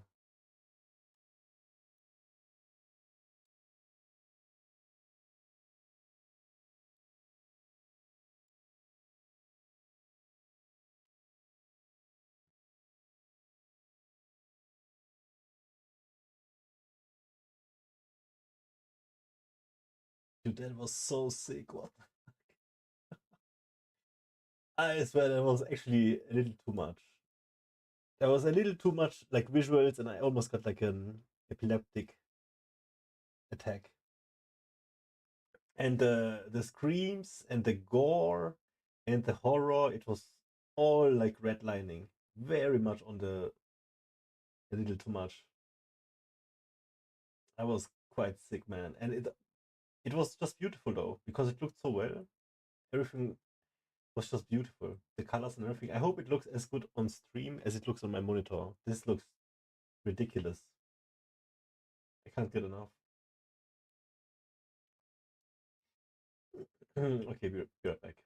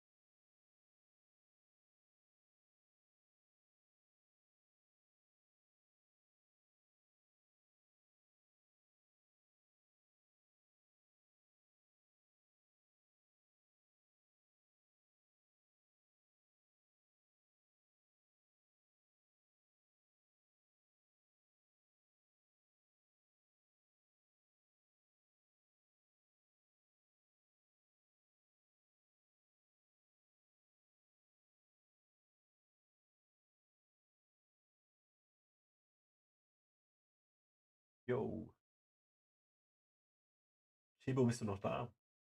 Is anybody here?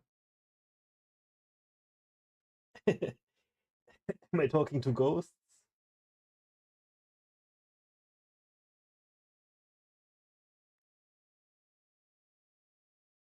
You guys ready?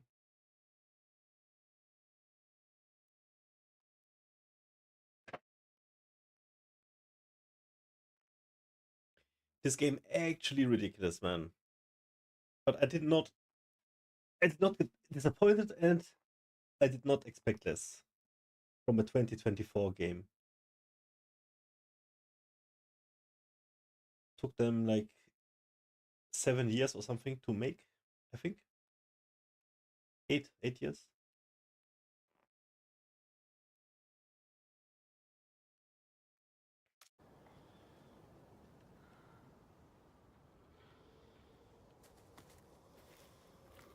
You can't kill the giant.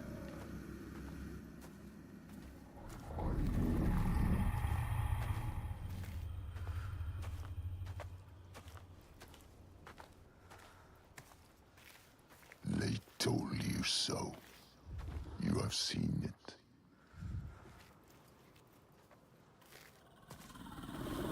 You failed again. So sure, with so little reason to be sure. I will find a way. No, there is no way. I will always be here to remind you to know your place. To stop you getting ideas into your head. Okay. We do have a barrier here.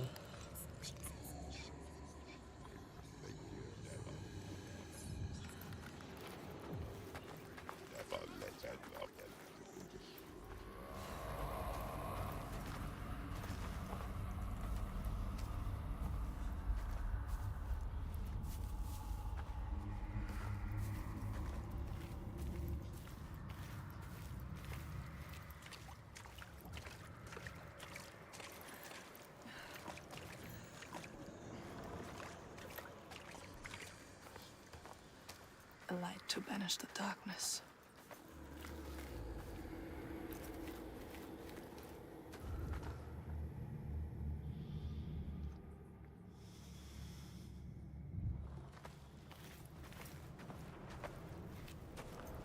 There be a face. Are they like next to lights?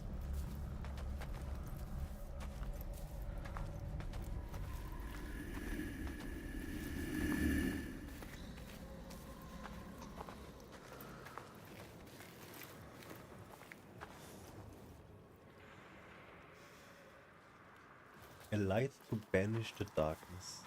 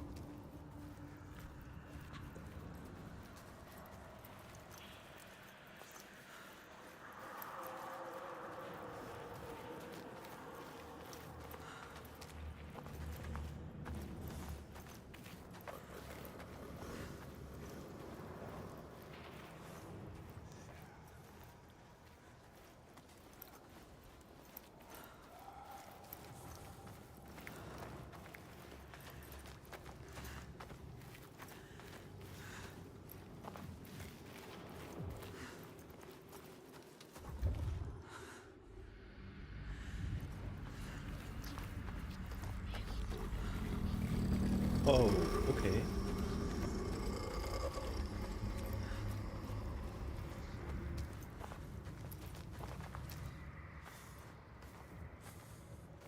So, back to the light.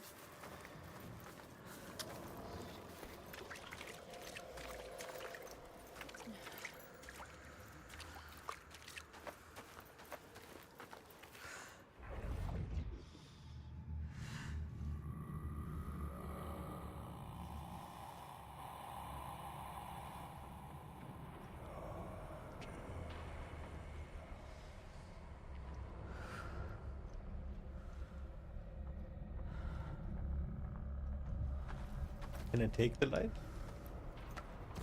Aha!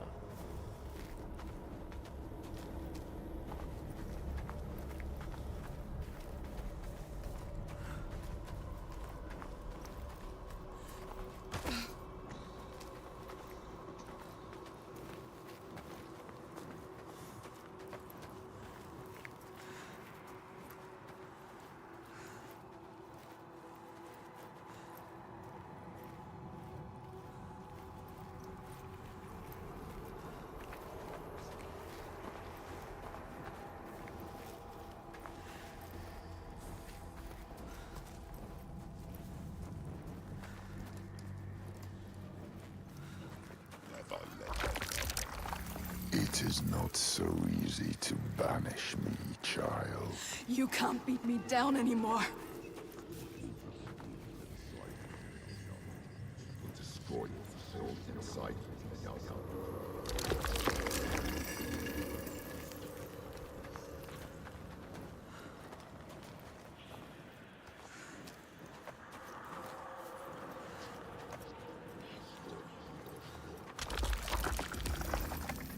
Don't you see, idiot?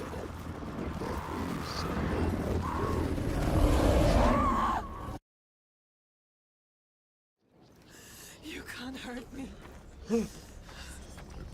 You can't keep me trapped. We died?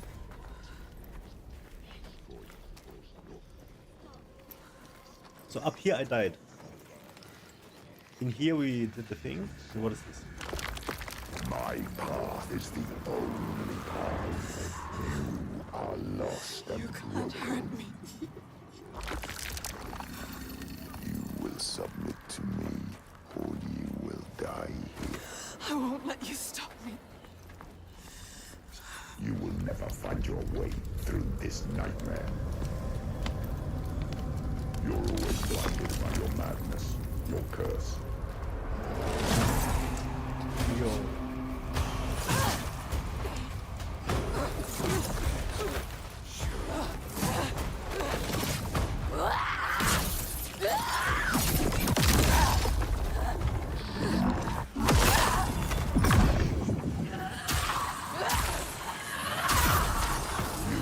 Save them. You can't even save yourself.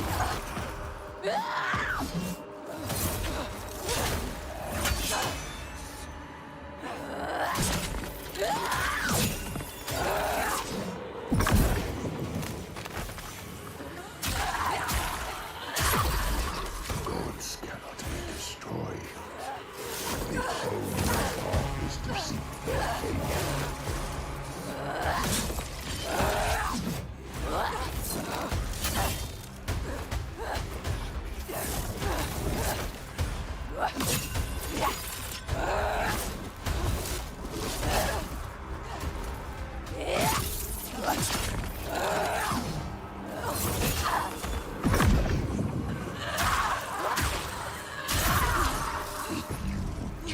Listen to me, Senua. I speak for the gods. The only way to appease them is with sacrifice. Burning flesh and spilling blood fill the skies with smoke. The torch. You can't do anything without your torch. Trapped here now forever. Can I not light this? Free. Okay. So again, half.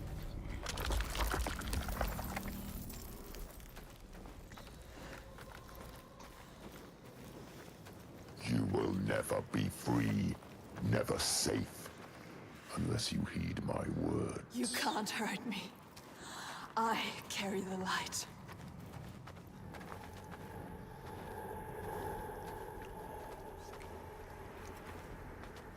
Light fades, Senua. Light can be killed. The darkness is all that persists. He turned off my torch. Constant. There is no way out. Okay. There is always a way. No. You will see. Maybe a blow you can't recover from.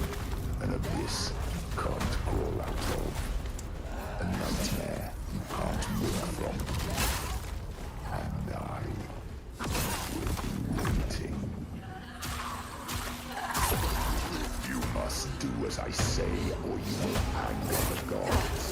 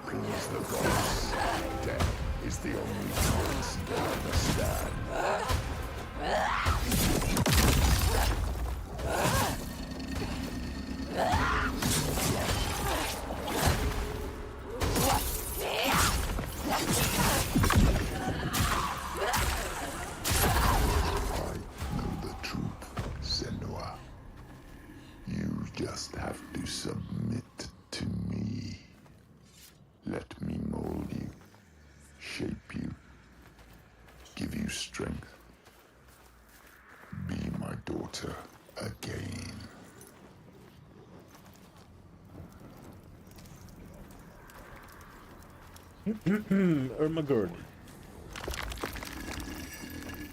You will never find your way through this nightmare.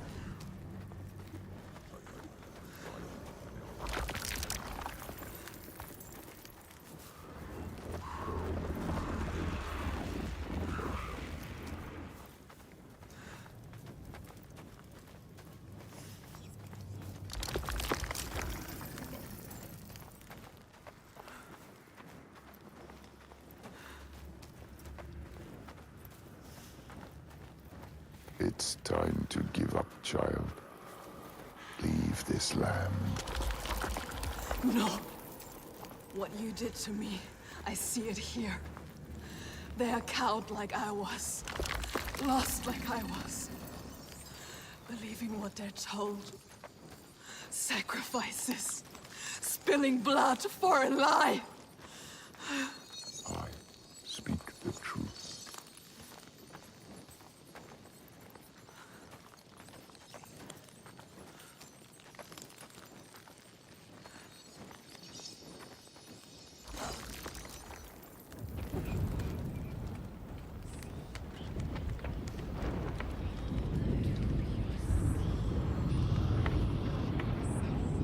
Must cleanse our sins with sacrifice. It is the way of the gods. Your mother sinned and was sacrificed, and the people prospered until you came back, bringing sin with you. The gods cannot be killed. All we can do is placate them. Slake their thirst with blood and fire.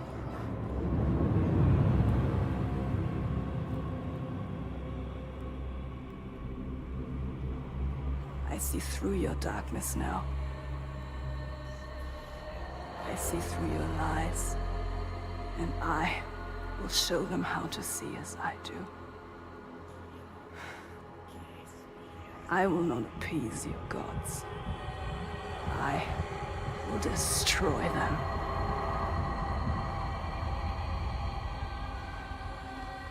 Lies, Senua. Your father's lies. Remember, he tried to hold you down in the darkness. Darkness.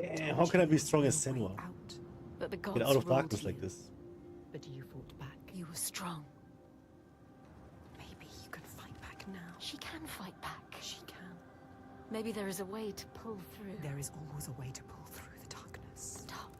To kill the giant. She will find a way. She is strong. You are powerful. She is stronger than this. You can kill their gods. She knows the truth. She sees it now. Tell him. You are wrong, Fagrimer. The giants, they can be killed. There is a way. Well, I'm not sure I believe that. But I think if anyone can find a way, it's you. He knows we are special. Before, when I rescued you, Excuse me. you said you were waiting for me. He felt us coming. But I'd never met you. How can he see Right into the inside Well, I you? knew someone would come. Somebody different. You are different. Somebody with the ability to look at the world and see what might be. You are special. Not what is. She's not special. And that is you. She's just like the others. No, she I've is seen special. you listening to the voices that we cannot hear. To the Verdir and Gandir. Voices. He knows about the voices. You have the ability to see behind the veil. You are a Sedkona, a seer, whether you know it yet or not. A seer. What is this he speaks of? Do you know, Senua? Do you know this is you? Iltoiga. Where does she go when the sun is up? She brings suffering to everyone. A monster. She hides down there, Hiding.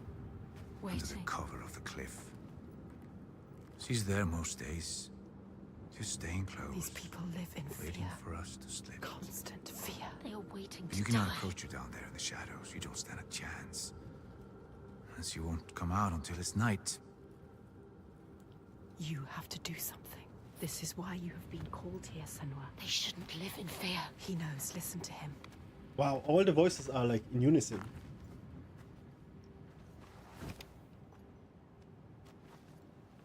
Usually some are on, Have you heard of the Hidden Folk? on a different side, you know. The hidden folk. Yeah, Have you heard of them? a secret people, powerful, aloof.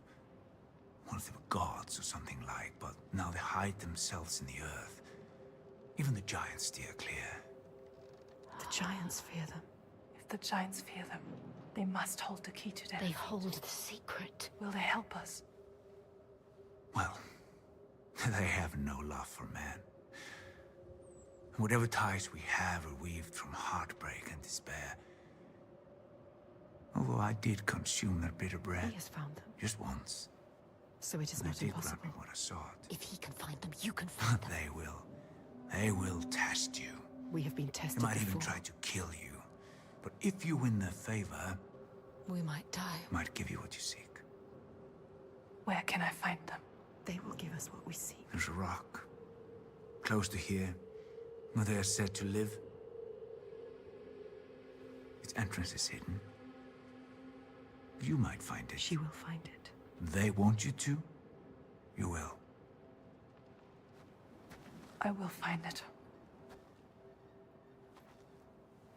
We might die down there. No, We could die trying to find them. they will give us what we seek. They are dangerous. But they will help us. We will make them. Make them. They know things. They can see things. They can hear things. They are the ones that brought us here. I think we can stop here. It was a great session. Brought us here. They will save everyone from death. So we are They like will show you seer. how to end the giants. They will save you. How old are we? Like 20s? No more sacrifices. Be careful, Senua. This stops now. You can make so many things with her character now, right? Because she's young and she's just learning about all this stuff. I think all of part 1 happened in her head. All of it. Every enemy. There was like no humans, and here there is humans now and giants. Like what?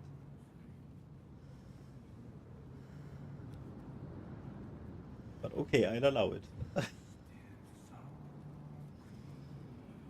that giant thing was so, like, is this real or not? Because this other guy also was mentioning her, you know, like, is he in our head? Like, what is going on? And then when the third guy jumped in, I was like, okay, what is up here? There's giants. Okay, okay. Not bad.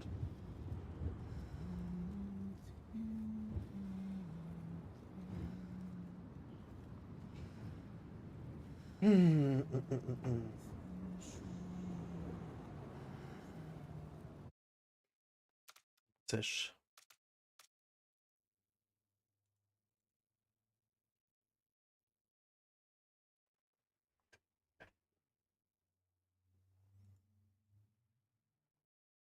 Whether it's a cheating partner, broken promises, or deception from family and friends, betrayal is heartbreaking.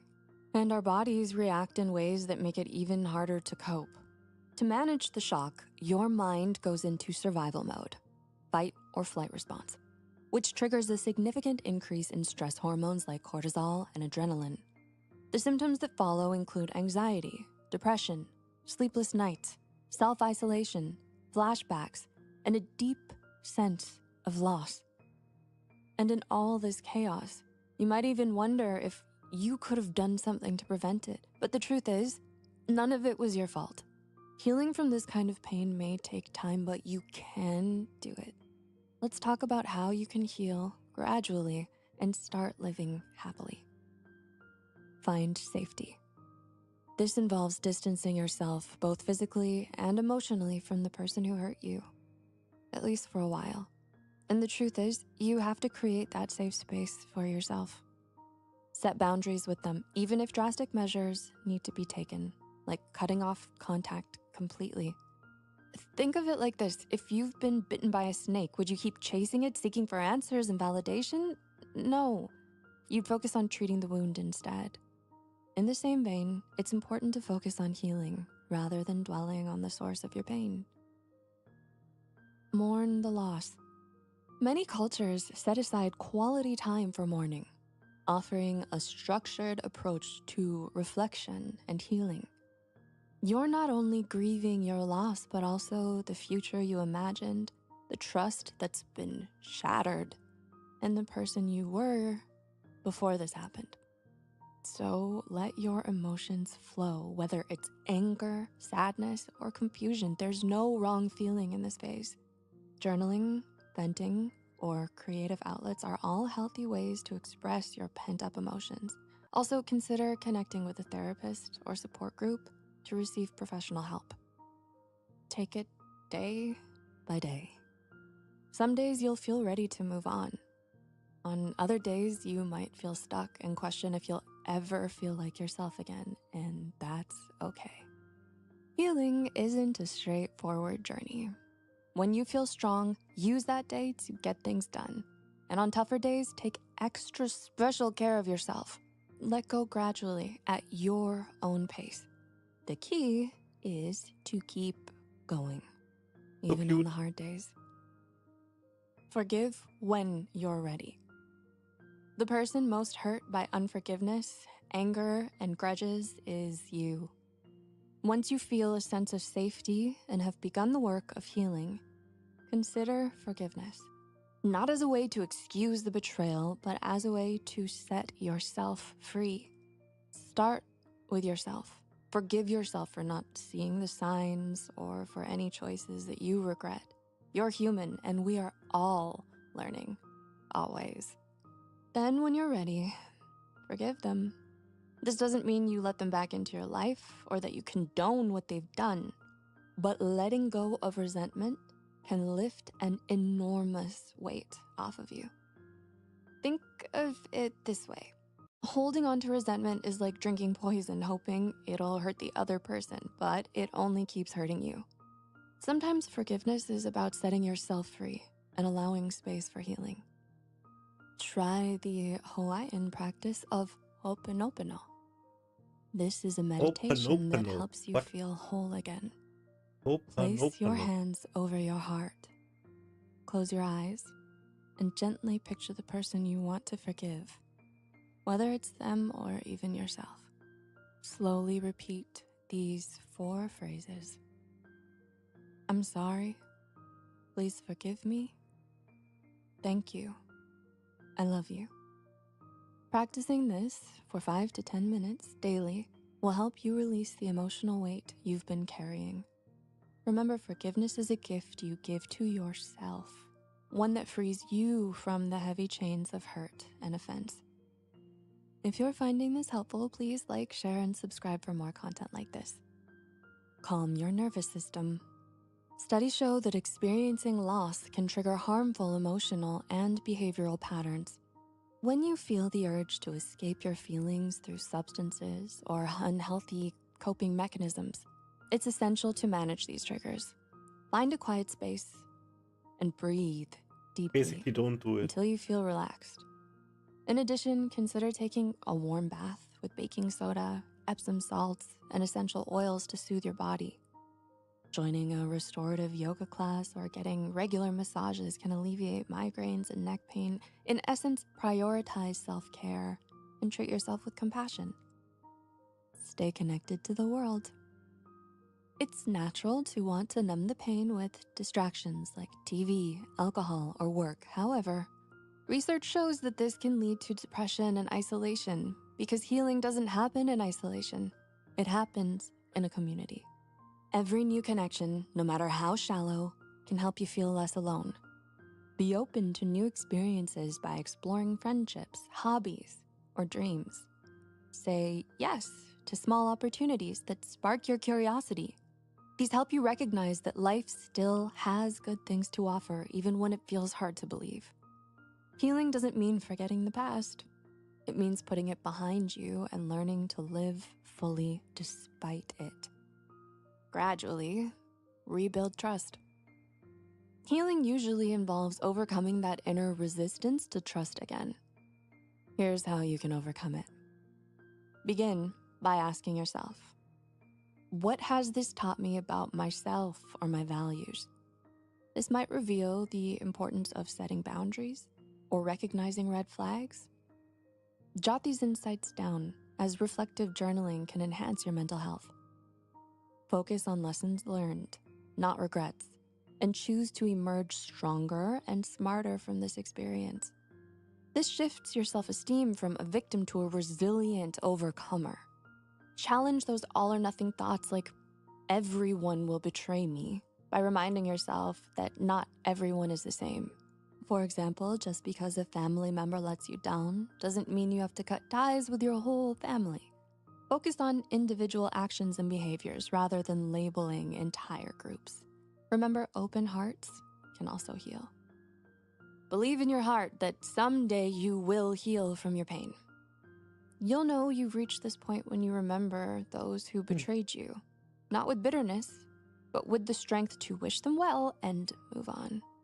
Now, it may seem like a distant dream, but with time, self-compassion, and the positive steps we discussed, it can become a reality. In the meantime, process your pain, mourn your loss, actively and mindfully take care of yourself, and gradually rebuild your life.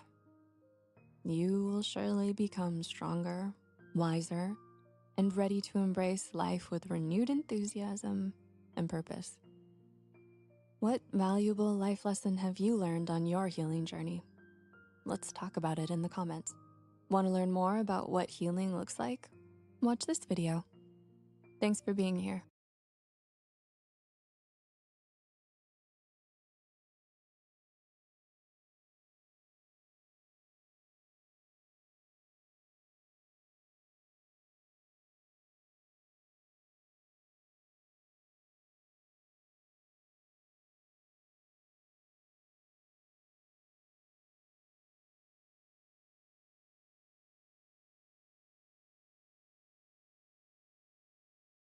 So when we're a child,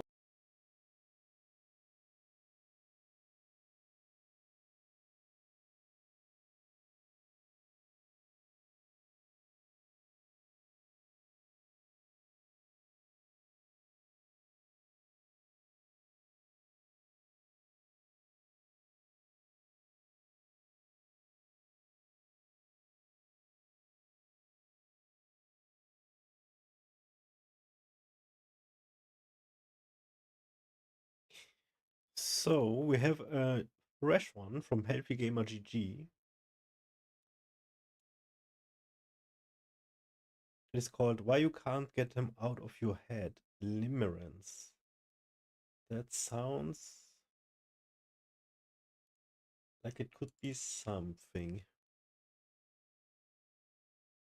So when we're a child, we learn about the world. We start to form expectations about the world. And so if I'm living in an environment where my parents are intermittently available to love me, and then this magical person shows up, I have a brief interaction, so I don't get to know them long enough to where the idealization can wear off. I have this perfect interaction. What does my brain learn? My brain gravitates towards the things that fulfill my needs. So in this moment, my brain learns, holy crap, there are perfect people who exist out there, and this person can swoop in and this person can make everything perfect for me, and they can exist. So limerence is the feeling of being in love, but in a way that is so overwhelming, debilitating, and unexpected that it usually leaves you pretty messed up. You can kind of think about it as like crushing so hard that it kind of messes up your life, messes up your sense of identity. If y'all don't know what limerence is, congratulations, you really dodged a bullet. And for those of you that have been struggling with limerence, hopefully today's video will help y'all understand what it is, where it comes from, what the course of it is, so what to expect over time, as well as potentially how to resolve it. So this has been a hard video for me to make. So I'm a psychiatrist by training, and I trained at Harvard Medical School. And one of the key things that they taught us there is that, you shouldn't like open your mouth unless you have data to back it up. And this is one of the biggest challenges with limerence because, first of all, it's not like a diagnosable condition. Most people don't even know what it is, but the experience of it is definitely on the rise. That's why we're kind of making this video. And there isn't a whole lot of data about it, right? So people won't do studies on limerence. There aren't RCTs. So it's really hard to sort of synthesize information and be able to confidently say, this is what limerence is, this is what causes it. So I've been working on this video for about 2 years, and I finally feel confident enough to share something with you. So what we're going to start with, I think this is the best place to start, is in 1975, there was a woman named Dorothy Tenov who wrote a book about limerence. And I think the opening lines of the book are so phenomenal. It's like poetry, y'all, that I think the best way to describe what limerence is by just reading this off to y'all. So you think, I want you forever, now, yesterday, and always. Above all, I want you to want me. No matter where I am or what I am doing, I'm not safe from your spell. At any moment, the image of your face, smiling at me, of your voice telling me you care, of your hand in mine, may suddenly fill my consciousness, rudely pushing out all else. The expression thinking of you fails to convey either the quality or quantity of this unwilled mental activity. Obsessed comes closer but leaves out the aching. A child is obsessed on Christmas Eve, but it's a happy prepossession full of excitement, curiosity, and expectation. The way he reads This prepossession is an emotional roller coaster that carries me from the peak of ecstasy to the depths of despair and back again. So this is what limerence is. It is this sudden onset, invasion of your mind by something. So there's another great paper that sort of describes this as a limmer beast. So it's sort of like limerence is something that invades you. I almost think about it like a werewolf, where like, you're a normal human most of the time, except when the limerence becomes active. And once you get invaded by the limmer beast, you kind of transform into this werewolf, where in your mind you have all of these obsessional thoughts. You're thinking about this person constantly. It's not even necessarily sexual in nature, which is a feature of limerence, but you're fantasizing about this person sort of being kind to you, this person reciprocating these feelings that you have. It's such an intense and overwhelming sense of like an obsessional love. And limerence is something that is incredibly destabilizing for people. So the weird thing about limerence is that it can strike people who are in healthy romantic relationships. So there are people who are married who will like suddenly wake up one day, usually has a small interaction with someone else, and then like their mind will just be invaded by thoughts of these people. They're thinking about them all the time, thinking about like, does this person notice me? Do they like me? Will they give me? There's this weird ache that you have that you believe that only this other person can fulfill. Hey y'all, if you want more info on limerence, check out our limerence specific page. This is a new thing that we're doing that has a ton of information on limerence, links to additional videos, and some info on our coaching program if that's interesting to you. The link is in the description below, and now back to the video. So what are the features of this limmer beast? I think once again, what we need to do is go straight back to Tenov's book, because I think she does the best job of describing this. Limerence has certain basic components: intrusive thinking about the object of your desire, the limerent object or LO, who is a possible sexual partner, but not always sexual. Acute longing for reciprocation. This is huge. So you want the person to like, you have all these feelings, and when you want more than anything else is their approval and their reciprocation. A dependency of mood on the LO's actions, or more accurately, your interpretation of the LO's actions with respect to the probability of reciprocation. This is something we have to explain in a little bit. All of this matches how I feel about her. usually have, like, their mood depends on the limerent object, the person that you're obsessive about. Your mood depends entirely on how they react to you. So you'll make maybe small overtures for their attention, and if they respond in a positive way, first of all, you read so much into it. So this person touched you lightly on the shoulder, and then you're like, oh my God, this means that they notice me, and you feel amazing. There's this feeling of ecstasy, this feeling of walking on air. It's been described in Tenov's book as buoyancy. When the limerent object responds to you in some positive way, you feel buoyant. You feel amazing. And when they don't respond in a positive way, or they respond in a neutral way, you're left with this incredible sense of achiness, like aching deep inside you. So your life becomes kind of tethered to your perception of their responses, and it feels like an incredible roller coaster. So another big feature of this is some fleeting and transient relief from unrequited limerent passion through vivid imagination of action by the LO that means reciprocation. The other thing that happens is not only are you hypersensitive to what they do and what they say and overinterpret their actions, but when you are aching inside, there is oftentimes a fantasy life that you will construct. You will fantasize about this person touching your arm, or this person doing this, or texting you back, or finally noticing the way that you feel about them. Crazy, reciprocating your love, saying, oh, I've been longing for you as well. So there's a big component of limerence is actually like the amount of time you spend in your head fantasizing, usually about small things. Sometimes they can be things like sexual fantasies, and what that means to you. So another big feature of limerence is that there are small actions that have big implications in your head. Another feature is a fear of rejection and sometimes incapacitating but always unsettling shyness in the LO's presence, especially in the beginning and whenever uncertainty strikes. There's also an intensification of the feeling through adversity, so this can be them not responding to you, or when challenges arise in your life that are not related to the limerent object, oftentimes the limerence can intensify. There is an acute sensitivity to any act or thought or condition that can be interpreted favorably, and an extraordinary ability to devise or invent reasonable explanations for why the neutrality that the disinterested observer might see is in fact a sign of a hidden passion in the limerent object. So the first is that there is a hypersensitivity to small signals from the limerent object. So that touch on the arm we kind of talked about. The other thing that tends to happen is that in your mind, you will notice a lot of mental gymnastics to interpret all kinds of things. So if they don't respond to you, and the weird thing about limerent objects is that oftentimes you don't like necessarily know them well. It can kind of strike, like you can meet someone on the street and they can say, hey, how are you? And then suddenly you get invaded by the limer beast. So it is very rare that limerent objects are, or no, I don't know if I should say very rare, but it's unusually common, I should say, that limerent objects are not people that you have very close relationships with. Sometimes you can develop limerence for someone like a coworker or someone that you do interact with. But the whole point is that your experience of interactions with them carries a lot more meaning than what is externally observable. So even if they don't text you back, or they say, hi, how are you? Or they don't say hi to you one morning, your mind will be super focused on these small signals and interpreting those small signals. An aching of the heart, like literally this is like a physical sensation that people will have, especially when uncertainty is strong, okay? A feeling of buoyancy, a feeling of walking on air when reciprocation seems evident. Another key feature of limerence is the roller coaster nature of it. The primary emotional experience of the people that I've kind of worked with who are limerent is uncertainty. They're obsessing over, does this person notice me? Does this person not notice me? If they stopped noticing me, are they going to notice me more tomorrow? They're very, very uncertain and anxious in relation to that person. And like we said, they're kind of hyper-focused, maybe all, or hyper-focused on small things that this person does or doesn't do, which creates a lot of anxiety. And then also, when there is some form of reciprocation, you read a lot into it, and then you feel absolutely amazing.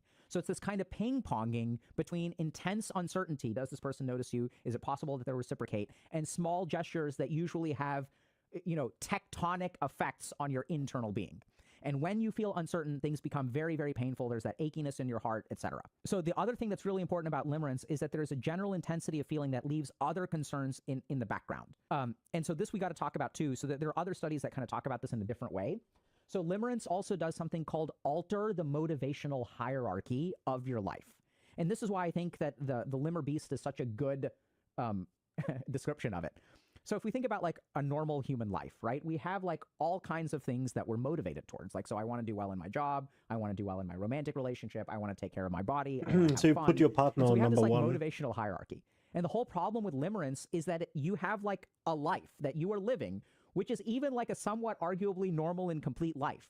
And the limer beast comes in and alters your motivational hierarchy. You stop caring about the things that you used to care about, including romantic relationships, spouses, etc. Like, it's wild. You stop caring about your career as much. And when we talk about stop caring, you know, if I stop and ask you when the liver beast is not active, you start caring about those things again. But there's just something about the amount of time that your mind spends thinking about this person, craving this person's reciprocation, craving this person's attention, fantasizing about it, the amount of copium that you're huffing when they don't give it to you. So it really disrupts your motivational hierarchy. And then a lot of your thoughts and actions become related to the limerent object. And then the last feature that Tenov describes is a remarkable ability to emphasize what is truly admirable in the limerent object and to avoid dwelling on the negative, even to respond with a compassion for the negative and render it emotionally, if not perceptually, into another positive attribute. So this is why I love Tenov's work. So when you have a limerent object, you idealize them a lot, and you take the parts of them that could be demonized, and you manage to idealize them too. You turn their flaws into perfections in your mind. So this is some weird, once again, kind of mental gymnastics. And we'll get into why your mind does this in a little bit.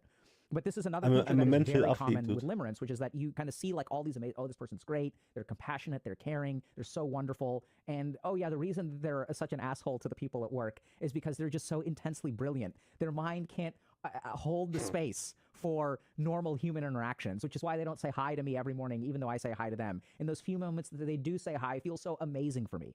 So limerence has this deep obsessional quality where your mind, I don't know how else to say this, but like, I'm hoping y'all are understanding that it's really mental, right? So it's not entirely based in reality, but there's an obsessional, intrusive quality to it that dominates your thinking, performs mental gymnastics, causes you to really be longing for them. And then how you feel on a particular day depends on how they respond to you. As one person put it, their limerent object is their hobby, their passion, and their obsession.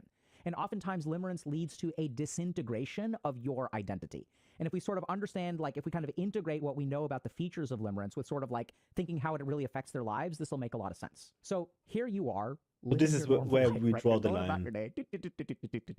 You have to test to study for, and then there's a substitute professor who's filling in one day for your professor. And something in you clicks. And this person is so amazing. They're so much better than your professor. They looked at you and then they nodded at you when you came in and you sat down in the class. And now you're thinking about them all the time. An episode of limerence can last, there are studies that show that it lasts somewhere between 1 and 7 years, okay? So once you start thinking about this person, they're dominating your thoughts potentially for years at a time. And now I want y'all to really appreciate this, that it's hard to build a life around them, right? So these aren't necessarily real interactions. They're interactions that are real, but then your mind amplifies them. So you have your normal life over here where you're a student, maybe married, maybe have kids, like super wild. And then for maybe minutes or hours of the day, there's this intrusive limer beast that comes in and dominates your thinking. So now this becomes really, really confusing to live through. Because you have all of this stuff over here. You have a normal life, but then you transform into this other thing for periods of time. And then when you're like one person over here who's building a normal life, and then like another person over here who's obsessively thinking about the limerent object, it's really hard to get a sense of like an integrated life. So a very common feature is that people feel really, really like a sense of disintegration, like disintegration, like I'm over here and I'm doing one thing, and I'm over here and I'm doing another thing. So these are the core features, and it kind of begs the question, like, how the hell does this happen to people, right? What is going on in them that they sort of end up with these up to 7-year-long obsessions over small interactions, and where they're very, very paranoid about reciprocation, and they long for reciprocation to be noticed, etc. Right? So why does this happen? So I have like 9 out of 10 limerence. A couple of years because but the I don't think majority it's of the that stuff out there I've seen tends to focus heavily on psychotic. Attachment theory. So people will say basically limerence is a consequence of a particular attachment style. That never really sat right with me for a couple reasons. So people will say, okay, the reason you develop limerence is because you have an anxious attachment or something like that. So that may be true, that limerence has been associated with an anxious attachment, but let's understand the statistics, okay? So 50% of people have secure attachment, 25% of people have anxious attachment, which means the way that they relate to other people, we have a whole section on attachment theory and stuff, so you can check that out if y'all want. But basically, they're very, very concerned about abandonment. They're concerned about that this person doesn't care for them. They feel very, very paranoid. They don't feel secure in the relationship, so they engage in a lot of behaviors to pull this person in. So people with an anxious attachment style will utilize sexual activity as a way to create intimacy. So they'll do things that sort of, I'm afraid that you're not going to notice me, or that you'll replace me with someone else, or that I'm not worthy of your love. So I'll do everything from cry to be passive aggressive to seduce you, just so I know that you're not going to leave. Like, please don't leave. So people with an anxious attachment style oftentimes did not have attentive enough caregivers, or their caregiving was highly intermittent. So I can't count on you to always be there, but if I express myself in the right way, if I start to cry a lot, then I can evoke caring behavior from you. So this is a child who can't feel confident that their parents will notice them, love them, unless the child does a lot of stuff to sort of get their attention, and that's how I sort of feel secure. I have to do something to feel loved. That's sort of the key feature of an anxious attachment. Now, 25% of people on the planet are anxiously attached, but 25% of people are not limerent, right? So even though anxious attachment is a component of it, it is not sufficient to explain out of the 1 out of every 4 people that are anxiously attached, this 1 to 5% of people who are very, very unlucky and to experience limerence, there's a big gap between those two things. 20% of people have an avoidant attachment style that may have some relation to limerence, but probably not, right? So attachment theory and the way that you were raised is certainly a part of it. This is where I sort of put on my, this is just the way that I was trained. So, at Harvard, I was part of the people that I gravitated towards were what I would call the neuroscience philosophers. So they're really, really philosophical. A couple generations before my time, the chief of psychiatry at Mass General was a Catholic priest. So these people, there's a big tradition at the program that I trained at about being really philosophical and thinking about why does illness happen? And then also these people are neuroscientists. So they sort of approach it from a couple of different angles. And I think attachment theory is a great way to start, but I sort of lean heavily into sort of this neuroscience approach. And if we look at limerence, there are some features of it that are basically very similar to OCD. So if we look at OCD, OCD is obsessive compulsive disorder and is characterized by intrusive thoughts. You don't want to think these things. You don't like to think these things, and you can't control thinking these things. We also know that OCD is highly inheritable. So there's a large genetic component to OCD. So there's one really interesting specific attachment pattern which separates limerence from a standard anxious attachment. I have so when we think about normal anxious attachment, we're talking about your primary caregivers being unavailable to make you feel safe and loved part of the time. So there's some of the time, if you cry loud enough, they will show up and love you. So in people with limerence, there's a really interesting, I don't know if it's unique, I don't know exactly how common it is, we don't have great data about this, but there's one really interesting pattern. It's that when your primary caregiver was unable to meet your emotional needs, there is a third party who is distantly connected, who for a brief period of time gives you everything that you want, right? So this can be something like, oh, my mom and dad, I'm going through a breakup, they're not around, or I'm getting bullied at school, and my Aunt Flo visits from a different country. And she shows up, and for one day, she takes me out, she buys me ice cream, she listens to my problems. This third figure, who's not part of my normal attachment system, swoops in and provides me with everything that I wanted emotionally. I'm usually a kid, I usually idealize this person, and here's what happens in limerence. So I want y'all to think about this, okay? So when we're a child, we learn about the world. We start to form expectations about the world. And so if I'm living in an environment where my parents are intermittently available to love me, and then this magical person shows up, I have a brief interaction, so I don't get to know them long enough to where the idealization can wear off. I have this perfect interaction. What does my brain learn? My brain gravitates towards the things that fulfill my needs. So in this moment, my brain learns, holy crap, there are perfect people who exist out there. And this person can swoop in and this person can make everything perfect for me and they can exist. So one of the things when I'm working with people who experience limerence, this is something I'll actually tunnel down into. Has there been a period of time in your life where you were really struggling and we had this kind of flash of perfection from another human being who made everything okay? And then once that happens to you, I mean, maybe it happened to you, maybe it didn't, we don't really know. Once that happens to you, it becomes like cocaine for your anxiously attached little kid inside, right? Like this is the perfect thing. And then your brain thinks, oh my God, we found it once. Let's try to find it again. And this is what we tend to see with limerence, which is so confusing about it, is that it doesn't happen with people that you know well. Like that's the whole problem, is that you have this whole life over here, you're maybe happily married, and then it strikes from another person who demonstrates something. And I think what's going on is in your brain, this old pattern that was really, really important and affected your developing brain now gets triggered with this limerent object who is distant and perfect. So the really interesting thing, we'll get into this more a little bit later, but is that as we get close to the limerent object, sometimes when people experience limerence, they'll start dating the person. And as they date them, the really weird thing will happen.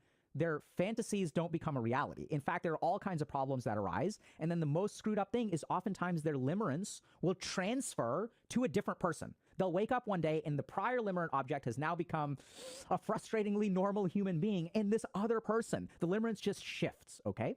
So that's kind of the attachment perspective. I now want to talk about a couple of other features, okay? So attachment isn't really sufficient to describe limerence, right? So anxious attachment style, ideal swooper, let's call it that. That's just one piece. But not there are a lot of people with anxious attachment style who don't have limerence.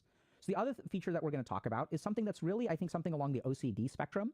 So if we look at limerence, it's characterized by a lot of like, I don't know how to say this, but like the nuts and bolts of the mental process of limerence are very similar to OCD. And then there's another feature, which is that they're divorced from reality, right? So this is also consistent with OCD. So if we think about someone who is like a germaphobe, like the amount of fear that the germs evokes, like sure, germs can make you sick, but the whole point is that your mind does way more with a small stimulus than, let's say, a healthy mind would do. That's the nature of OCD, okay? The other really interesting thing is that if you look at limerence, there's a lot of ritualization associated with it.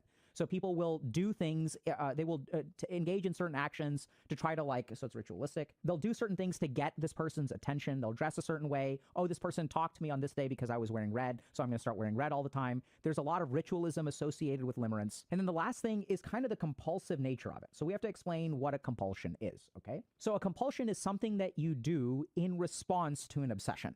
And this is what's kind of confusing for a lot of people. A lot of people think that the compulsion has to be a physical behavior. So people will think, okay, if I don't, I'm afraid that the house is going to burn down. So what I'm going to do is turn the stove on and off 7 times to make sure the house doesn't burn down.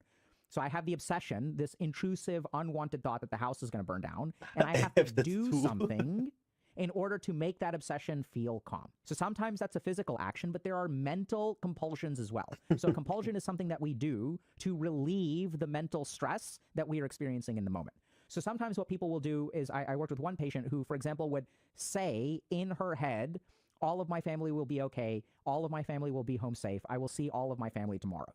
Anytime one of her family members was traveling, plane, going back from work, going to the grocery store, if she became aware of it, she would have to repeat those phrases in her head 3 times in a row. And it was really, really debilitating because her mom is like, hey, do you want anything from the grocery store? And then she has to stop studying and start going through the litany in her head. So what do we see in limerence? We don't quite see that kind of compulsion, but we do see a lot of mental reactions or mental responses to different kinds of stimuli or triggers. I don't think that necessarily these people have OCD, so this is where we also have to kind of understand something else about science. So generally speaking, human beings, in terms of, let's say this is intrusive thoughts. Everyone has some unwanted thoughts, but if we look at human beings, there's a bell curve. The people over here have very few intrusive thoughts. The people here have an average amount of intrusive thoughts. The people over here have a more than average, or let's say greater amount of intrusive thoughts. And the people over here, this group of people qualifies as OCD, okay? So I think basically what's going on with limerence is we have people who are over here. So they have a genetic predisposition for something like OCD. So they tend to have a more obsessional or intrusive thinking style. But it's not so severe that there is OCD. Instead, what happens is we have these genetically predisposed people to OCD who then have some kind of attachment injury. So when you take a kid who won't have OCD, so if they were more intrusive, if they had stronger genetics, maybe they would develop OCD. But you take a kid who doesn't have OCD, but is high on that spectrum, and then you put them in an anxious attachment environment, and those two things combine, and limerence sort of emerges out of it. Then there are a couple of other features that I think sort of combined to make this pie of limerence, like this limerence stew. It's not just OCD and anxious attachment. There's more to it, okay? The next thing is a tendency for fantasy as a coping mechanism. So, for example, if you look at studies on maladaptive daydreaming, right? So this is when people daydream so much that they have difficulty functioning in life, right? Sound familiar? So we know that maladaptive daydreaming may be some feature somewhat related to ADHD. So your mind is not capable of restraining your attention away from the daydream and focusing on what you should be focusing on. You get caught up in the daydreaming. The reason that so there's the attentional component, right? And then you get lost in the daydream for a while. The other reason that ADHD may be related to maladaptive daydreaming is that we know that maladaptive daydreaming is an emotional coping mechanism. So when and I'm sure y'all have experienced something like this. So in my case, I used to be bullied a lot in school. And so I would have fantasies about standing up to my bully and then being able to fight them back and becoming a martial artist and this kind of stuff. So we know that there is a normal human mechanism where when you have an emotional injury, your brain can fantasize, give you fantasies of triumph or whatever you're missing to make you feel better, right? Because then you feel good. Oh yeah, it's going to be good. It's crazy how the mind works, right? Like, yeah, Why does it do I'm gonna that? win.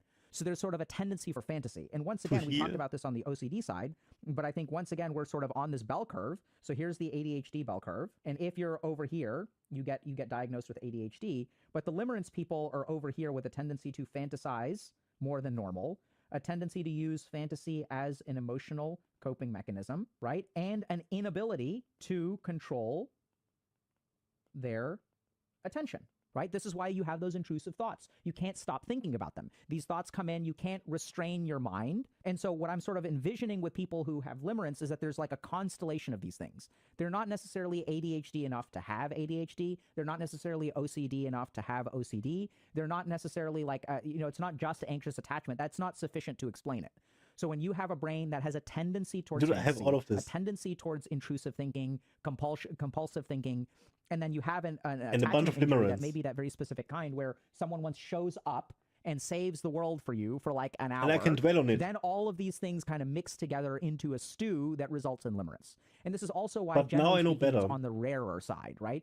I think the amount of it is increasing very rapidly, so it seems to be way more common. We'll talk about that, why that is in a couple minutes. But this is why it's like, on the rare side. The last thing that we have to talk about is there's absolutely a physiological component. So this isn't nearly as sexy or interesting as the other pieces. But there are just studies that show that there's a certain activation of the nervous system where people tend to be highly anxious. They get a lot of sympathetic nervous system activity. Their fight or flight response tends to be really, really hyperactive. And it also gets soothed by their responses, right? So if someone actually responds to you, then your nervous system really calms down. But if they don't respond to you in the right way, there are actually features of things like nausea and like other kinds of, activation. I'm going to show y'all. There are studies that show that there's a lot of like bodily sensations, GI upset, shallow breathing, nausea, headaches, tachycardia. These are all like, so there's also like a nervous system component where it's not just in your head. Your body responds by activating adrenaline, activating cortisol, and then that shapes your thinking. So this, by the way, is a case conceptualization for the development and maintenance of limerence. Okay, we'll talk about this a little bit more at the end. So that's what causes it. I mean, do we know that? Not really. So that's why it's like taken me a couple of years, right? So like I read Tenov's book, and great book, by the way, highly recommend it. If y'all want to, like, it's just the language in it is beautiful. And then it took me a while to sort of try to figure out, okay, like what's going on here? What's really like, what are the features of this? How can we understand this from a neuroscience perspective, from a genetic perspective? Like what is this person's experience, and how can we break apart and really understand the building blocks of limerence by extrapolating from all of these other illnesses that we know a lot about? And that's kind of what I think is going on. Okay. Now let's talk a little bit about the course of limerence. So if you are stuck with limerence, you drew the short straw or 4 of the short straws. You got a little bit of the OCD, maybe a little bit of the ADHD, maybe a little bit of the anxious attachment style, a little bit of sympathetic nervous system hyperactivity. What does this look like for people? Okay. So once again, what we're going to do is we're going to take a quick look at Tenov's book, because I think she does a great job of describing it.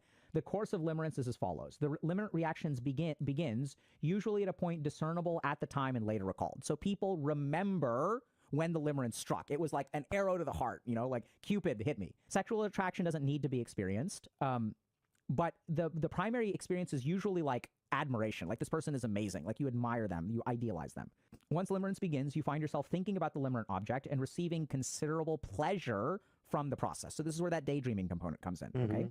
There's an initial phase in which you feel buoyant, elated, and ironically, this appears to be the beginning of an essentially involuntary process, free not only from the usual restraints of gravity, but emotionally unburdened.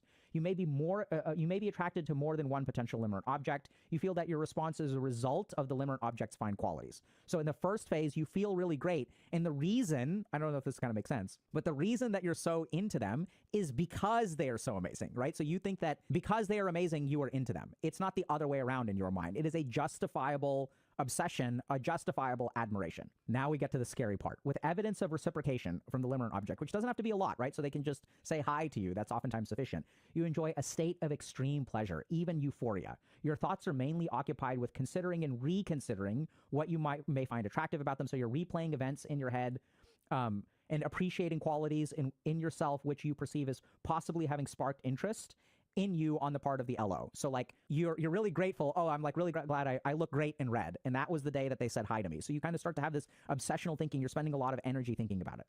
Your degree of involvement increases if obstacles are externally imposed. So this is kind of a really important segment as well, where setbacks don't really make things harder, right? So a lot of people will say, oh, if this person doesn't text you back, like just move on. So one of the key features of limerence is when you experience setbacks, it doesn't push you away. It only intensifies your attraction to the limerent object. Usually with some degree of doubt, its intensity rises further and you reach the stage at which the reaction is virtually impossible to dislodge, either by your own act of will or by further evidence of the Elo's undesirable qualities. So what that basically means is, like, at this point you lose control. The limmer beast has taken over. Well, the limmer beast actually took over here, where you're just thinking about them brings you so much pleasure. And so this results in a doubt and increased intensity of limerence to undermine your former satisfaction with yourself. You acquire new clothes, change your hairstyle, you're receptive to any suggestion by which you might increase your desirability in the limerent object's eyes. That's why I kind of referred to it as the disintegration of the self. So sometimes people will change, but other times it's more of an experience of, like, I recognize that limerence is kind of nutty and I have a regular life over here, but something about you begins to change. Your sense of self-worth can get caught up in the way that the limerent object responds to you, okay? So there are a couple of other features about the course of limerence. Like we already said, it lasts about 1 to 7 years. And then this is the really confusing thing. So far we've talked basically about the limerent object as being distant from you and, like, not really interacting with you. So what happens when you actually start interacting, when they start reciprocating or they don't reciprocate? So how does limerence evolve with the person? So generally speaking, you know, you're striving for their affection. Sometimes you get their affection, you feel amazing. If you don't get their affection or there's a lot of uncertainty, you start obsessing a little bit more, you think about them more, you think about how can I get this person to notice me, like me, etc. Unfortunately, as limerence progresses, it, like, never ends well. So even if you get their attention, oftentimes the real version of them, and this is something that I think is kind of confusing, but so this is what's kind of confusing. If they do reciprocate, at any point in the process, if you perceive reciprocation, your degree of involvement ceases to rise until, of course, you become uncertain again. So this is what's, like, really confusing, is that actually as you get closer to them, the triggers for the limerence actually disappear. You know, and if you get close to them, they no longer become this idealized object. If you start dating them, like, then your limerence will transfer to someone else, which is really perplexing and confusing. So limerence sort of exists in your mind. It exists and is triggered by uncertainty and distance. The nature of limerence is that it is a longing for a fantasy. It is not a reality. You have a reality over here. The limerence is over here. And if you make the mistake of moving the limerence, if all of your desires become true and they start to become a reality, the limerence actually disappears and a new limerent object can form. And so that's one of the ways that limerence can end. The other thing that can happen is the person can reject you, which is really painful, but then oftentimes we'll develop a new limerent object. And then the third thing that can happen in limerence is that we can sort of get a mixed response from the person. So maybe we confess our feelings, maybe we become friends. I don't want to push this person away. And the interesting thing about, like, keeping them at the friend distance is it can actually intensify the limerence, right? Because, like, when this person, when you don't really confess to them, they still remain idealized. They still remain distant. They still remain, they're capable of continuing to exist in your fantasies. Generally speaking, though, as people consummate the limerence in some way, as they connect with other people, as there's some degree of reciprocity, usually the most common experience for limerence is that it's disappointing, right? So even if you move in the right direction, it doesn't satisfy you. And once again, the reason for that is because limerence is not like a real thing. It is a fantasy that is constructed in your mind. And so then the question becomes, what do we do about it? And this is where, like, I think it's really useful to think about these components of limerence, right? So what creates it? So, you know, if there's, like, a genetic predisposition for OCD, there's not really a whole lot you can do about that, so that's okay. But we can also use some of these, like, approaches to OCD. We can use some of these approaches to ADHD, some of these approaches to sympathetic nervous system activity and attachment theory to sort of figure out how to approach this. So a lot of therapists will believe that basically it's an attachment injury, right? It's attachment based. So if you heal your anxious attachment style, which can be done through therapy, which can be done through stable relationships, that will be a big part of it. Usually the way that I start this is to track back to this origin story. So think about, when did I first start to develop this idea that these fantastic relationships with these idealized people exist? And that's why I gave you all that very specific scenario. You know, has there been a time in your life where you felt unloved and someone swooped in and made everything perfect for you? How did you feel at that time? You know, like that kind of stuff, like to really just sort of process that, think about it, think about how that maps on now, think about the lessons that you learned, what conclusions did you form through those experiences, how do you carry those in the present? That oftentimes you need to work with a therapist to really do that, but that's kind of the direction of what I do with people when I work with them. Also related to that is to think a little bit about what were your unmet needs at that time. And you may notice that there is a correlation between those core unmet needs and the intensity of limerence. So remember that limerence is triggered by oftentimes something within you, either a sense that you're not good enough, a desire for admiration, a desire to, be worthy of someone. There's all kinds of stuff within you that can trigger the limerence. So it helps to kind of look back at that original episode and try to think about, okay, what were the needs that were not met within me? Because remember that limerence is triggered by some kind of unmet need within you, right? That's why we have this fantasy coping mechanism to make those emotional needs kind of calm down. So really think about, okay, what is the thing that is triggering the limerence? What is it in me that feels unfulfilled, incomplete, or unmet? Once you understand what that thing is, hopefully you can get the process of metabolizing it, digesting it, etc. Now, the other thing that I think is very helpful is to really take a reality-based approach. So this is more of like the cognitive aspect of it, but to notice your mental gymnastics. So what does my mind perceive from this person and what literally happened? So I think a really good exercise for this is like, imagine that you are an alien observing these interactions. What would the alien infer about what the significance of these interactions is? When someone nods at you in the hallway, does that mean that they're deeply in love with you? No, right? So this is the nature of limerence. This is the challenge with limerence, is that there's a lot of cognitive reactions, a lot of intrusive thinking, a lot of distortions. And what we really want to start doing is noticing the discrepancy between what the reality is and everything that my mind attaches to it. So this is where we have a memberships lecture on something in the yogic tradition called klishta. So klishta is all of the coloring that our mind attaches to experiences. And if you really, what's really wild about this, y'all can go watch that lecture if you want. But by the end of it, we were really able to understand how most of your experiences in life are actually shaped by what you add to them. So when your boss says, hey, I have some constructive feedback for you, and we feel terrible, it doesn't mean that we're doing a terrible job. We may be doing a great job, and our boss wants to see us do a better job. That's why they give us constructive feedback. It's a positive thing. It's one opportunity for growth. It demonstrates caring on the part of the boss, but that's not how we perceive it.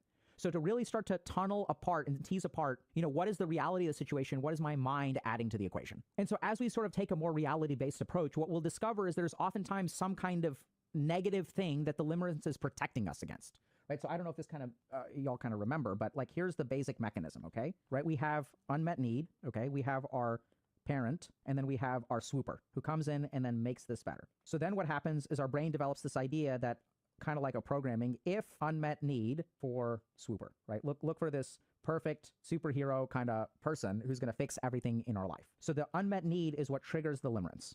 Okay. Now, remember that the key thing here is that when we have this unmet need and we have this fantasy, remember, fantasy is an emotional coping mechanism that decreases our negative emotion, right? So the fantasy makes the negative emotion go away.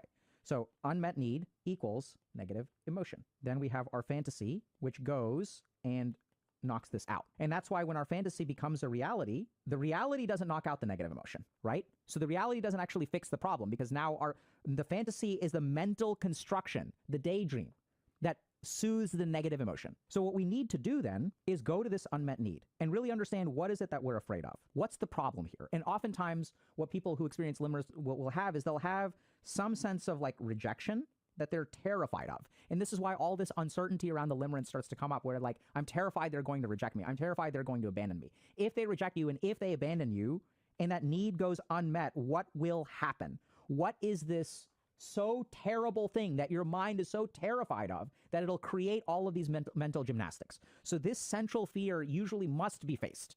The cool thing is, once you face it, you'll realize that this central fear, especially if you've built a normal life over here, is not really applicable, right? So this central fear that you still primitively are so scared of is oftentimes traumatic in nature. So if y'all want to understand how to digest these kinds of things, we talk about it from the yogic perspective in Dr. K's Guide to Trauma.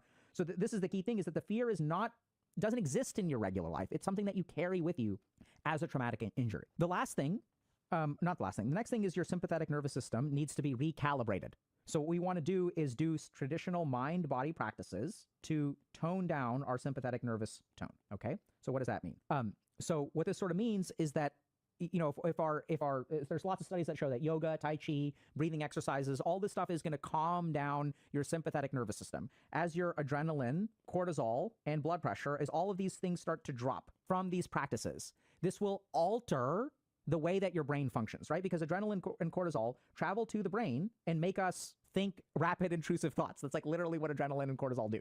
So I want y'all to think about this for a second. When your adrenaline is pumping, you can't control your thinking. And that's the way that's supposed to be. So when adrenaline is pumping through our brain and I'm being attacked by a pack of wild hyenas, I'm going to be thinking about the wild hyenas. There's nothing else I can think about. And that's like an evolutionary feature. It's not, I don't want to be worrying about what I'm making for dinner that night if I'm being attacked by a pack of wild hyenas. So It's you all need to work evolution. on a nervous system level as well. And this is what I love about being like a medical doctor is that, you know, when I work with my patients, I notice that now a lot of psychologists will do meditation and things like that, but they're just not trained in physiology in the same way that we are. So I lean heavily into this stuff. I see a lot of great stuff, a lot of great outcomes because you're altering the nervous system contribution to this stuff. And thankfully, like this is something that now all psychologists are learning in terms of mindfulness techniques and stuff. So it's great. You can also work with a therapist. So the case study that I showed y'all, which I'm going to flash to real quick. You know, so here's a paper that shows that treatment of limerence using a cognitive behavioral approach, a case study. This is in the open, this is an open access paper, thankfully, so you guys can all get it. But this paper is great. I'm not going to go over this. I think it's a bit. So I'm not going to go over all this. Y'all can read this if you want to. But this is a great case study that really goes through like the process of limerence and how this person goes about kind of treating it. Okay, so you can absolutely work with a therapist or psychiatrist, and so that's kind of how we deal with limerence, right? So I think you can absolutely get treatment, but we got to understand that it is this sudden limmer beast invasion of intrusive thoughts and fantasies and daydreaming and all these kind of coping mechanisms. And it strikes people, and we don't know exactly why it strikes people. There isn't really great data about it, but if this is something that y'all struggle with, hopefully this will give you some pathway of at least understanding and dealing with it. Now that I've said all that, I'm about to torpedo everything that I just said. So bad. I should just stop now.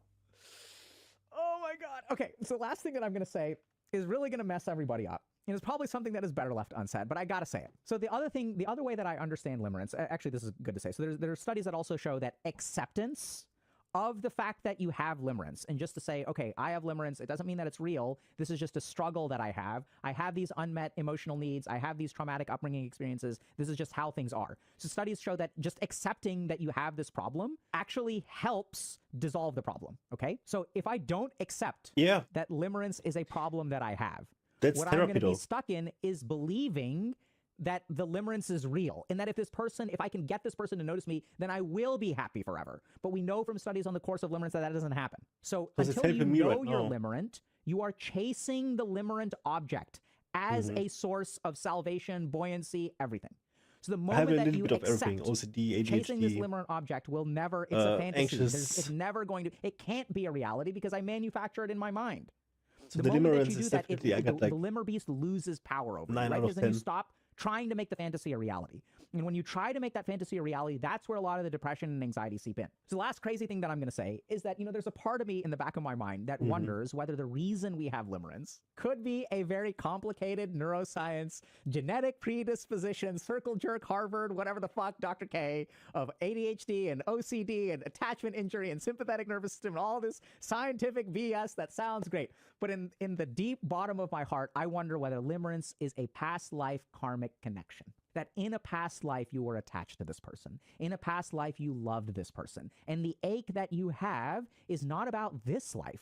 It is an echo of love and connection, that kind of true love kind of crap that you may even have in this life, which I unfortunately believe in. I believe in true love. And that something about that experience, that love conquers all and is so transcendent. In the Hindu tradition, we believe that when you get married, you buy yourself relationships for the next 7 lifetimes. 6 or 7, I'm not quite sure. I don't know if they count this one or it's 7 more. I don't know. So there's this idea, you know, that in these karmic religions that there's some aspect of you that doesn't end with death, that carries forward, that we have these karmic bonds with people. And I wonder whether limerence is just one of the manifestations of that. It's not some super complicated genetic whatever the F, okay? Now, the key thing to understand is that even if that's true, it doesn't mean that this person is that for you in this life, right? That is a memory. It is an echo of times past. It is a longing for an ex. It doesn't mean that y'all are good together. And so on the one hand, I hesitate to share that because I don't want that to feed your limerence. Like, oh my God, Dr. K, this person is my object and you are telling me there is love from a past life. This means that I need to chase it. Oh my God. Don't. I'm actually saying the opposite, right? That this thing is over now. But the reason, there's a good reason you have those feelings. You're not crazy. that this is coming from somewhere. If you're scientifically oriented, you can Bro, use my Dr. why K did he extrapolated say? OCD, ADHD, daydreaming, empathic, attachment injury, sympathetic nervous system hyperactivation. You can use that model if you believe in science. And if you believe in love, you can use the karmic model. But just because there's a karmic connection does not mean that it needs to be lived in this life. So what I'd say is just, even if you believe that, say like, okay, this is just a memory of things past. I will accept it and let it go. And studies show that, once again, acceptance will help you. I hope I helped. I hope I didn't torpedo everything right at the end. He fucked me, and dude. Good luck and report back. This Hey, is hope you so enjoyed today's video. We'll this talk about a is bunch of topics like this on the channel, ridiculous, so be dude. sure to subscribe for more. If you're already subscribed, GG, and we'll see you in chat. Wow.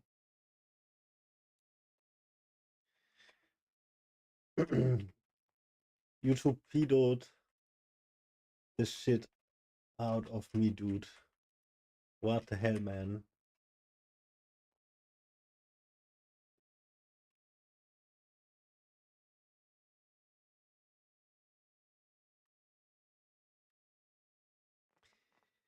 Damn. This was so good. All of it and the torpedo in the end. Oh my god. Oof. When he said that thing about the acceptance, because I saw myself, I accepted it, and I immediately felt a little relief. But then he torpedoed me.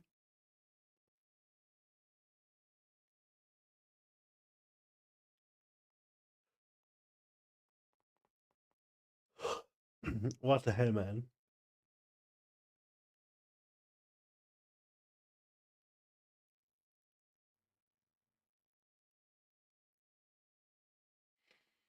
I'm very tired, dude.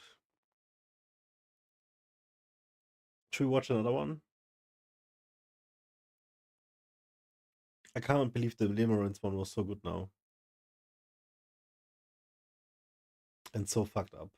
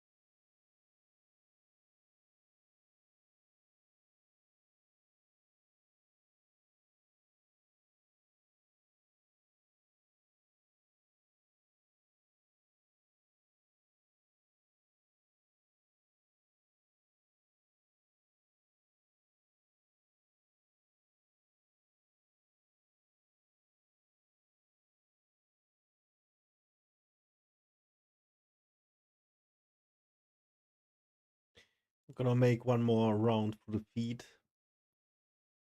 there's something good, we will watch, but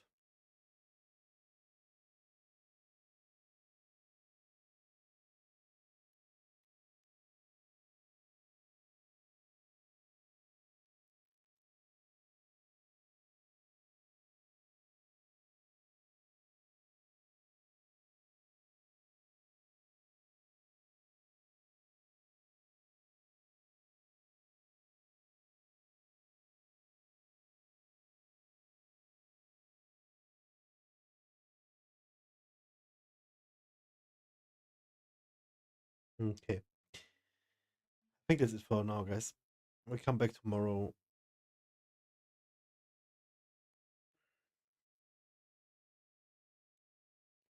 Thank you for watching. I see you tomorrow. GG, thank you. Bye.